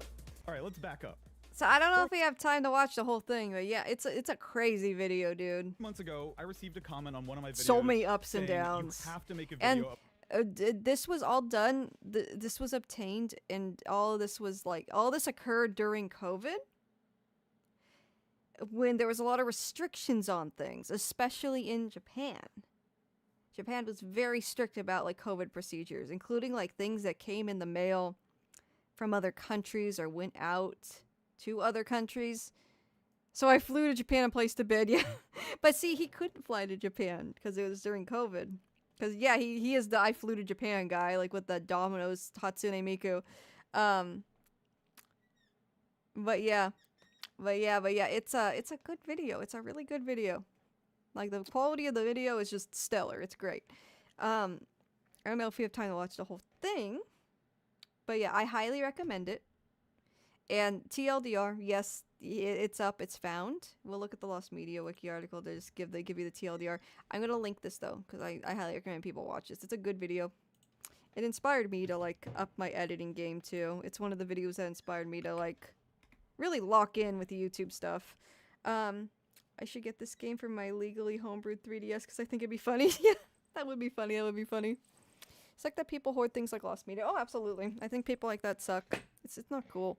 It's just really lame. Like the Backyardigans, like the me and my friends situation. I would love to watch Jorge's video on me and my friends with y'all because the twists and turns are fucking batshit insane. They're so fucking vile and immature and just so dumb. It's just so dumb. I would love to like talk about it with y'all and shoot the shit about the fucking Backyardigans, the me and my friends. But yeah, no, it's hiding history. Yeah, like okay, you want to gloat about having it. All you're doing is gloating about you being an asshole, basically. Unless there's any specific reason to not release it, like with like NSFL stuff like death footage. Yeah, don't release that. That's disrespectful. That's not okay. But if it's stuff like Lost Media people are looking for, that's like, you know, like stuff like this. Like fine, whatever. Like you should share it.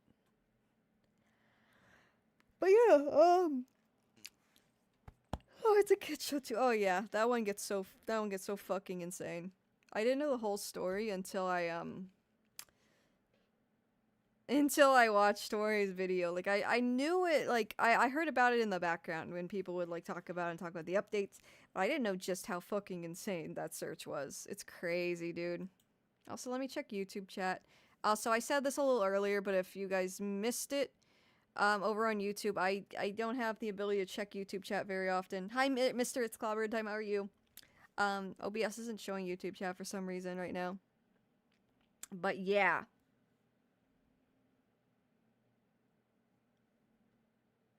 And Super Small Chibi World, how are you doing? So yeah, if you guys have Twitch, that's where I am.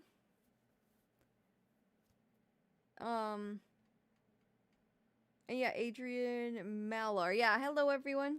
I can't see Twitch very. I mean, I look at the Twitch chat, but usually they're together on OBS. For some reason, I'm not seeing the, for some reason, I'm not seeing YouTube. I don't know. It's ever since I updated OBS. I don't know what the deal is. The forum mods gate kept it for years. Yes, that is correct. It's clobbering time. That is absolutely correct. But yeah. If you want a better chance of me like seeing your chat, just head over to Twitch. I'm sorry, I don't want to like force you over to Twitch. Feel free to hang out on YouTube. It's hard for me to see both at once right now because OBS is being a little silly goose. Some people have nothing better to do. No, for real. I prefer Lost Media about shows and stuff like that over disturbing real life stuff. Yeah, same. Me too, but why would someone purposely hoard and gatekeep a little kid show? Oh my god. We'll watch that video. Sometime down the road. It's a great video. Speaking, and I'm not just saying that because he's my boyfriend, but it's on par with this video. It's on par with this video. The McDonald's DS video. Like genuinely. If you want to watch it, if you want to know what I'm talking about. And there's other videos by people who are in the search team, like Sewer Reviewer, LSSQ. And they like showed updates in real time about like the me and my friends and like learning about it and trying to find it and just like all the stuff that occurred. It went on for years. Those are good videos too. Very good videos.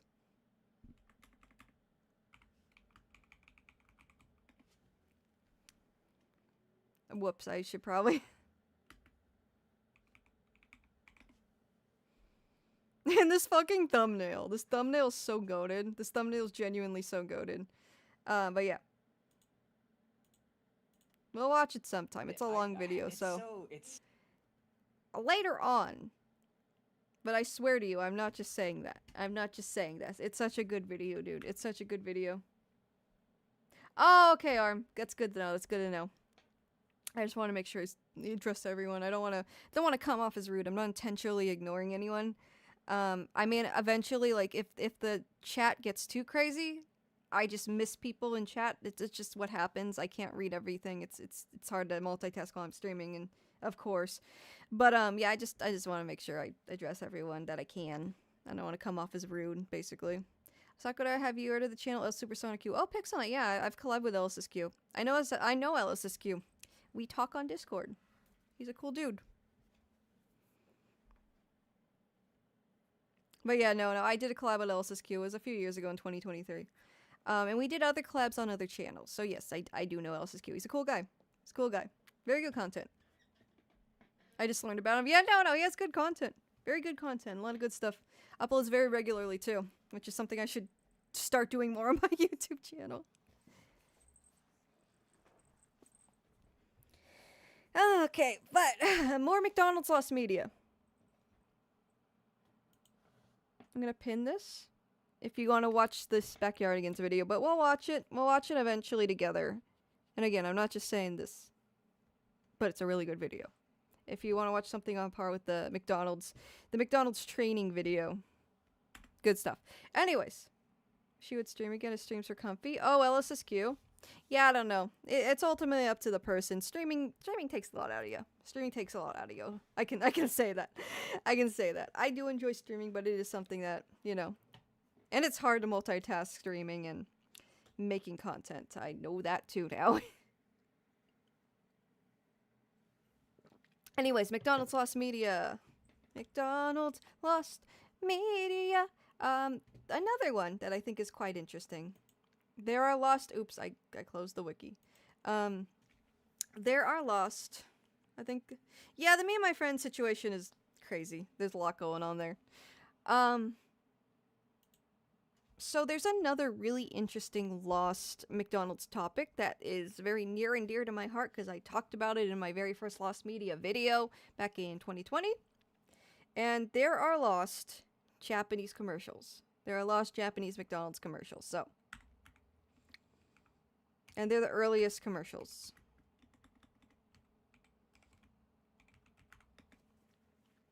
Whoops.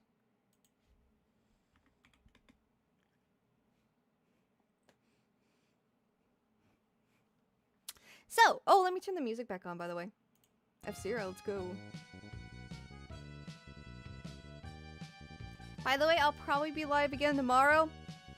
I'm saying that because I'm getting a little tired. Probably wrap it up by 8. It's 7:19 where I am. But tomorrow will be Tomodachi Life Day, and we're gonna be adding kickoff. Speaking of LSSQ, we're gonna be adding kickoff, so look forward to that. Look forward to that hot action. But yeah, we already talked about this. Mac tonight. Everyone knows that? What? None of this has to do with McDonald's Japan. Nani? I'll have to look. I'll have to do some deep diving. This is another really cool topic, though. We kind of touched on this a couple streams ago, I want to say. Or last stream. I genuinely don't remember. But Mac Tonight is the song this dude sang in his commercials in the 80s. And the character is named Mac Tonight. And the song's based on the Bobby Darin song Mac the Knife. I'm just giving you the abridged version here. And the song made for the McDonald's commercials that parodies that, it's only a snippet of the full version of the track. And this was a lost media topic for a minute. So like the full song was completely lost. Well, I guess not completely lost. The full song was lost. And the recording of it itself is still lost. But footage of an event where he sang the full song surfaced, and I believe that is how it was found. By F. Nick JFK Show, I guess is the channel, the place that uploaded it. Yeah, that's it. So it's interesting. It's a weird little topic, but I'll just read the wiki article. I'll just read it in case I missed anything or didn't say anything correctly. Yeah, Mac Tonight's sick. I kind of hate that the internet made him racist for some fucking reason. That was not cool. It's 3:19 here. Damn, get some. If any of y'all need to get sleep, by all means, go get some sleep. Don't let me keep ya. But yeah, the fact I used to blast that tune everyone knows that without this place of origin yet. Honestly, I don't even care. I don't even care if it's from a corn. I don't care how corny it is. The song still slaps. That's one of those ones that took off on TikTok too, I guess. I guess there's kind of a lost media community there. Or Lost Wave, because it's technically Lost Wave, but yeah. Anyways. I'm feeling hungry now. McDonald's discontinued their triple cheeseburger. Damn, did they? I'm a quarter pounder. I'm a quarter pounder girly myself. Or McNuggies. McDonald's is one of those things I crave every now and then, and I get it, and then I'm good for a good while.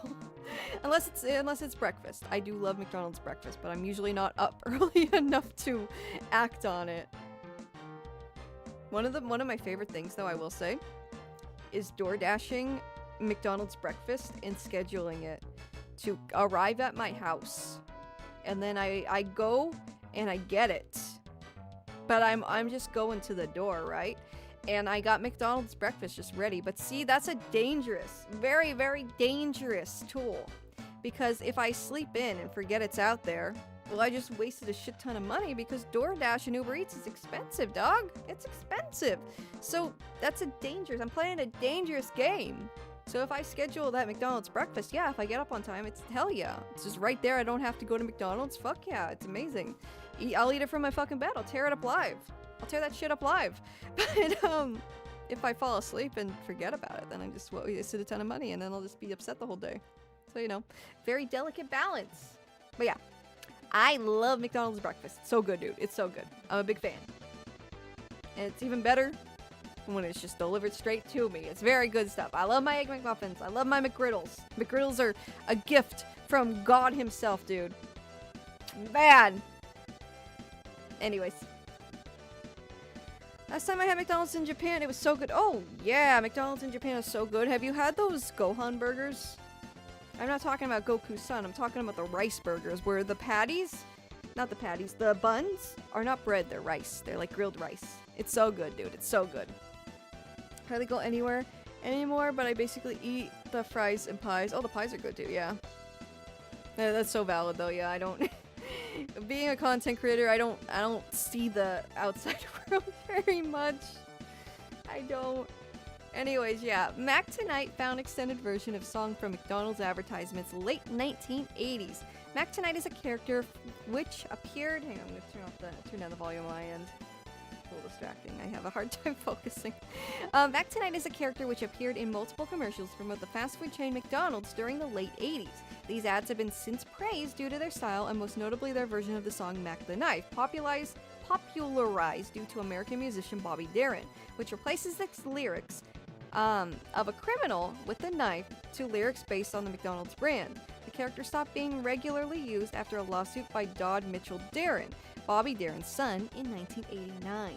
However, the Mac Tonight theme song, one of the character's most well-known traits, is known to have an extended version, which runs at 60 seconds. So it's not a full song with different verses and such, but 60 seconds is just about like at least double what you would hear on the commercial. So there's a portion of the song that's unheard. Anyways, the extended version. According to Mac Tonight's suit actor Doug Jones, so apparently Mac Tonight has a suit actor, that's cool, he states that an extended version of the theme song was recorded, but was only played on the radio. I didn't even know, I didn't know that. He also provided the lyrics for this version, which goes as follows. When the clock strikes 6:30, babe, it's time. Head for golden lights. It's good time for the great taste, and great taste means Mac Tonight. It's time for a Big Mac, how about a McDLT? Or the chicken nuggets with the famous fries. You can drive through, or just walk right into McDonald's. It's Mac Tonight. It's a good time for the great taste. Dinner at McDonald's. It's Mac Tonight. Come on, make it Mac Tonight.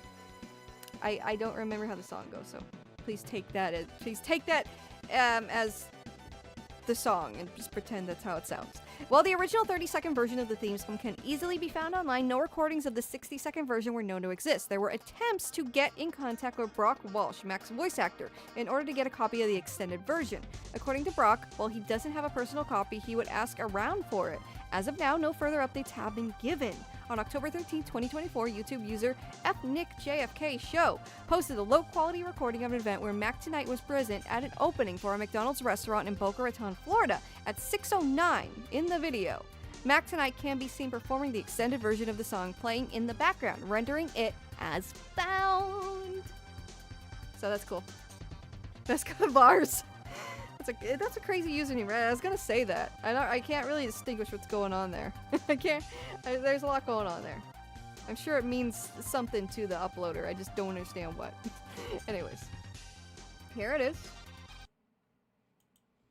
Tonight, a moon-shaped storybook character who prefers to wear leather and sunglasses. By the way, anyone in SoCal? But anyone in SoCal? There's an old McDonald's in LA. I'll show it to you real quick. If anyone's a big Mac Tonight fan in SoCal. I'm gonna look in this window first. I don't remember what the location is.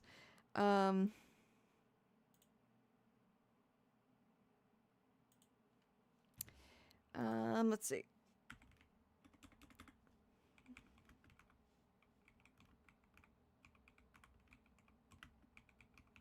But it's a really old McDonald's, very historic McDonald's. There it is. Okay, I'm reading off a different screen. So, the oldest McDonald's in the oldest McDonald's in the world currently, the one that's still open, specifically, is located at Lakewood Boulevard in Downey, California. So that's in the LA area, to those who aren't familiar. It opened on August 18th, 1953, making it the third McDonald's restaurant franchised by Richard and Maurice McDonald before Ray Kroc's involvement. So, it's an OG. It's an OG McDonald's. It looks like an old McDonald's. Why it survived? It was franchised directly by the McDonald brothers, not by Ray Kroc's McDonald's Corporation, so it avoided the modernization requirements that changed the look of other locations. It never adopted menu items like the Big Mac, and its offerings reflect the 1950s menu. And yeah, it's known for its retro facade, original signage, and even a small museum. There is a small museum. That's what I'm trying to find photos of. It's really cool. It's really cool. Just in the LA area. Just trying to find like a photo gallery of it. I found a video of it. That's good enough.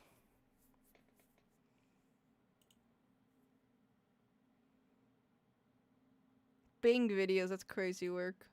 Get out of here. Get out of here, Bing videos. I don't want to see you. Alright, so this is cool. It's a little unrelated.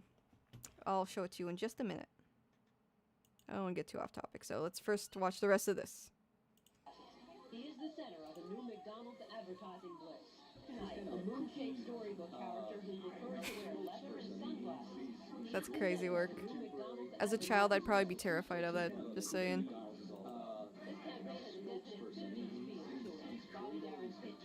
Did it have the farm? Oh, welcome Crash Override, by the way. Saw the movie The Founder once. It's kind of creepy what Ray Kroc did to the McDonald brothers. What did he do? I can infer that he bought him out and just, like, sterilized everything, I'm assuming. Made everything very corporate, but I don't know the details of it. Anyway, 6 minutes in is when the song occurs. Holy crap, they're getting down. They're getting bougie at the McDonald's. Look, they got stir fry at the McDonald's. They got stir fry at the McDonald's. Damn, Florida does it different. Are we playing two videos at once? Hold on. There we go. The emphasis is on eating your dinner meal there. The television commercials will start nationwide next week. So the song starts here. Here he comes. He's ready. He's performing.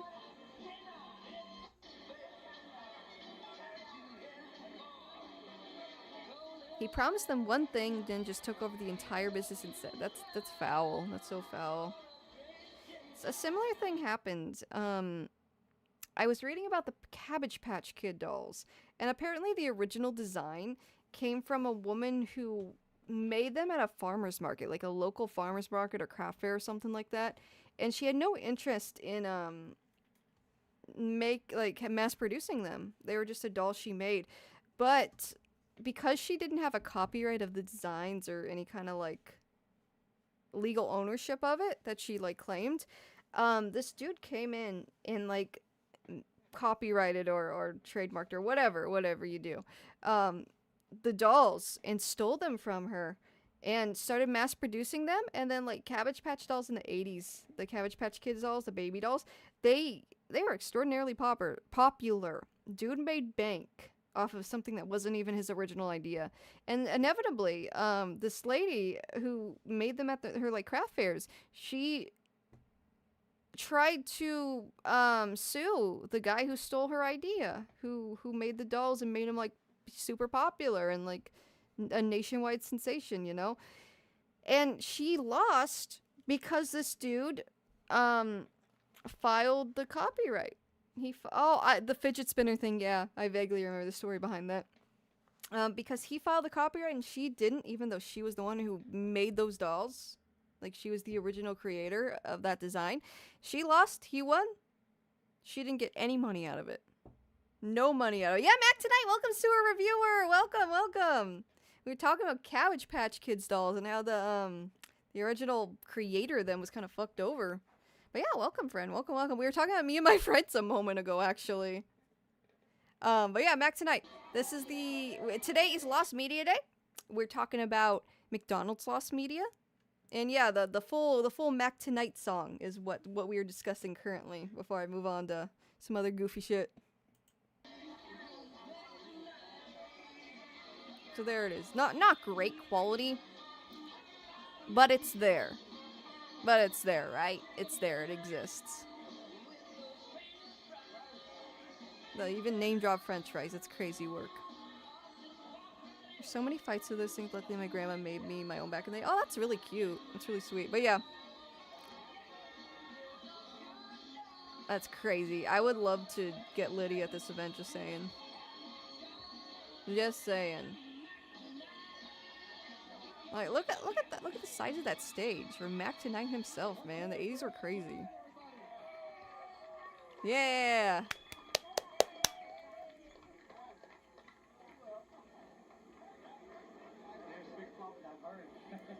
But yeah, he performed the full version of the song that makes it found, even though it's not like a studio recording. That's it. So that's cool, right? That's cool. Some found McDonald's media. This could only happen in the 80s. No, for real. I could never see this happening now. But yeah, what were we talking about? Oh yeah, the old McDonald's in LA. I saved the link. I found a dude who like went and visited it. So yeah, it's in LA. I've been here. It's actually really cool. There's a Mac Tonight mask. That's why I thought about this. It's in LA, the LA area.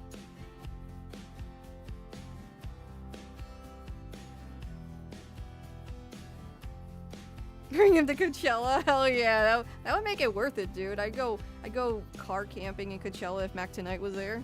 Hell yeah. The only thing that would make it tolerable. It's the third McDonald's, actually. I think the first McDonald's is no longer in existence. Bro broke out the drone for this. I admire the dedication. But yeah, this is the oldest one open. So see, you still got that original signage. Very cool. It's very distinct. Like driving down the street, you see it right away. It's really cool. The first restaurant is Lost McMedia. I should have named the stream Lost McMedia. Oh, wasted opportunity. But yeah, there's the restaurant, and then there's a little eating area right here, and there's a little museum in the back right here. It's cool. It's cool. It's not a huge, it's not a huge museum, but there's a lot of really cool shit there. Yeah, I went here a couple years ago. I have like photos of it. I have to find them. They're on my phone somewhere. But it's fun. Apparently they have like mini burgers. They have like mini slider, like White Castle burgers. And I didn't know that, so my dumbass got a Happy Meal instead. The mini burgers are only here. They're only here. Hasn't Miku performed at Coachella? I have no idea. I did. I believe it though. I believe it. They had a drive-thru. Hell yeah. Hell yeah. Yeah, it's definitely LA. These signs are everywhere. Small burgers. Yes, yes. I think it's like a set of 3. I don't know. But I learned that after I ordered. So I'd like to go back someday and get the mini burgers. Okay, I think we get the point. I think we get the point, brother. I think we get the point. Okay. This is the first ever McDonald's. I'm gonna add the... I got some drone shots. Now the captions will show up. I call it a night tonight. No worries, no worries. I'm probably gonna go to like 8, so you made it for a good duration of the stream. So I appreciate your time. Spending your time here, honey love. Thank you so much, friend. Have a good night. But yeah, you order like from a window, and then you go there in the eating area, and it has like all the history. It's very cute. It's very neat. Very oh, his name's Speedy, I guess. Okay. I think James and his palace went to the old school Pizza Hut. Oh yeah, I saw that video. You're talking about the nerd, right? Yeah, I saw that. It's a Pizza Hut that still looks like Pizza Hut. And he went to the Biodome. Yeah, that movie's so fucking bad. The Biodome movie. I got some sick drone shots too. So More drone shots at the end. Hell yeah. Hell yeah. Look, guys, I'm literally there. I'm literally there. Look at me go. Look, oh, I'm going in. I'm going in. I'm going in. But yeah, I've been there. So there's a little... He's moving a little fast, but over here there's like a museum. Where's he going? What's bro doing? There he is! See? I told you! There he is. There's the Mac Tonight suit. And it's still there. I mean, I went there a couple years ago and it's still there. So, yeah. Get in on that, y'all. Get in on that. Get in on that. There he is. You can meet Mac Tonight. And they got like little tidbits. They have like old Happy Meal toy memorabilia. There's an old like, I think it's like an old McFlurry maker or something. I don't know. I don't remember. But it's cool. That's all you need to know. It's cool. Is that Coachella? I just see some like really crowded, dirty space immediately. Is that Coachella? The last working milkshake machine. That's true. True. You got a little timeline. Probably does not include the brothers getting fucked over, you know? Everybody normalize Mac Tonight. Yeah. Yeah, whoever did those racist videos on YouTube, just delete those and forget them. Biodome. As someone who remembers the 90s, I assure you, if it were a loser who didn't work, it was unlikely you would have your own place by the beach and hook over. Yeah, it's such. I don't remember when I saw it, but it was on like HBO. I was like, this is fucking awful. Like, I just couldn't look away. It was like a car crash. It was just so bad. Yeah, I don't know. During like the early 2010s, people made like racist edits of him. Basically, I'm not gonna show them. I'm not gonna show them. You can look them up at your own risk. But they're pretty foul. They're pretty foul. They have nothing to do with the McDonald's character. People on the internet made them. Oh yeah, there's an old photo.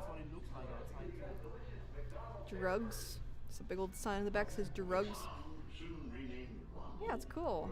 It's really cool. I highly recommend it if you're in SoCal. Hit this place up. It's cool. It's really cool. Not super big, but a lot to look at. See, you got Ronald McDonald down there. You got the McDLT. Look at that. Look at that. Creates this multi-million-dollar corporation that's known worldwide. So by the standards of American capitalism, Wonder what kind of oil they use for the fries at this place. No clue. Perhaps I'm better off not knowing. Joan is listed by Forbes with a net worth of $2.5 billion.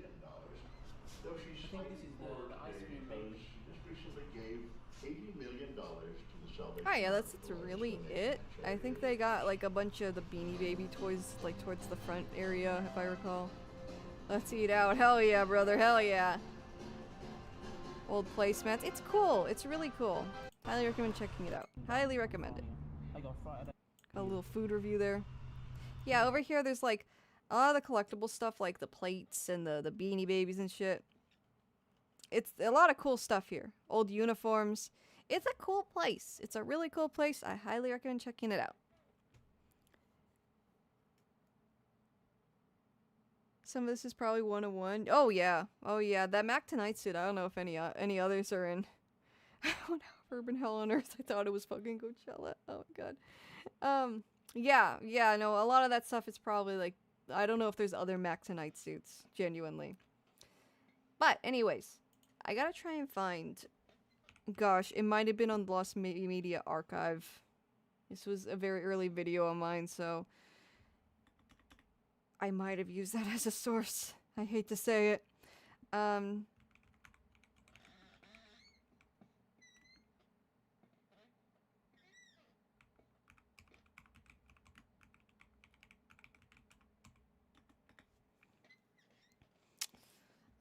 Yeah, I think it was like...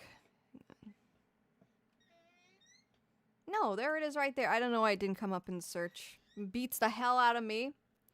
But yeah, here's the probably it's gonna. Oh, hi, phasing guide. No worries. I hate to say this, but I'm probably gonna call it a night around 8.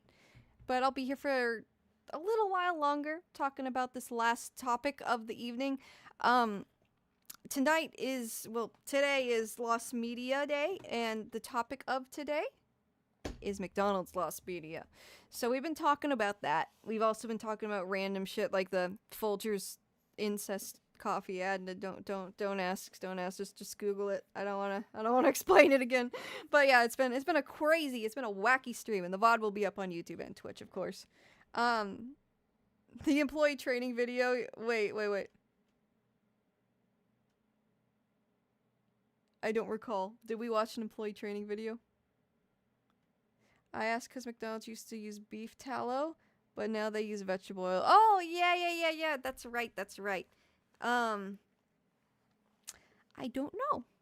They probably just use what everyone else uses, my assumption. Oh, Omega Mart, that thing in Vegas, right?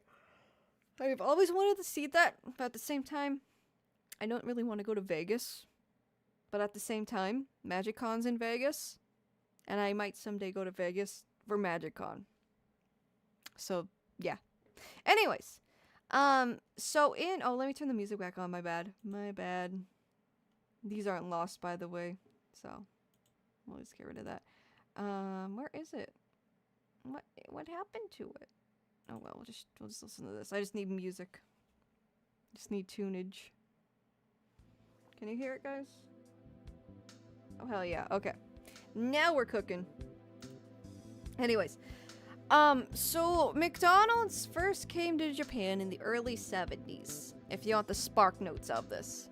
Is Vegas that bad? I would say, outside of the strip, it is pretty bad. And I've never lived there, but I did grow up in Nevada, and the people who came from Vegas to northern Nevada, where I'm from, we're all thrilled to escape Vegas because it was just that awful. So I don't know. It probably depends on where you live. Like, there's probably some really nice areas, of course. But from what I heard, the majority of Vegas is just pretty nasty. Anyways.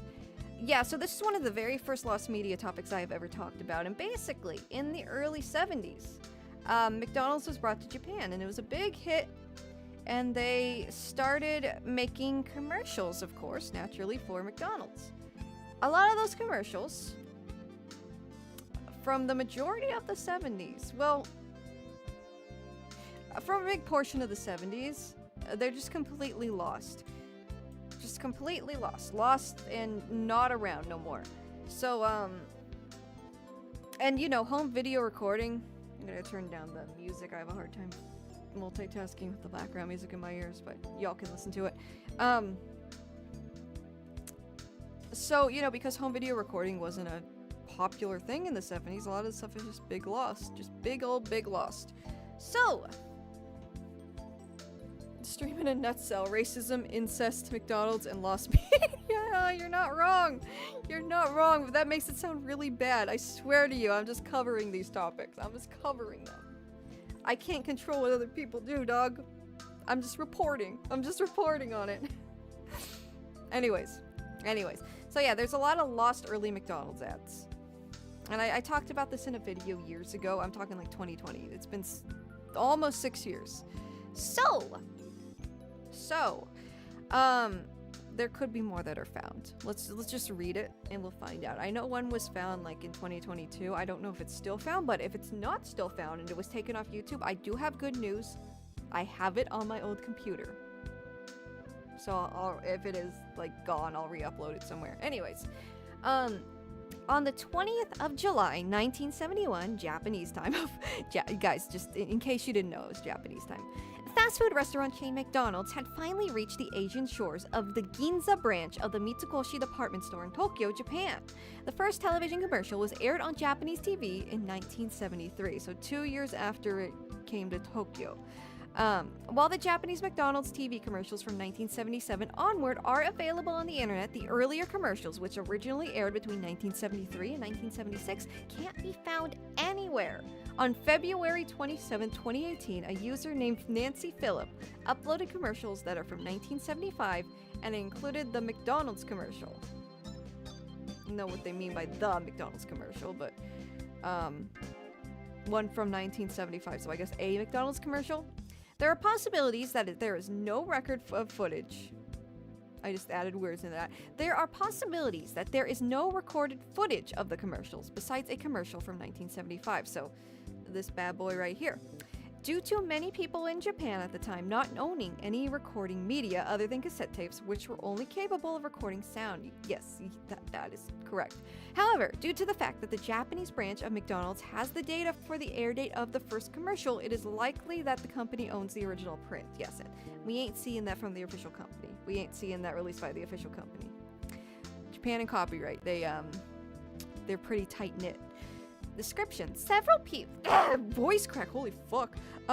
Several people who have seen the commercials at the time state that they were bizarre comedic live action ads which didn't quite look like they were advertising for restaurants, which is pretty standard from Japanese ads if you've ever seen them. One of the commercials seemed to involve Ronald McDonald rowing a wooden boat on the river, but it quickly lands on the shore without Ronald noticing. So yeah, just very surreal, random, typical Japanese. So like, in short, the earliest Japanese ads for McDonald's from the first 3 years, basically, for the most part, are completely lost. And yes, it was launched in Japan. The very first McDonald's was opened in Japan in 1971. There are plenty of photos of this, by the way. So if you type in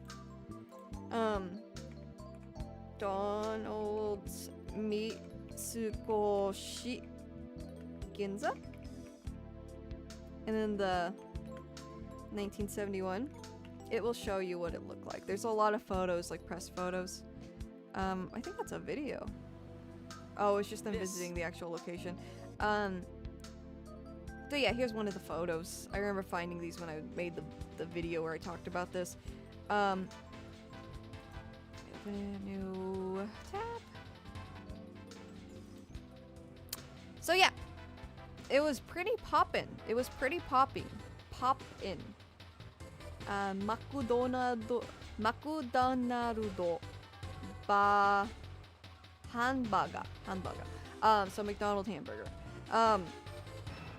Very popular. Very poppin'. They had chairs in the streets. It's probably, I'm assuming during a weekend because it's common to like close the streets off and just like put chairs and stuff. But yeah, it was a big event. It was popular. McDonald's popped off pretty quickly in Japan. So, yeah. And there's this video of it too, of course, if you want to look on your own. Let me see if this one is easy to look at. Yeah. Log into anything.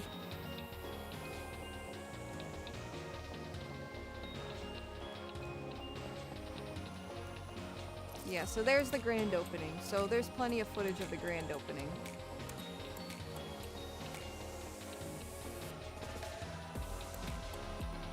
And there's plenty of ads around. Looks like this one is, I think this is the first ad. I don't recall the lore entirely, but yeah, some ads are like this. I believe this clip proves that they have ads in their library still. I think, if I recall. But yeah, Japan is wild. We don't have that where I live. Yeah, no, that McDonald's looks cool, and I think it's still open. Actually, no. From what I recall, there's still a McDonald's in that area, but it's not exactly in that exact spot anymore. It's kind of like down a little ways. But there is still a McDonald's in Ginza in that specific area. Anyways, yeah, a lot of these ads are lost. I don't know the exact number of them. I don't recall if there's a tally, like a list of them. But here, 2021. Honestly, the search is pretty short, and I don't know if that's valid or not. Here's the link. Hope you can enjoy at least a commercial from 1975. The channel got terminated. Fantastic, fantastic. This is the one I was gonna tell people like they found shortly after I made the video. So in 2021, that checks out. Here's another one not a lot of people know of. This one's from 2023. We'll click on that in a minute. I think it's probably big since I heard in Japan they have something almost like Weebs just for people deeply into American stuff. Yeah? The Calbee dog, yes! Oh, I love the Calbee dog. I love the fucking Calbee dog. I remember watching that ad when I was like 14 and just being so confused. Yeah, so this is the one I was telling you that they found this shortly after I made the video. Well, it is a good thing that I downloaded the video. I downloaded the commercial, so I have it on my old PC. I can probably re-upload it or do something with it, but I have it. I do have it, so when I have access to that PC, I can re-upload it. Unless this is it. Unless this is it. I think this is it. I think this is it, but I'll double check when I have a chance. Like, I don't have the computer with me. It's in storage right now. But I think... Did I comment on this? That will prove it. Because I think I recall commenting on it and being like, whoa, I didn't expect one of these to be found. This is so cool. But I don't see it, so. Yeah. But thanks to Nancy Phillip for finding this pre-1977 McDonald's commercial in Japan. So this was found. It's like... And I think the first one was shown in that little documentary I just showed you. Aside from that, the rest of them are just pretty much lost, including that boat one that was described by a Japanese viewer who witnessed it. How do I full screen it? What the hell? There we go. Okay. Yankees, isn't that the term? I'm not sure. I've never heard that personally, but you know, there's a lot of things I just, you know, I don't know everything, so that could be very well likely. Is that an AI thumbnail? That's so gross if it is. Americans are called Yankees. Oh, okay. I know, Yankees like the like rockabilly, niche of people, like the trend, I'm sorry, I'm getting tired. The like fashion. What is this, Wajin? Let me look at it in my other window.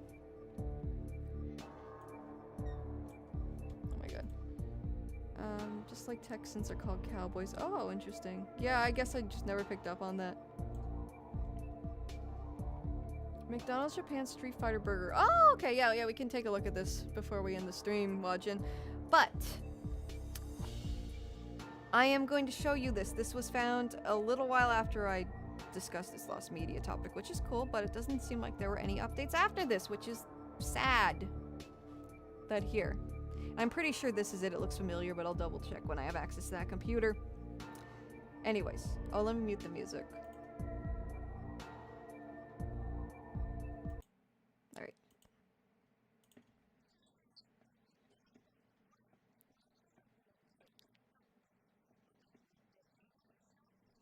Yo! The groovin'. Yeah, I think this is the one I have downloaded. I remember that. The stop motion. Yo!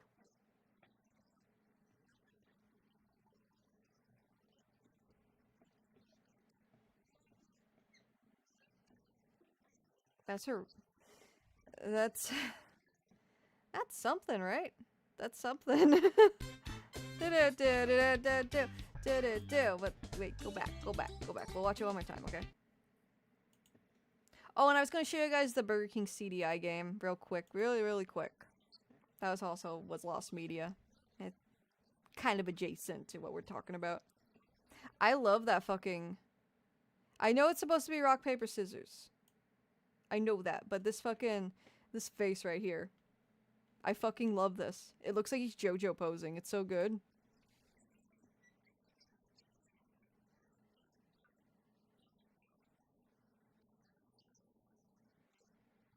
That's horrific, though. Don't get so close.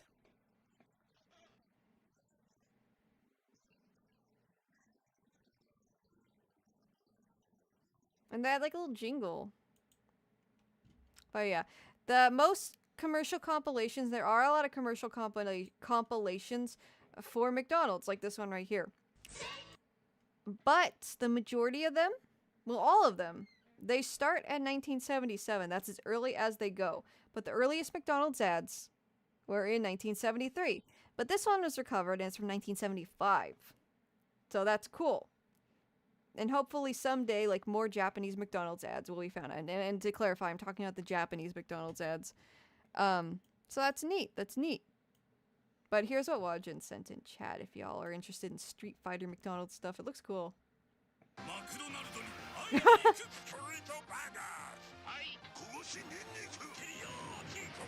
Yo, that looks good. Oh, I fucking love Japanese McDonald's. So much creativity. Oh, that's cool.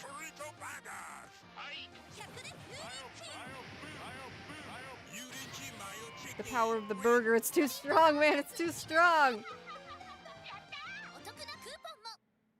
That's cool. Yo, Ken.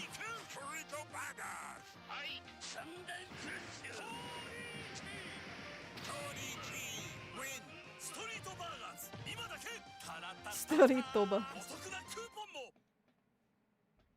That's cool. That's really cool, man. I love that. I love this. I love the aesthetic. I love 90s Cap. I love the 90s Capcom aesthetic as a whole. I just think it's so cool. It's so stylish.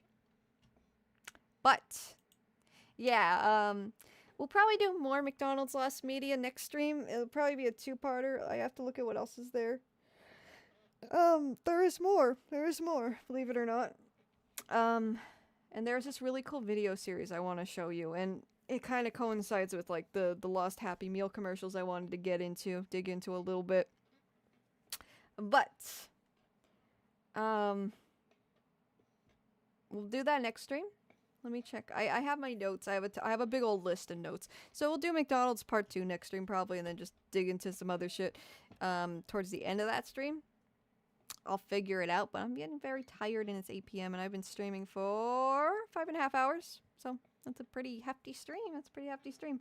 I'll be live again tomorrow unless I, if my health ends up getting in the way, because I have a chronic illness. Sometimes that happens. I will do my best, and usually when I feel good, yeah, I'll be live, and that's not a big deal. Give me 1 minute. I'm just looking at my notes. See what other McDonald's stuff.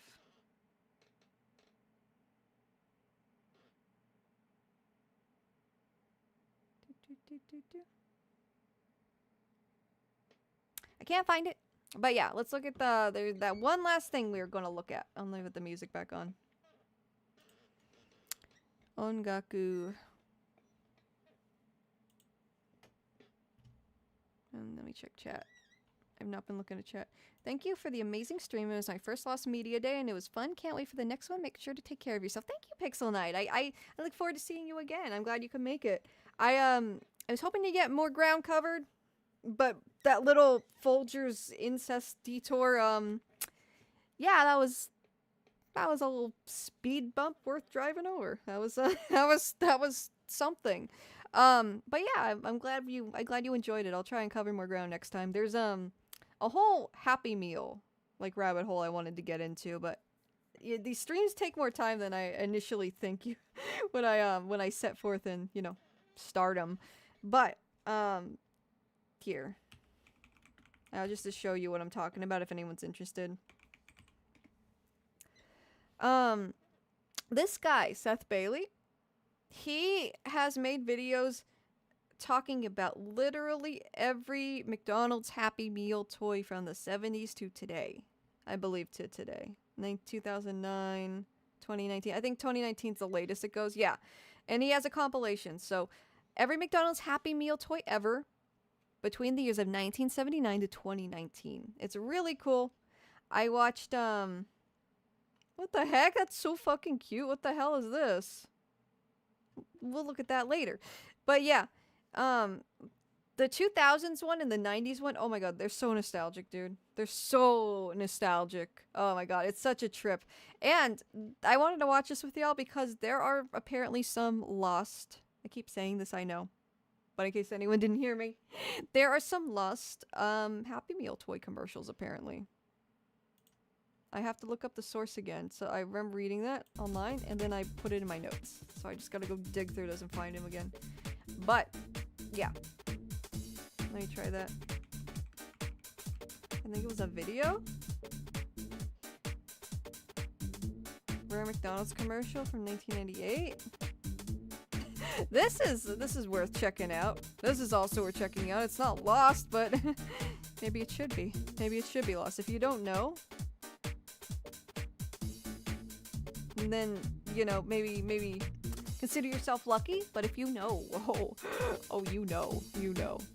But next stream, because I am a sleepy fairy. But one more thing. I forgot I made it the homepage. Peak, yeah, for real, Peak Sonic. Genuinely, those Sonic LCD toys are so fucking goated. I had the one with Amy and Cream on it. I love that shit. I loved it. I wish I still had it. I think I have the Tails one too. Yeah, Burger King. And I do want to play this on stream Sunday. What the hell? I saved it, so let me find it. There it is. Oh, I just spelled CDI wrong. Okay.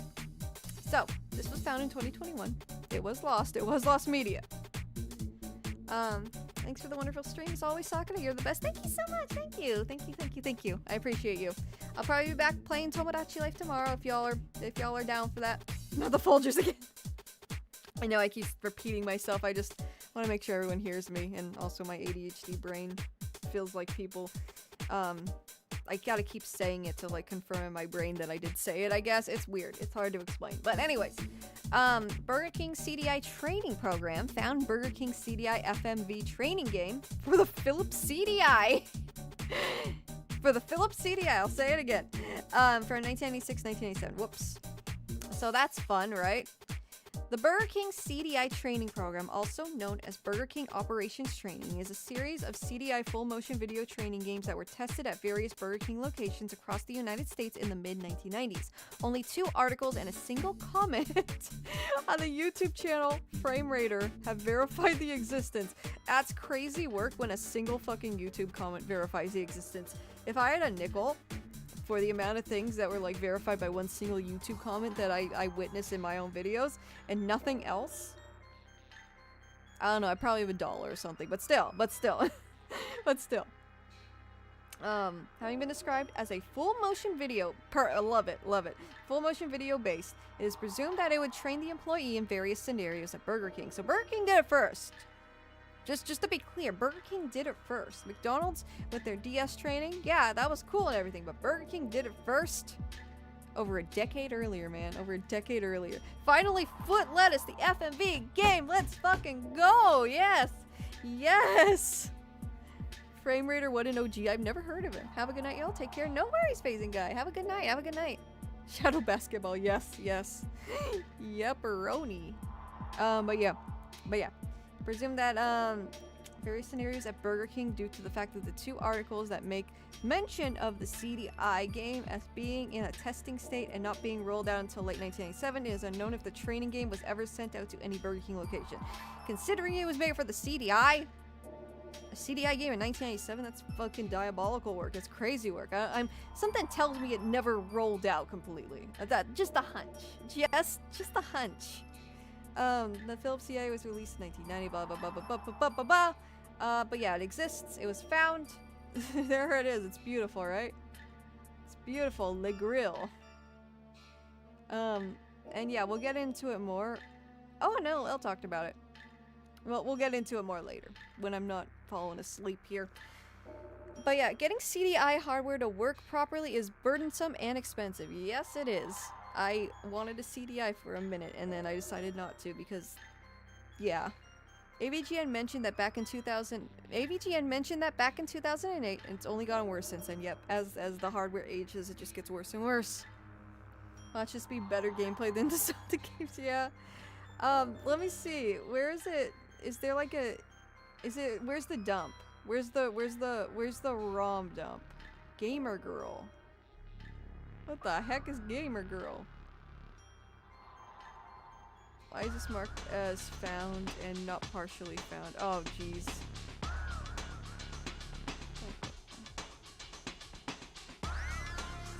Oh, because multiple builds, I guess. I don't know. I have the hiccups, oh no.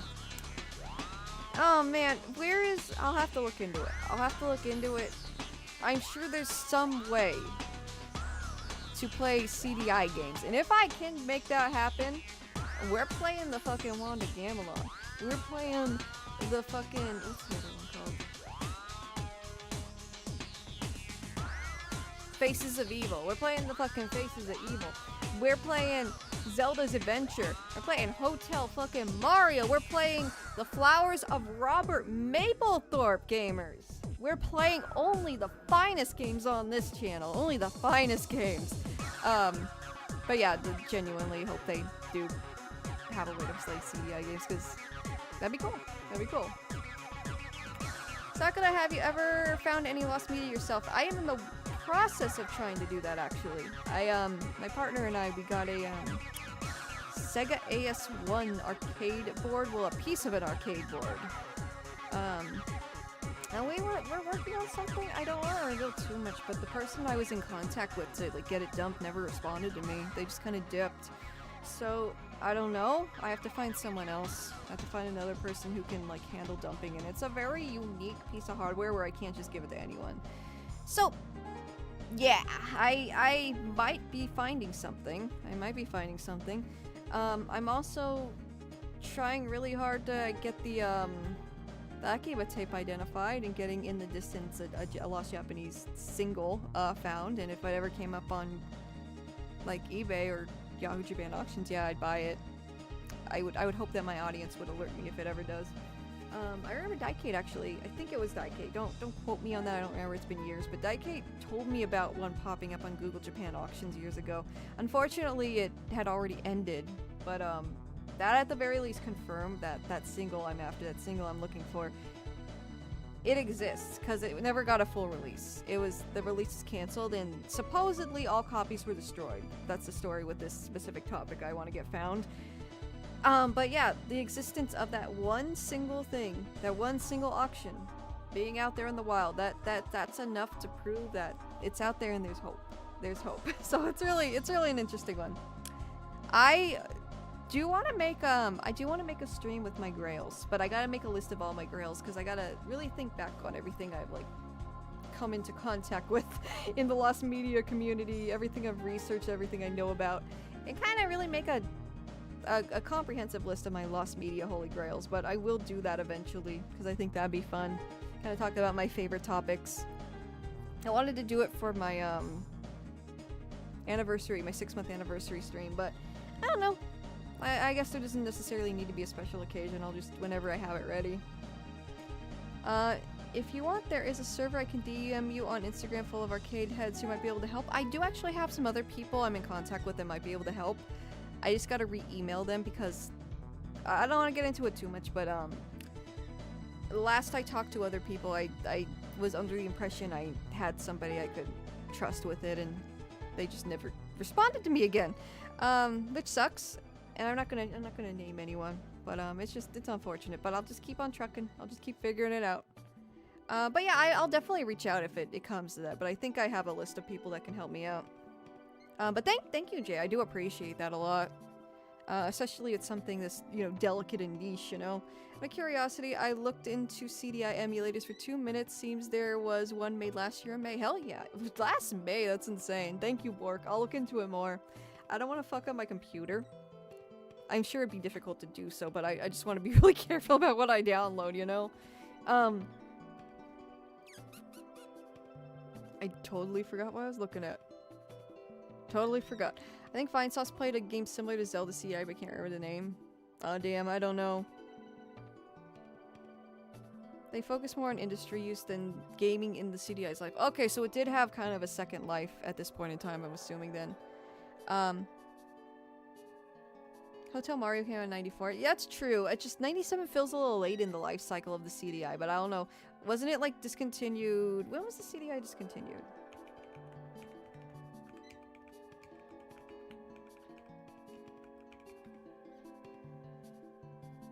'99? Can I trust the goofy AI answer? I don't want. Let me just look here. And there's just so many different iterations of them. Look at this fucking... Look at this controller, man. Yeah, that's one of the better ones. June of 1999. Okay. So it had a 9-year life cycle. So I guess, yeah, 97 isn't too far-fetched. Interesting, interesting. But yeah, it's getting a little late. I'm probably going to try and get some sleep so I can feel up to streaming tomorrow. So I feel energized. My sleep score, if you follow me on Twitter, you know my sleep score was 23 last night. I don't know why, because I genuinely went to bed early. Genuinely don't know why my sleep has been such shit, but I'm going to try and fix that. Thanks for the wonderful stream as always, and take care of yourself. Hope everyone in chat does the same too. Oh, thank you. Thank you so much, Jay. I appreciate, as always, I appreciate y'all hanging out with me. We'll cover more McDonald's stuff later on. I'll try and look into this CDI Burger King thing some more. But yeah, I appreciate y'all's company. I'm glad you guys were here to hang out with me. Let me just switch out to... There we go. I appreciate y'all. Y'all are amazing, and I love y'all. You're great. You're great. I had a good time this stream, and I hope y'all did too. And yeah, bye Homer. Thank you so much. As always, all y'all, thank you so much for joining my streams, especially the regulars here. I appreciate you all more than you know. Y'all are great. I love you all very much.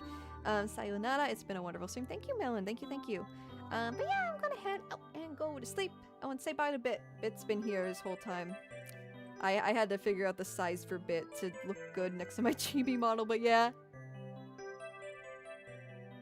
There's Bit, my new little mascot pal. It's been fun, but I gotta go mend my character's broken heart. His girlfriend's mad at him on my island. Oh, are you talking about? I thought at first I was like, oh no, are you going through a breakup? Is your friend going through a breakup? And then I saw my island. And I was like, oh, Tomodachi Life. I'm gonna be so for real with y'all. I'm gonna go straight to bed. I'm gonna open up Tomodachi Life. If you're on my friends list, in about 10 minutes you are gonna see me open up that fucking game. Mark my words. I fucking love Tomodachi Life. Is so good. It's so good. I love it. Even more than the 3DS one. I know some people are bummed about the music. People, you know, getting your Miis to sing songs, custom songs. They took that out. I know some people are bummed, but I was never really a big fan of that anyway, so it's whatever for me. But as far as like the game itself's amazing. I think it's an improvement in every single regard as far as Tomodachi Life quality of life improvements go, you know? But yeah, until next time. Yes, until next time, paisanos, it's the Super Sakura the Brothers Super Show. We're the Mario Brothers and plumbing's our game. We're not like the others who get all the fame. If your sink is in trouble, you can call us on the double. You're faster than the others, you'll be hooked on the brothers. Gimme. Yo, you're in for a treat, so hang on to your seat. Get ready for adventure and remarkable feats. Meet the Koopas, the Troopas, the princess, and the others. Get ready for the brothers, you'll be hooked on the brothers. Yes, yeah, that was from memory. I'm gonna go now. Have a good night, everyone. I love you all. Good night, everybody. I love you all. Have a good night.